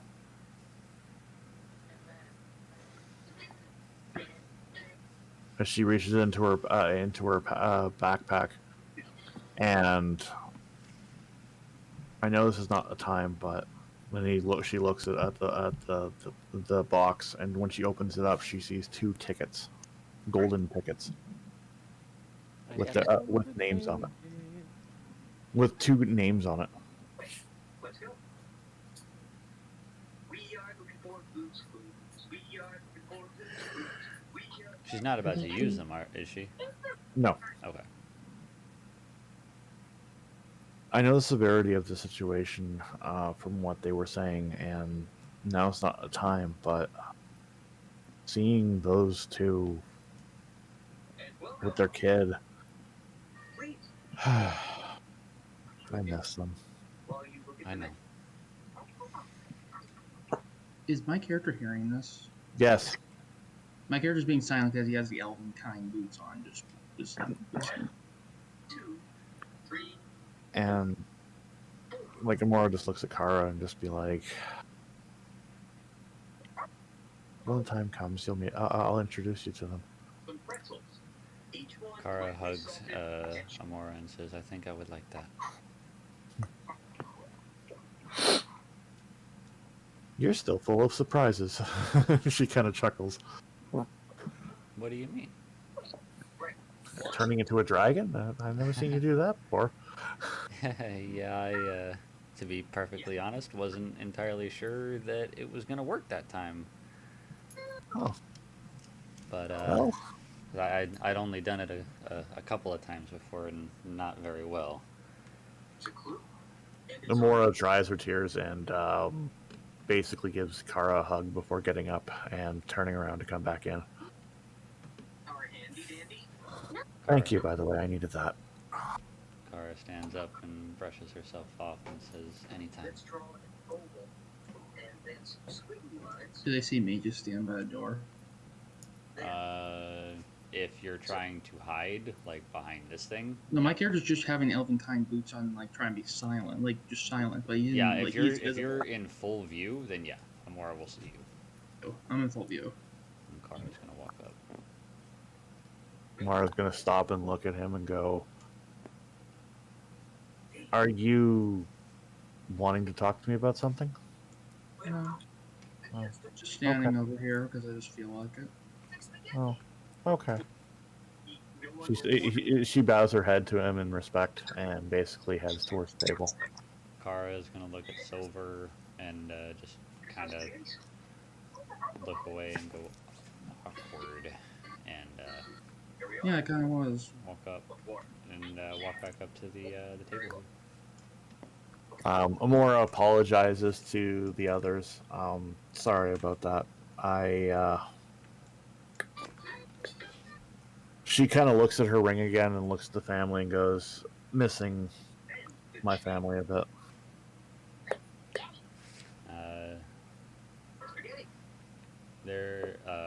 There's gonna be Willow's gonna look at Amora with sadness in her eyes and say, I know what that's like. I'm sorry. It's okay. It's not your fault. They were just taken from me before their time. Raprix looks at Amora and says, "Once we deal with Darkraven, I'll be more than happy to assist you with finding your loved ones." She smiles at Raprix and then pats her pouch and goes, I've already taken care of that.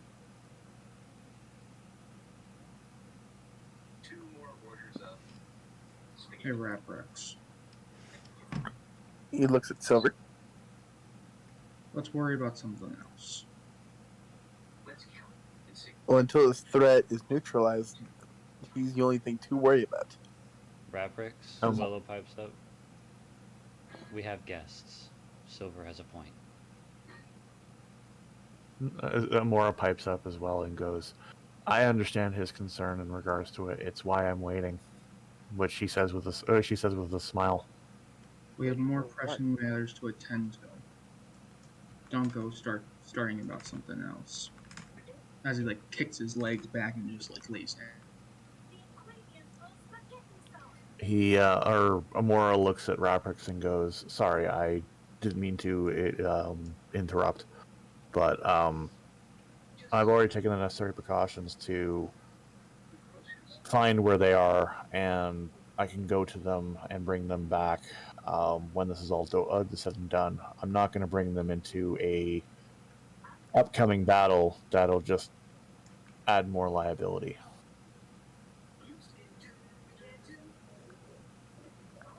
Yep, I heard it.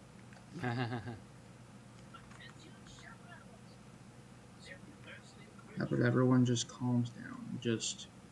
Let's talk about the other thing at hand. We don't need to hear about anyone else's stories right now. Silverwind looks at Silver and goes, I love you, man. But man, you're a mood killer. I know, right? I've been saying this all day. Willow is going to say, I don't want to hear any more about any of this tonight. We have guests. We have happy news. Let's just be for now. Amora pipes up going, happy news? What's that? I missed it.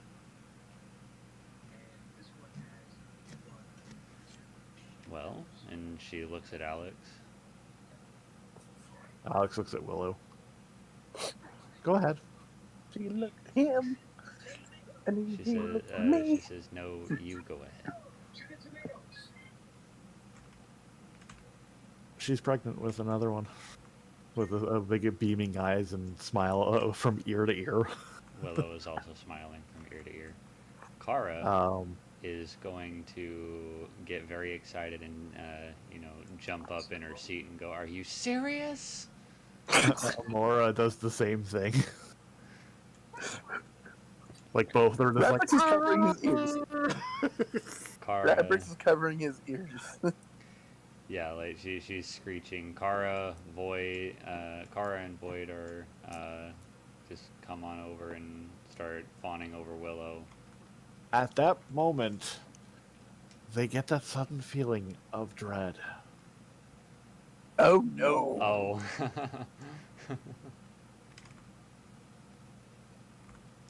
No! Dash action. No! All you get is doom. Kara is going to say, I'm sorry we woke you. Willow's pregnant. Just go back to bed. We'll try to be quiet. I'm sorry. Wait, Oh shit. The doom just suddenly gone. Wait, Like, what? That's great. Willow is pregnant again. Oh my god. And all the girls are just going freaky. Yep. Raprix is going to excuse himself and leave the room. Silverwing gets up and Victory. follows. Shaw is Like- probably going to follow Alex Oh and god. Robert. I know Lady S is probably doing the same thing. Yep. It's like, get the fuck out of Dodge now. Bane, Silverwing looks at Bane going, "This is your chance. Get out while you can. Run. Bane does so. Run!" Blaze is Run doing for what's your not life, leaving. Smokey. The guys are all sitting there in Silverwind's study now, Why are we up here? and basically just goes, "Good God.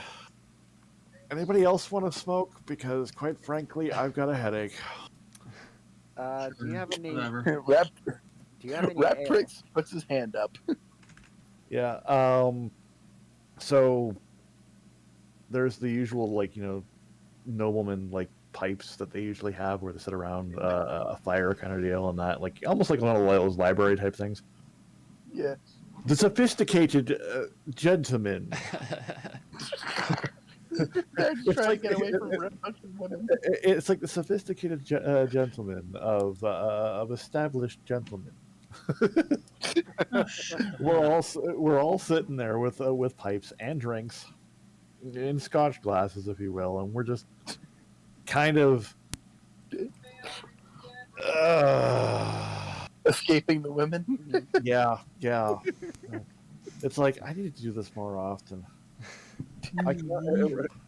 Silverwind looks at Robrix and just goes, "I can understand the seclusion part of just relaxing to a nice pipe, nice warm fire, and a good drink." I'm glad you finally understand how I live. It's nice. That's I think, whatever. I think Nice this is when you how got friends with you. he looks over at Silver and goes, "Would you let go for a bit and just relax?" Let go. That's all people say. The casual bongers are gone sour. Shut up.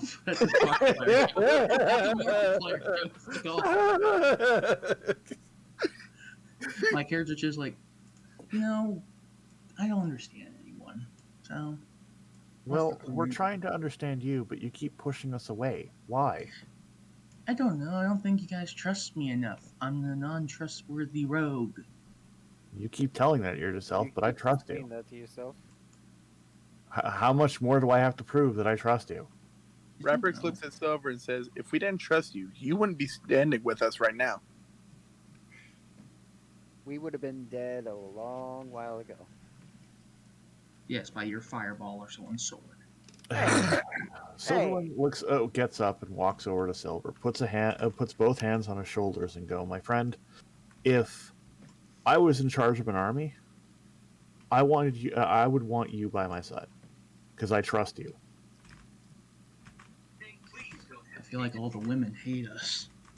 No, they're just all baby crazy. I And know, when but- they're baby crazy, you want to avoid them. Well, first of all, we did the mansion. We got the mansion clear. We got your new house. That's nice. It's Second, your we house had- too. Technically, it's not because I'm.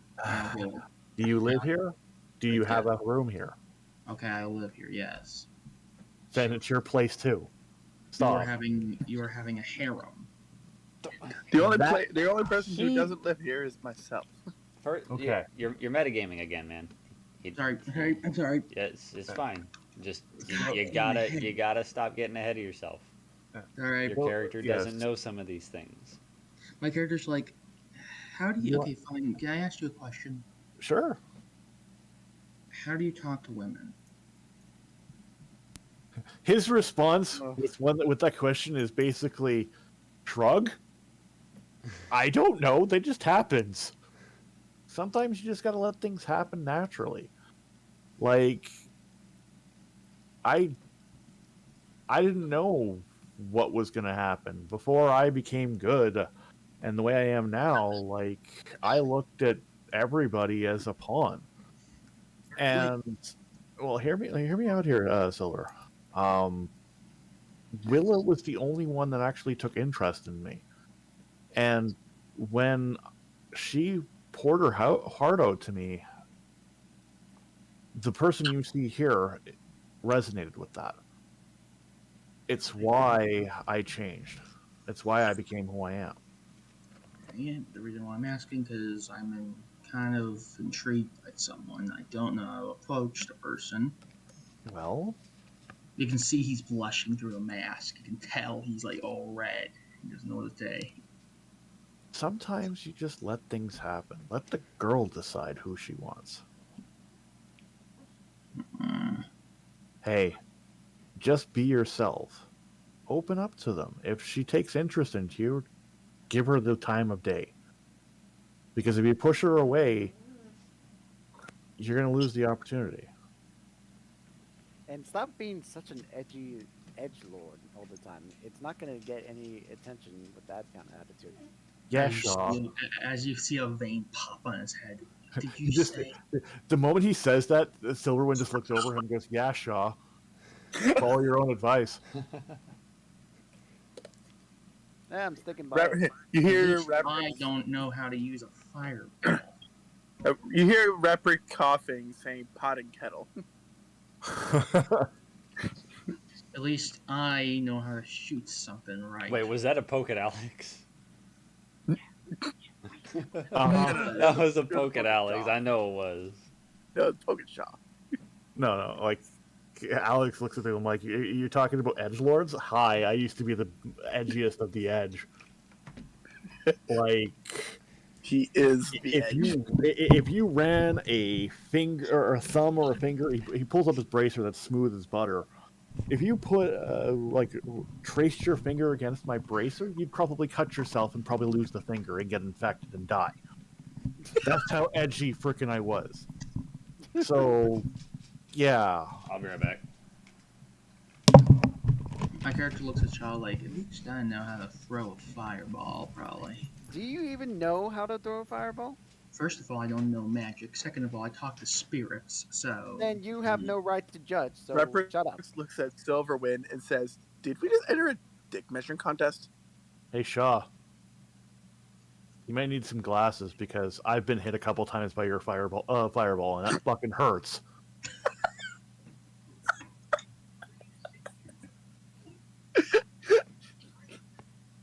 Okay, that was one time. That was twice. Once? Several times. I could count like 3 times to myself, 4 times to Silver, and I don't know how many times to the rest of them. Alright, I'm back. 6. Oh, it was 6? My bad. See? What was the 6th time? Shaw hears a thud coming from behind him. And, like, continuous laughter. That wasn't him who killed him. What? What did I miss? No. You hear the thud coming from behind Shaw. And so it's Rapper-X. Rapper-X is just in stitches. Like, if we're going to be roasting each other, then I've got roasting for days. Heck, I can even roast myself for crying out loud. That's true. I mean, I was so edgy to the point where I could literally cut a dark knife through butter. Out the edge. Bane sneezes.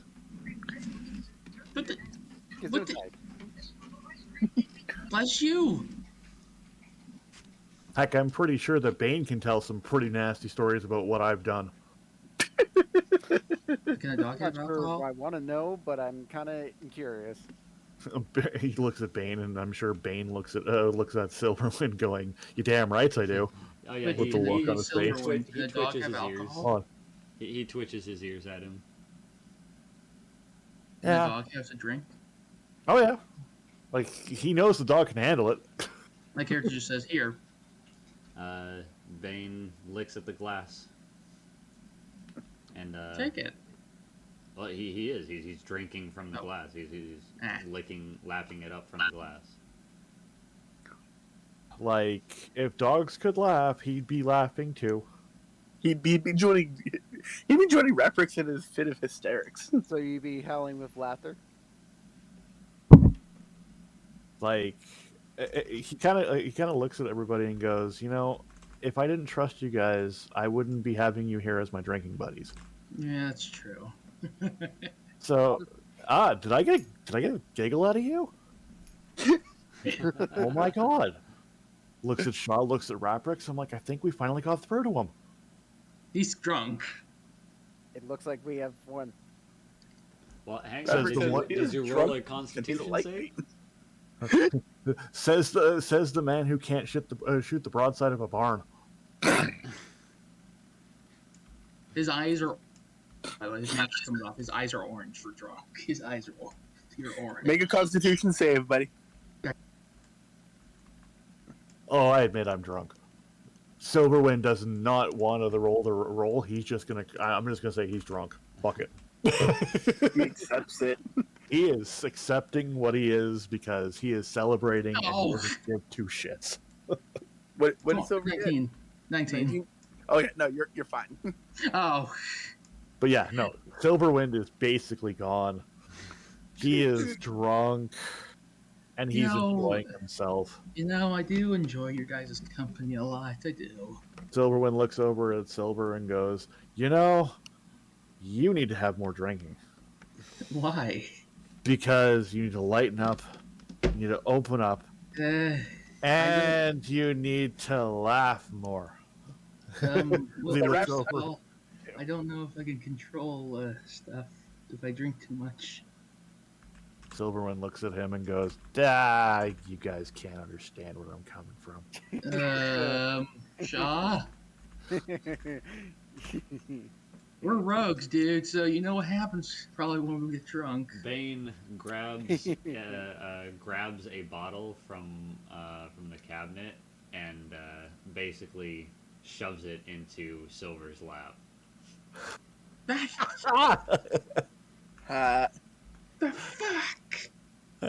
See, even Direwolf gets it. Fuck son. Bane barks at you. What did I do to you? Drink. I'm drinking. You're taking another shot? Yes. Constitution save you. You know what? I'm taking a shot. Give me that Constitution roll. Give me some good old liquid Constitution. It's a 9 because I have a 0 for it. Yep. So you're drunk. Just fucking Corral. shit. Is he in? Gets a nat He's 1. not in. Nope, do you want it's me a to, 2. Do you want me to make? Well, yeah, it's a nat 1. Oh. Oh god, you're passed out drunk. Yeah, you are gone, my guy. You look at everybody and so goes, you fall flat on your face. I could see him looking at everybody going, I love you guys. Thud. You are all my friends. Raprix is gonna go for another shot. Oh god. And he's buzzed. Aaron goes into his pouch and pulls out a quill. A quill? What's the quill Alex? for? Oh yes. Are we gonna draw on his face? Yes. I start drawing a mustache on him.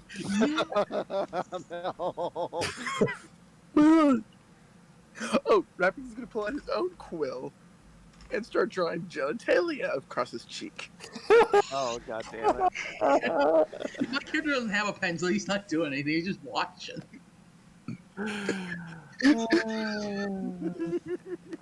Bane is going to howl. Do a low howl.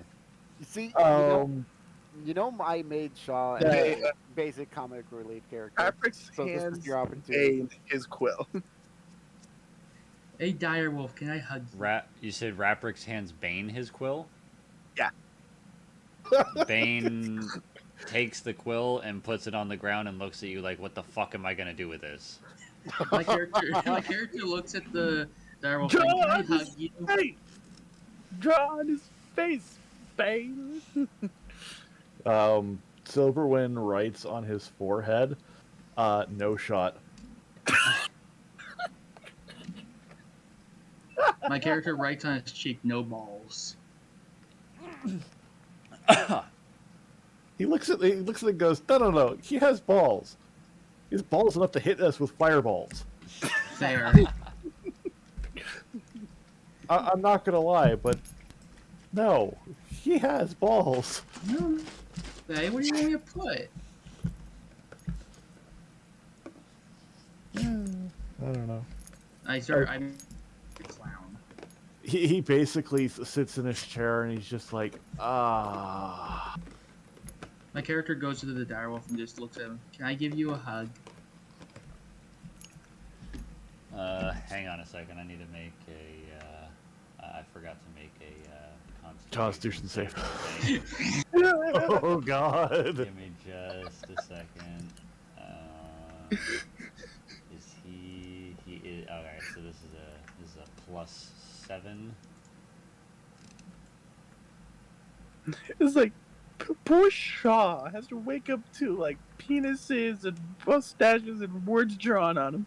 He's gonna wake Oh, up yeah. and The you're just gonna minute, the perfectly second he fine. goes into a mirror and just sees Ah! all he's just gonna go like, Bane is Silver hand! 22. be Silverwind. Bane kind of looks at Silver and growls a little bit, but allows him to approach. Oh, he gives you a nice hug. I love puppies. Silverwind looks at Bane and goes, I know, but he's opening up, so maybe he's redeemable. Bane. That's the main thing. Bane growls.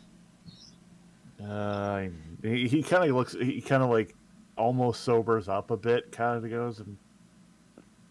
Actually, I need to make a roll for that. Yeah. Yeah. Yep. Because I can see it. If he becomes sober, it's going to be like, damn it, now I'm sober. Your drama is Sounds making well. me sober. You killed my buzz. Yup. Fuck. He looks over at freaking Bane and goes, great. Your drama is sober. Is making me sober. Bane shakes. So Bane shakes fluffy. his head.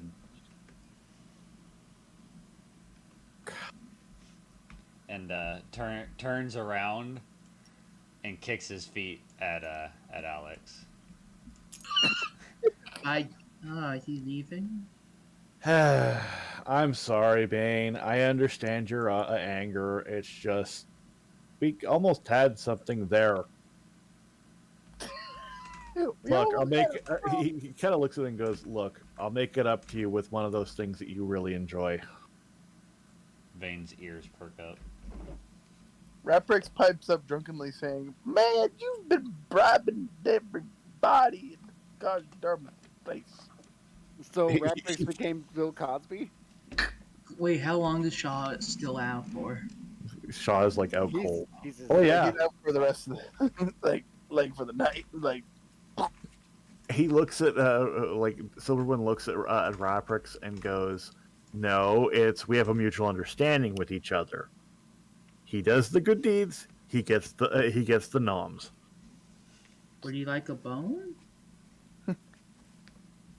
Bane fights it, but can't help himself from turning his head to look at Silver hungrily.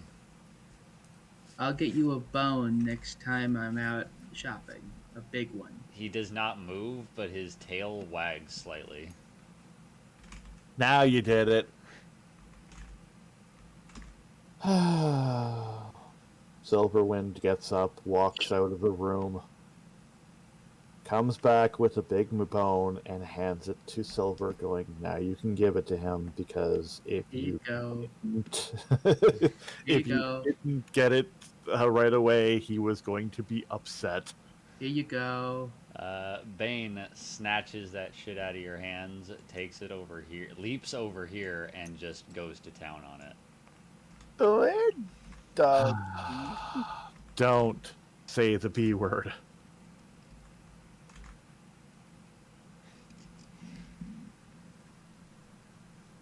Unless you mean to give it to him right away.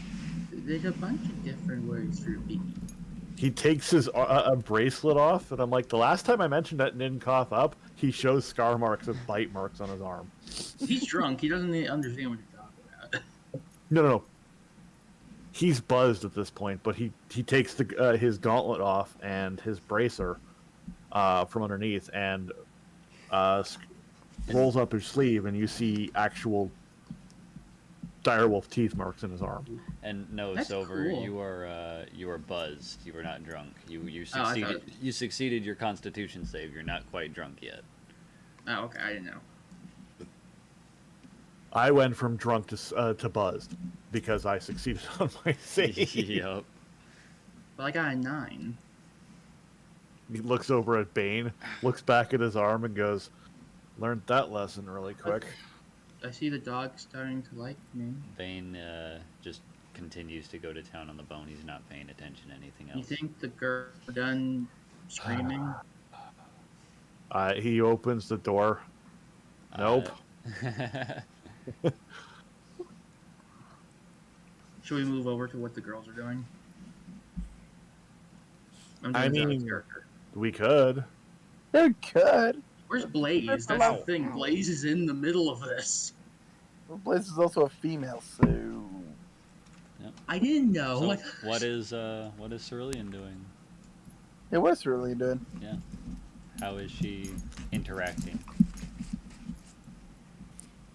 Just kind of just no clue what's going on.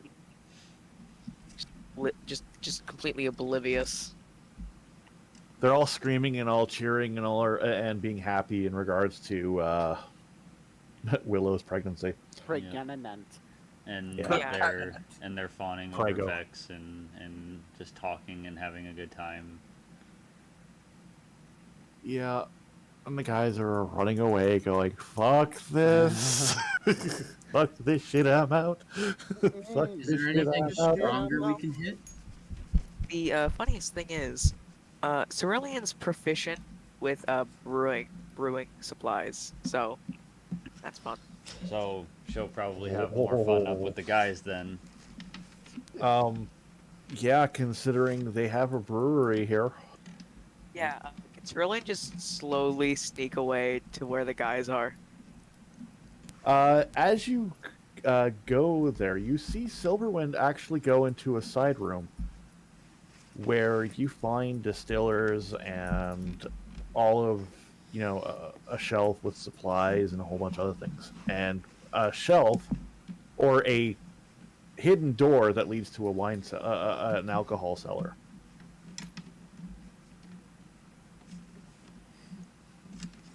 Where he comes back with a bunch of bottles and goes back to his study. Can I quickly say to him, can I make some? You know how to brew? Yep. By all means, use the room. That's what it's there for. So Hey, Cerulean, where is he? you're a dear friend. Have some alcohol. I was gonna make more alcohol. But that he's offering Cerulean alcohol, and Cerulean, being Yeah. a drunken master, literally cannot refuse. You can't refuse it. Give it to me.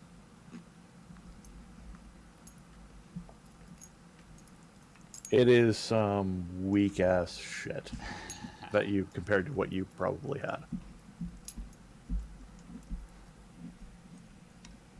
This will not stand for you. It's like, fuck, this is garbage. I need to make better. Like, if Kara were still a drunken master and she drank that, she would be appalled. She would put the bottle down and say, "This is disgraceful.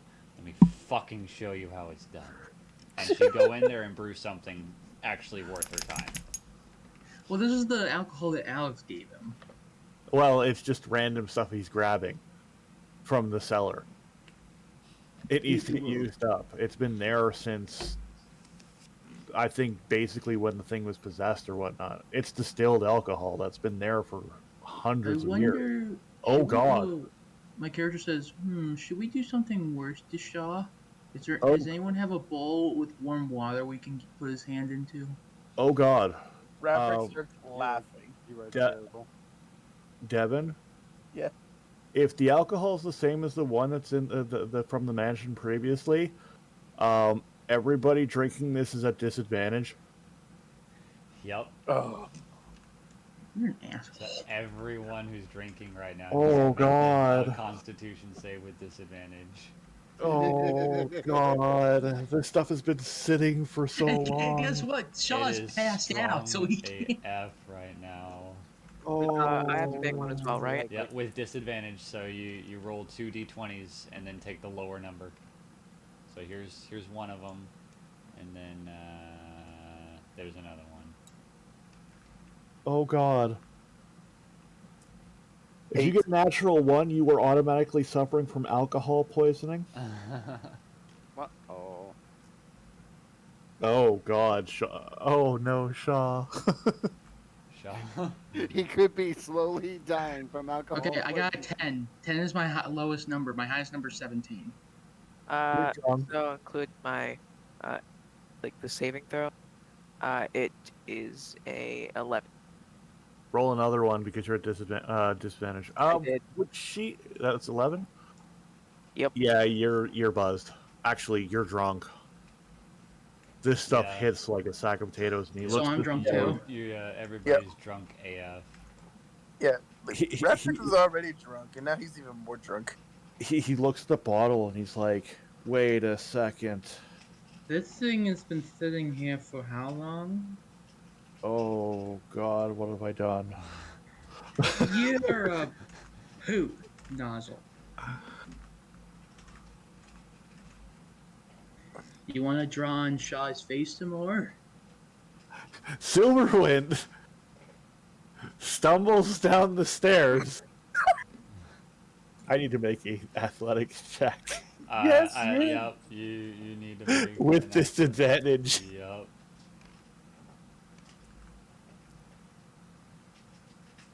Silverwind falls down the stairs right in front of everybody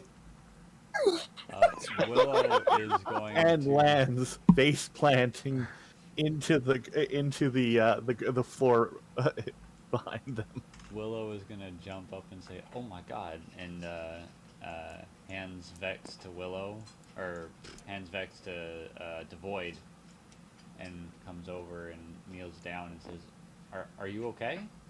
Fine, hon. Just don't drink the alcohol. Oh, It's been for sitting there fuck's sake. for hundreds and hundreds and hundreds of years. Oh. She looks pretty. He gets up and looks up at Silver, going, "You saying something about my wife?" As he Oh, grabs no. his sword.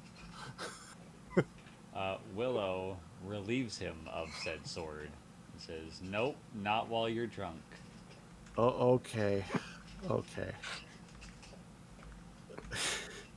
I'm gonna walk down. He's basically fucked. It's like, so This is the first time that frickin' Willow has seen Silverwind drunk, and he's kind of like, okay. so Raprix is gonna try to come downstairs. I I'll get do come the downstairs. I athletic got check. 14. My flow is 13. You're fine. Yep, you are able to come down the stairs just fine. Give me 1 second. Oh, you need to do a check for Bane because he had some of that alcohol too. Oh, yep, you're right. You're right. He's got +7. Wow, I hate the is- fact that Nat 20 is my highest. I got 13 for trying to get downstairs, so I stumble a bit down the stairs. How much alcohol has Raprix had, and how old is he again? He is a little over 1,000 years. He's already drunk. Bane And got, then we No, have no. another Bane got a drink. damn 21. He's good, Yep. but Like- holy shit, that hits him. Yeah, no, like Raprix is fucking shit faced. Yeah, the biggest issue I'm concerned of is this alcohol could potentially kill him. Yeah, with how old he is. Yeah. Hi, Nash. You know how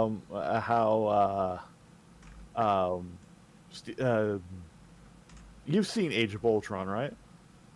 Excelsior. Excelsior. Yeah, that's basically Raprix. Only this stuff is yeah. He's fucked. Yeah, like Raprix stumbles down the stairs Hi, and is like, "We can have some fireworks to celebrate." Nash looks hi, at him and goes, "No, sleep." hi. Yeah. Willow looks back to the group and says, help," and all of them go and escort everyone to a bed. Hi, Nash. Nash basically looks at Raprix and just tells him to go to sleep, and she just Nash. Kara helps Willow get Silverwind to the nearest bed. Nash looks at Silver and goes, "How much have you had? Let's get you over to this look bed over pretty. here. Right here, and yeah, You get- stay. sleep." Aw. And puts Silver to sleep. Oh, like with the sleep spell? Yes.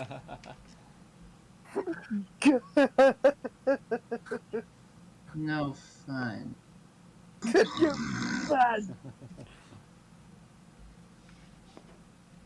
Helps Shaw up and sees, or Nash sees that Shaw has like all those writings on his own. I'm like, oh, guys. Lady S is And his gonna pants come are up like and help pissed. and go, His pants are all pissed. Yep. No.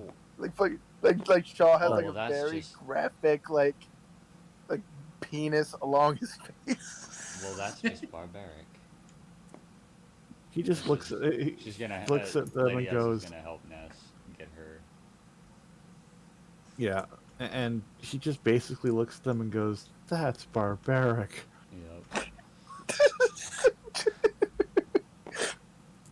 Yep. You can hear Raprix howling with laughter. Wait, why is he? Oh, Raprix is out cold because Nass put the sleep spell on him. Because he was about to do some fireworks, and her response is, "While you're drunk? Fuck no, you're not." like tries to do the cantrip fireball, but ends up doing level 3 fireball. Bane is going to come down the stairs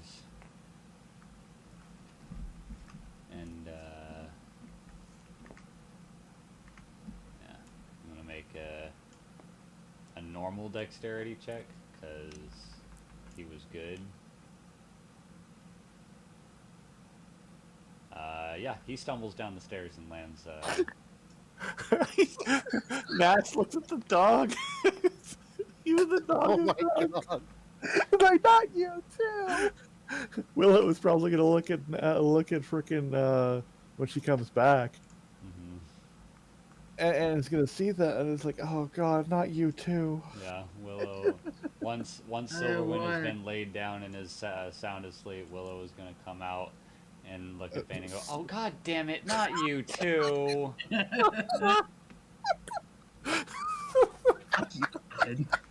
And she's gonna look at the rest of them and go, I'm gonna need a lot of help with this one because Bane is much bigger than the rest of them."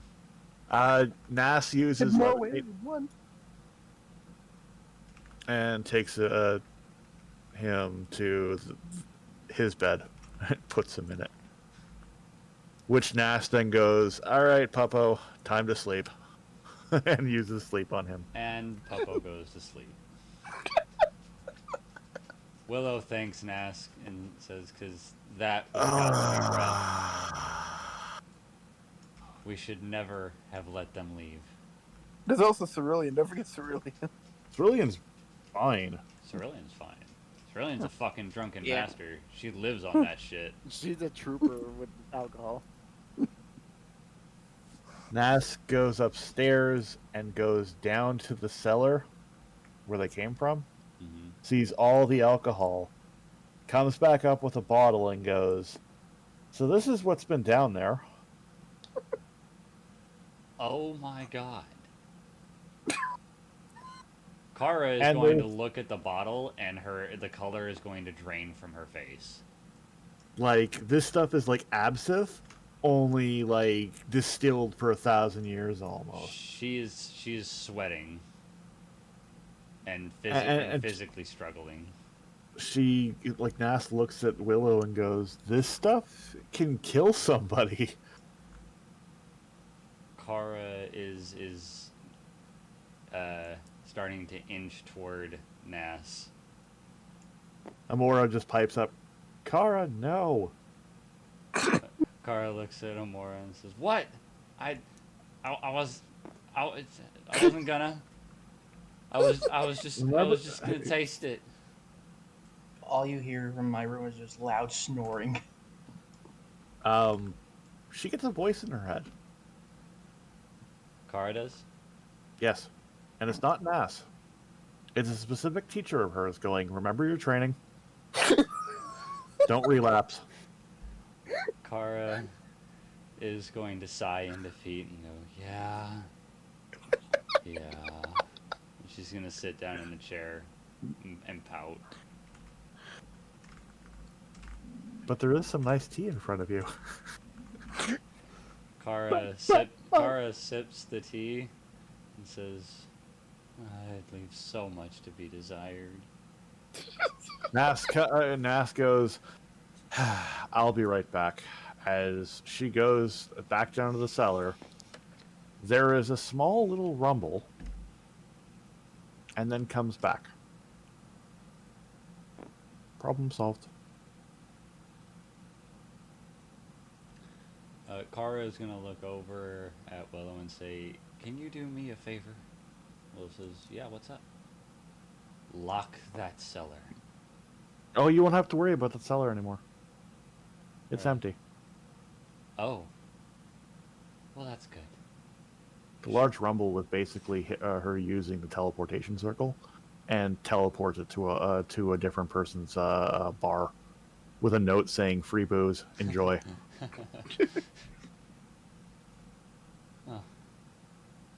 Drink at your own risk. Yeah, Kara says, "Should probably lock it just in case, though." It's one of those secret door type things at the wall kind of things. You shouldn't have told me that. It's empty. There is nothing left down there except an empty racks. I'm just afraid that I might find something.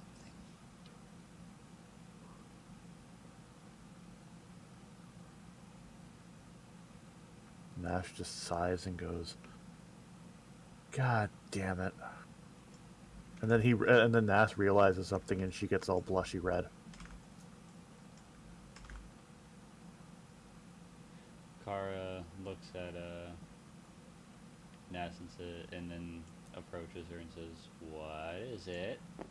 I accidentally put Shaw in my room. Ooh. Oh. Oh, I don't think that was an accident. Willow says, "Oh, that was not an accident. You did that on purpose. Don't even try to deny that."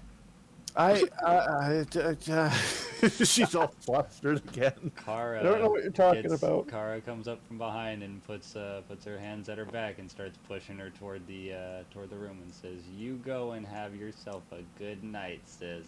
Come on, go on."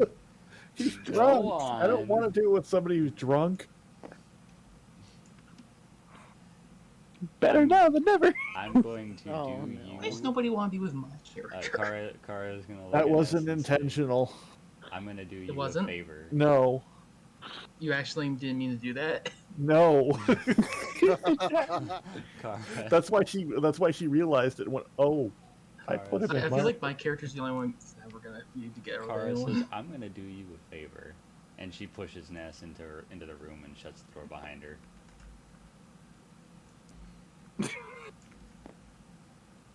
That's a dick move. Nas quietly picks up her belongings, creepily opens the door, and then basically does the one thing that she wanted to do or hasn't done yet. She uses a arcane portal. Oh, Or so he leaves. an arcane gate, and opens it, and basically goes to the other side of the room and then closes the gate.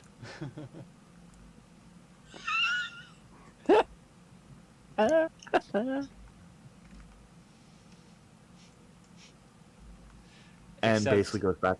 That's Kara's room. Oh, crap. Then. Well, no, she doesn't know that yet.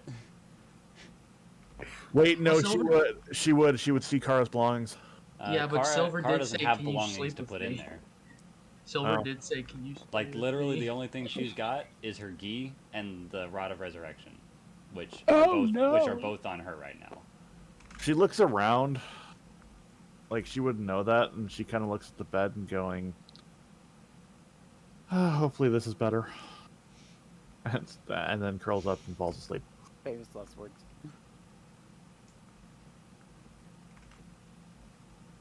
Alright, Willow is going to grab Vex from Void, and she's going to take Vex back upstairs. Amora's like, I'm getting sleepy. I am gonna go to bed as she goes to bed. Void goes to her room, and Willow sleeps in the nursery with Vex. Kara, Lady S, is going to go to her room, and Kara is going to go to her room. On opening, And notices Nas there. Nas there, and she's gonna look at the door, look at Nas, look at the door, and go, how the fuck? She's just gonna roll her eyes and say, whatever, and she's just gonna climb into bed and fall asleep next to her. Sneaky little shit. Arcane gate for the win. It's like a portal room. I need to get that on an arcane gun. Cerulean, yeah, you got your choice of an empty room wherever you want to put Cerulean. There's 3 of them left. Yep.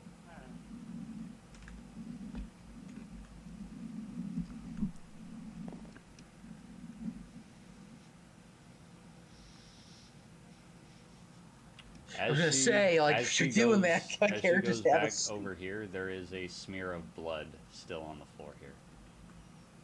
Ugh. Okay. Alright. Is everybody asleep? Yep. Yep. And that is where we're going to end it. Jesus Yeah, next Christ. episode, Shaw realizes something on his face. Hey, if anything, wouldn't that make Shaw the dickhead? Give me a second, hang on.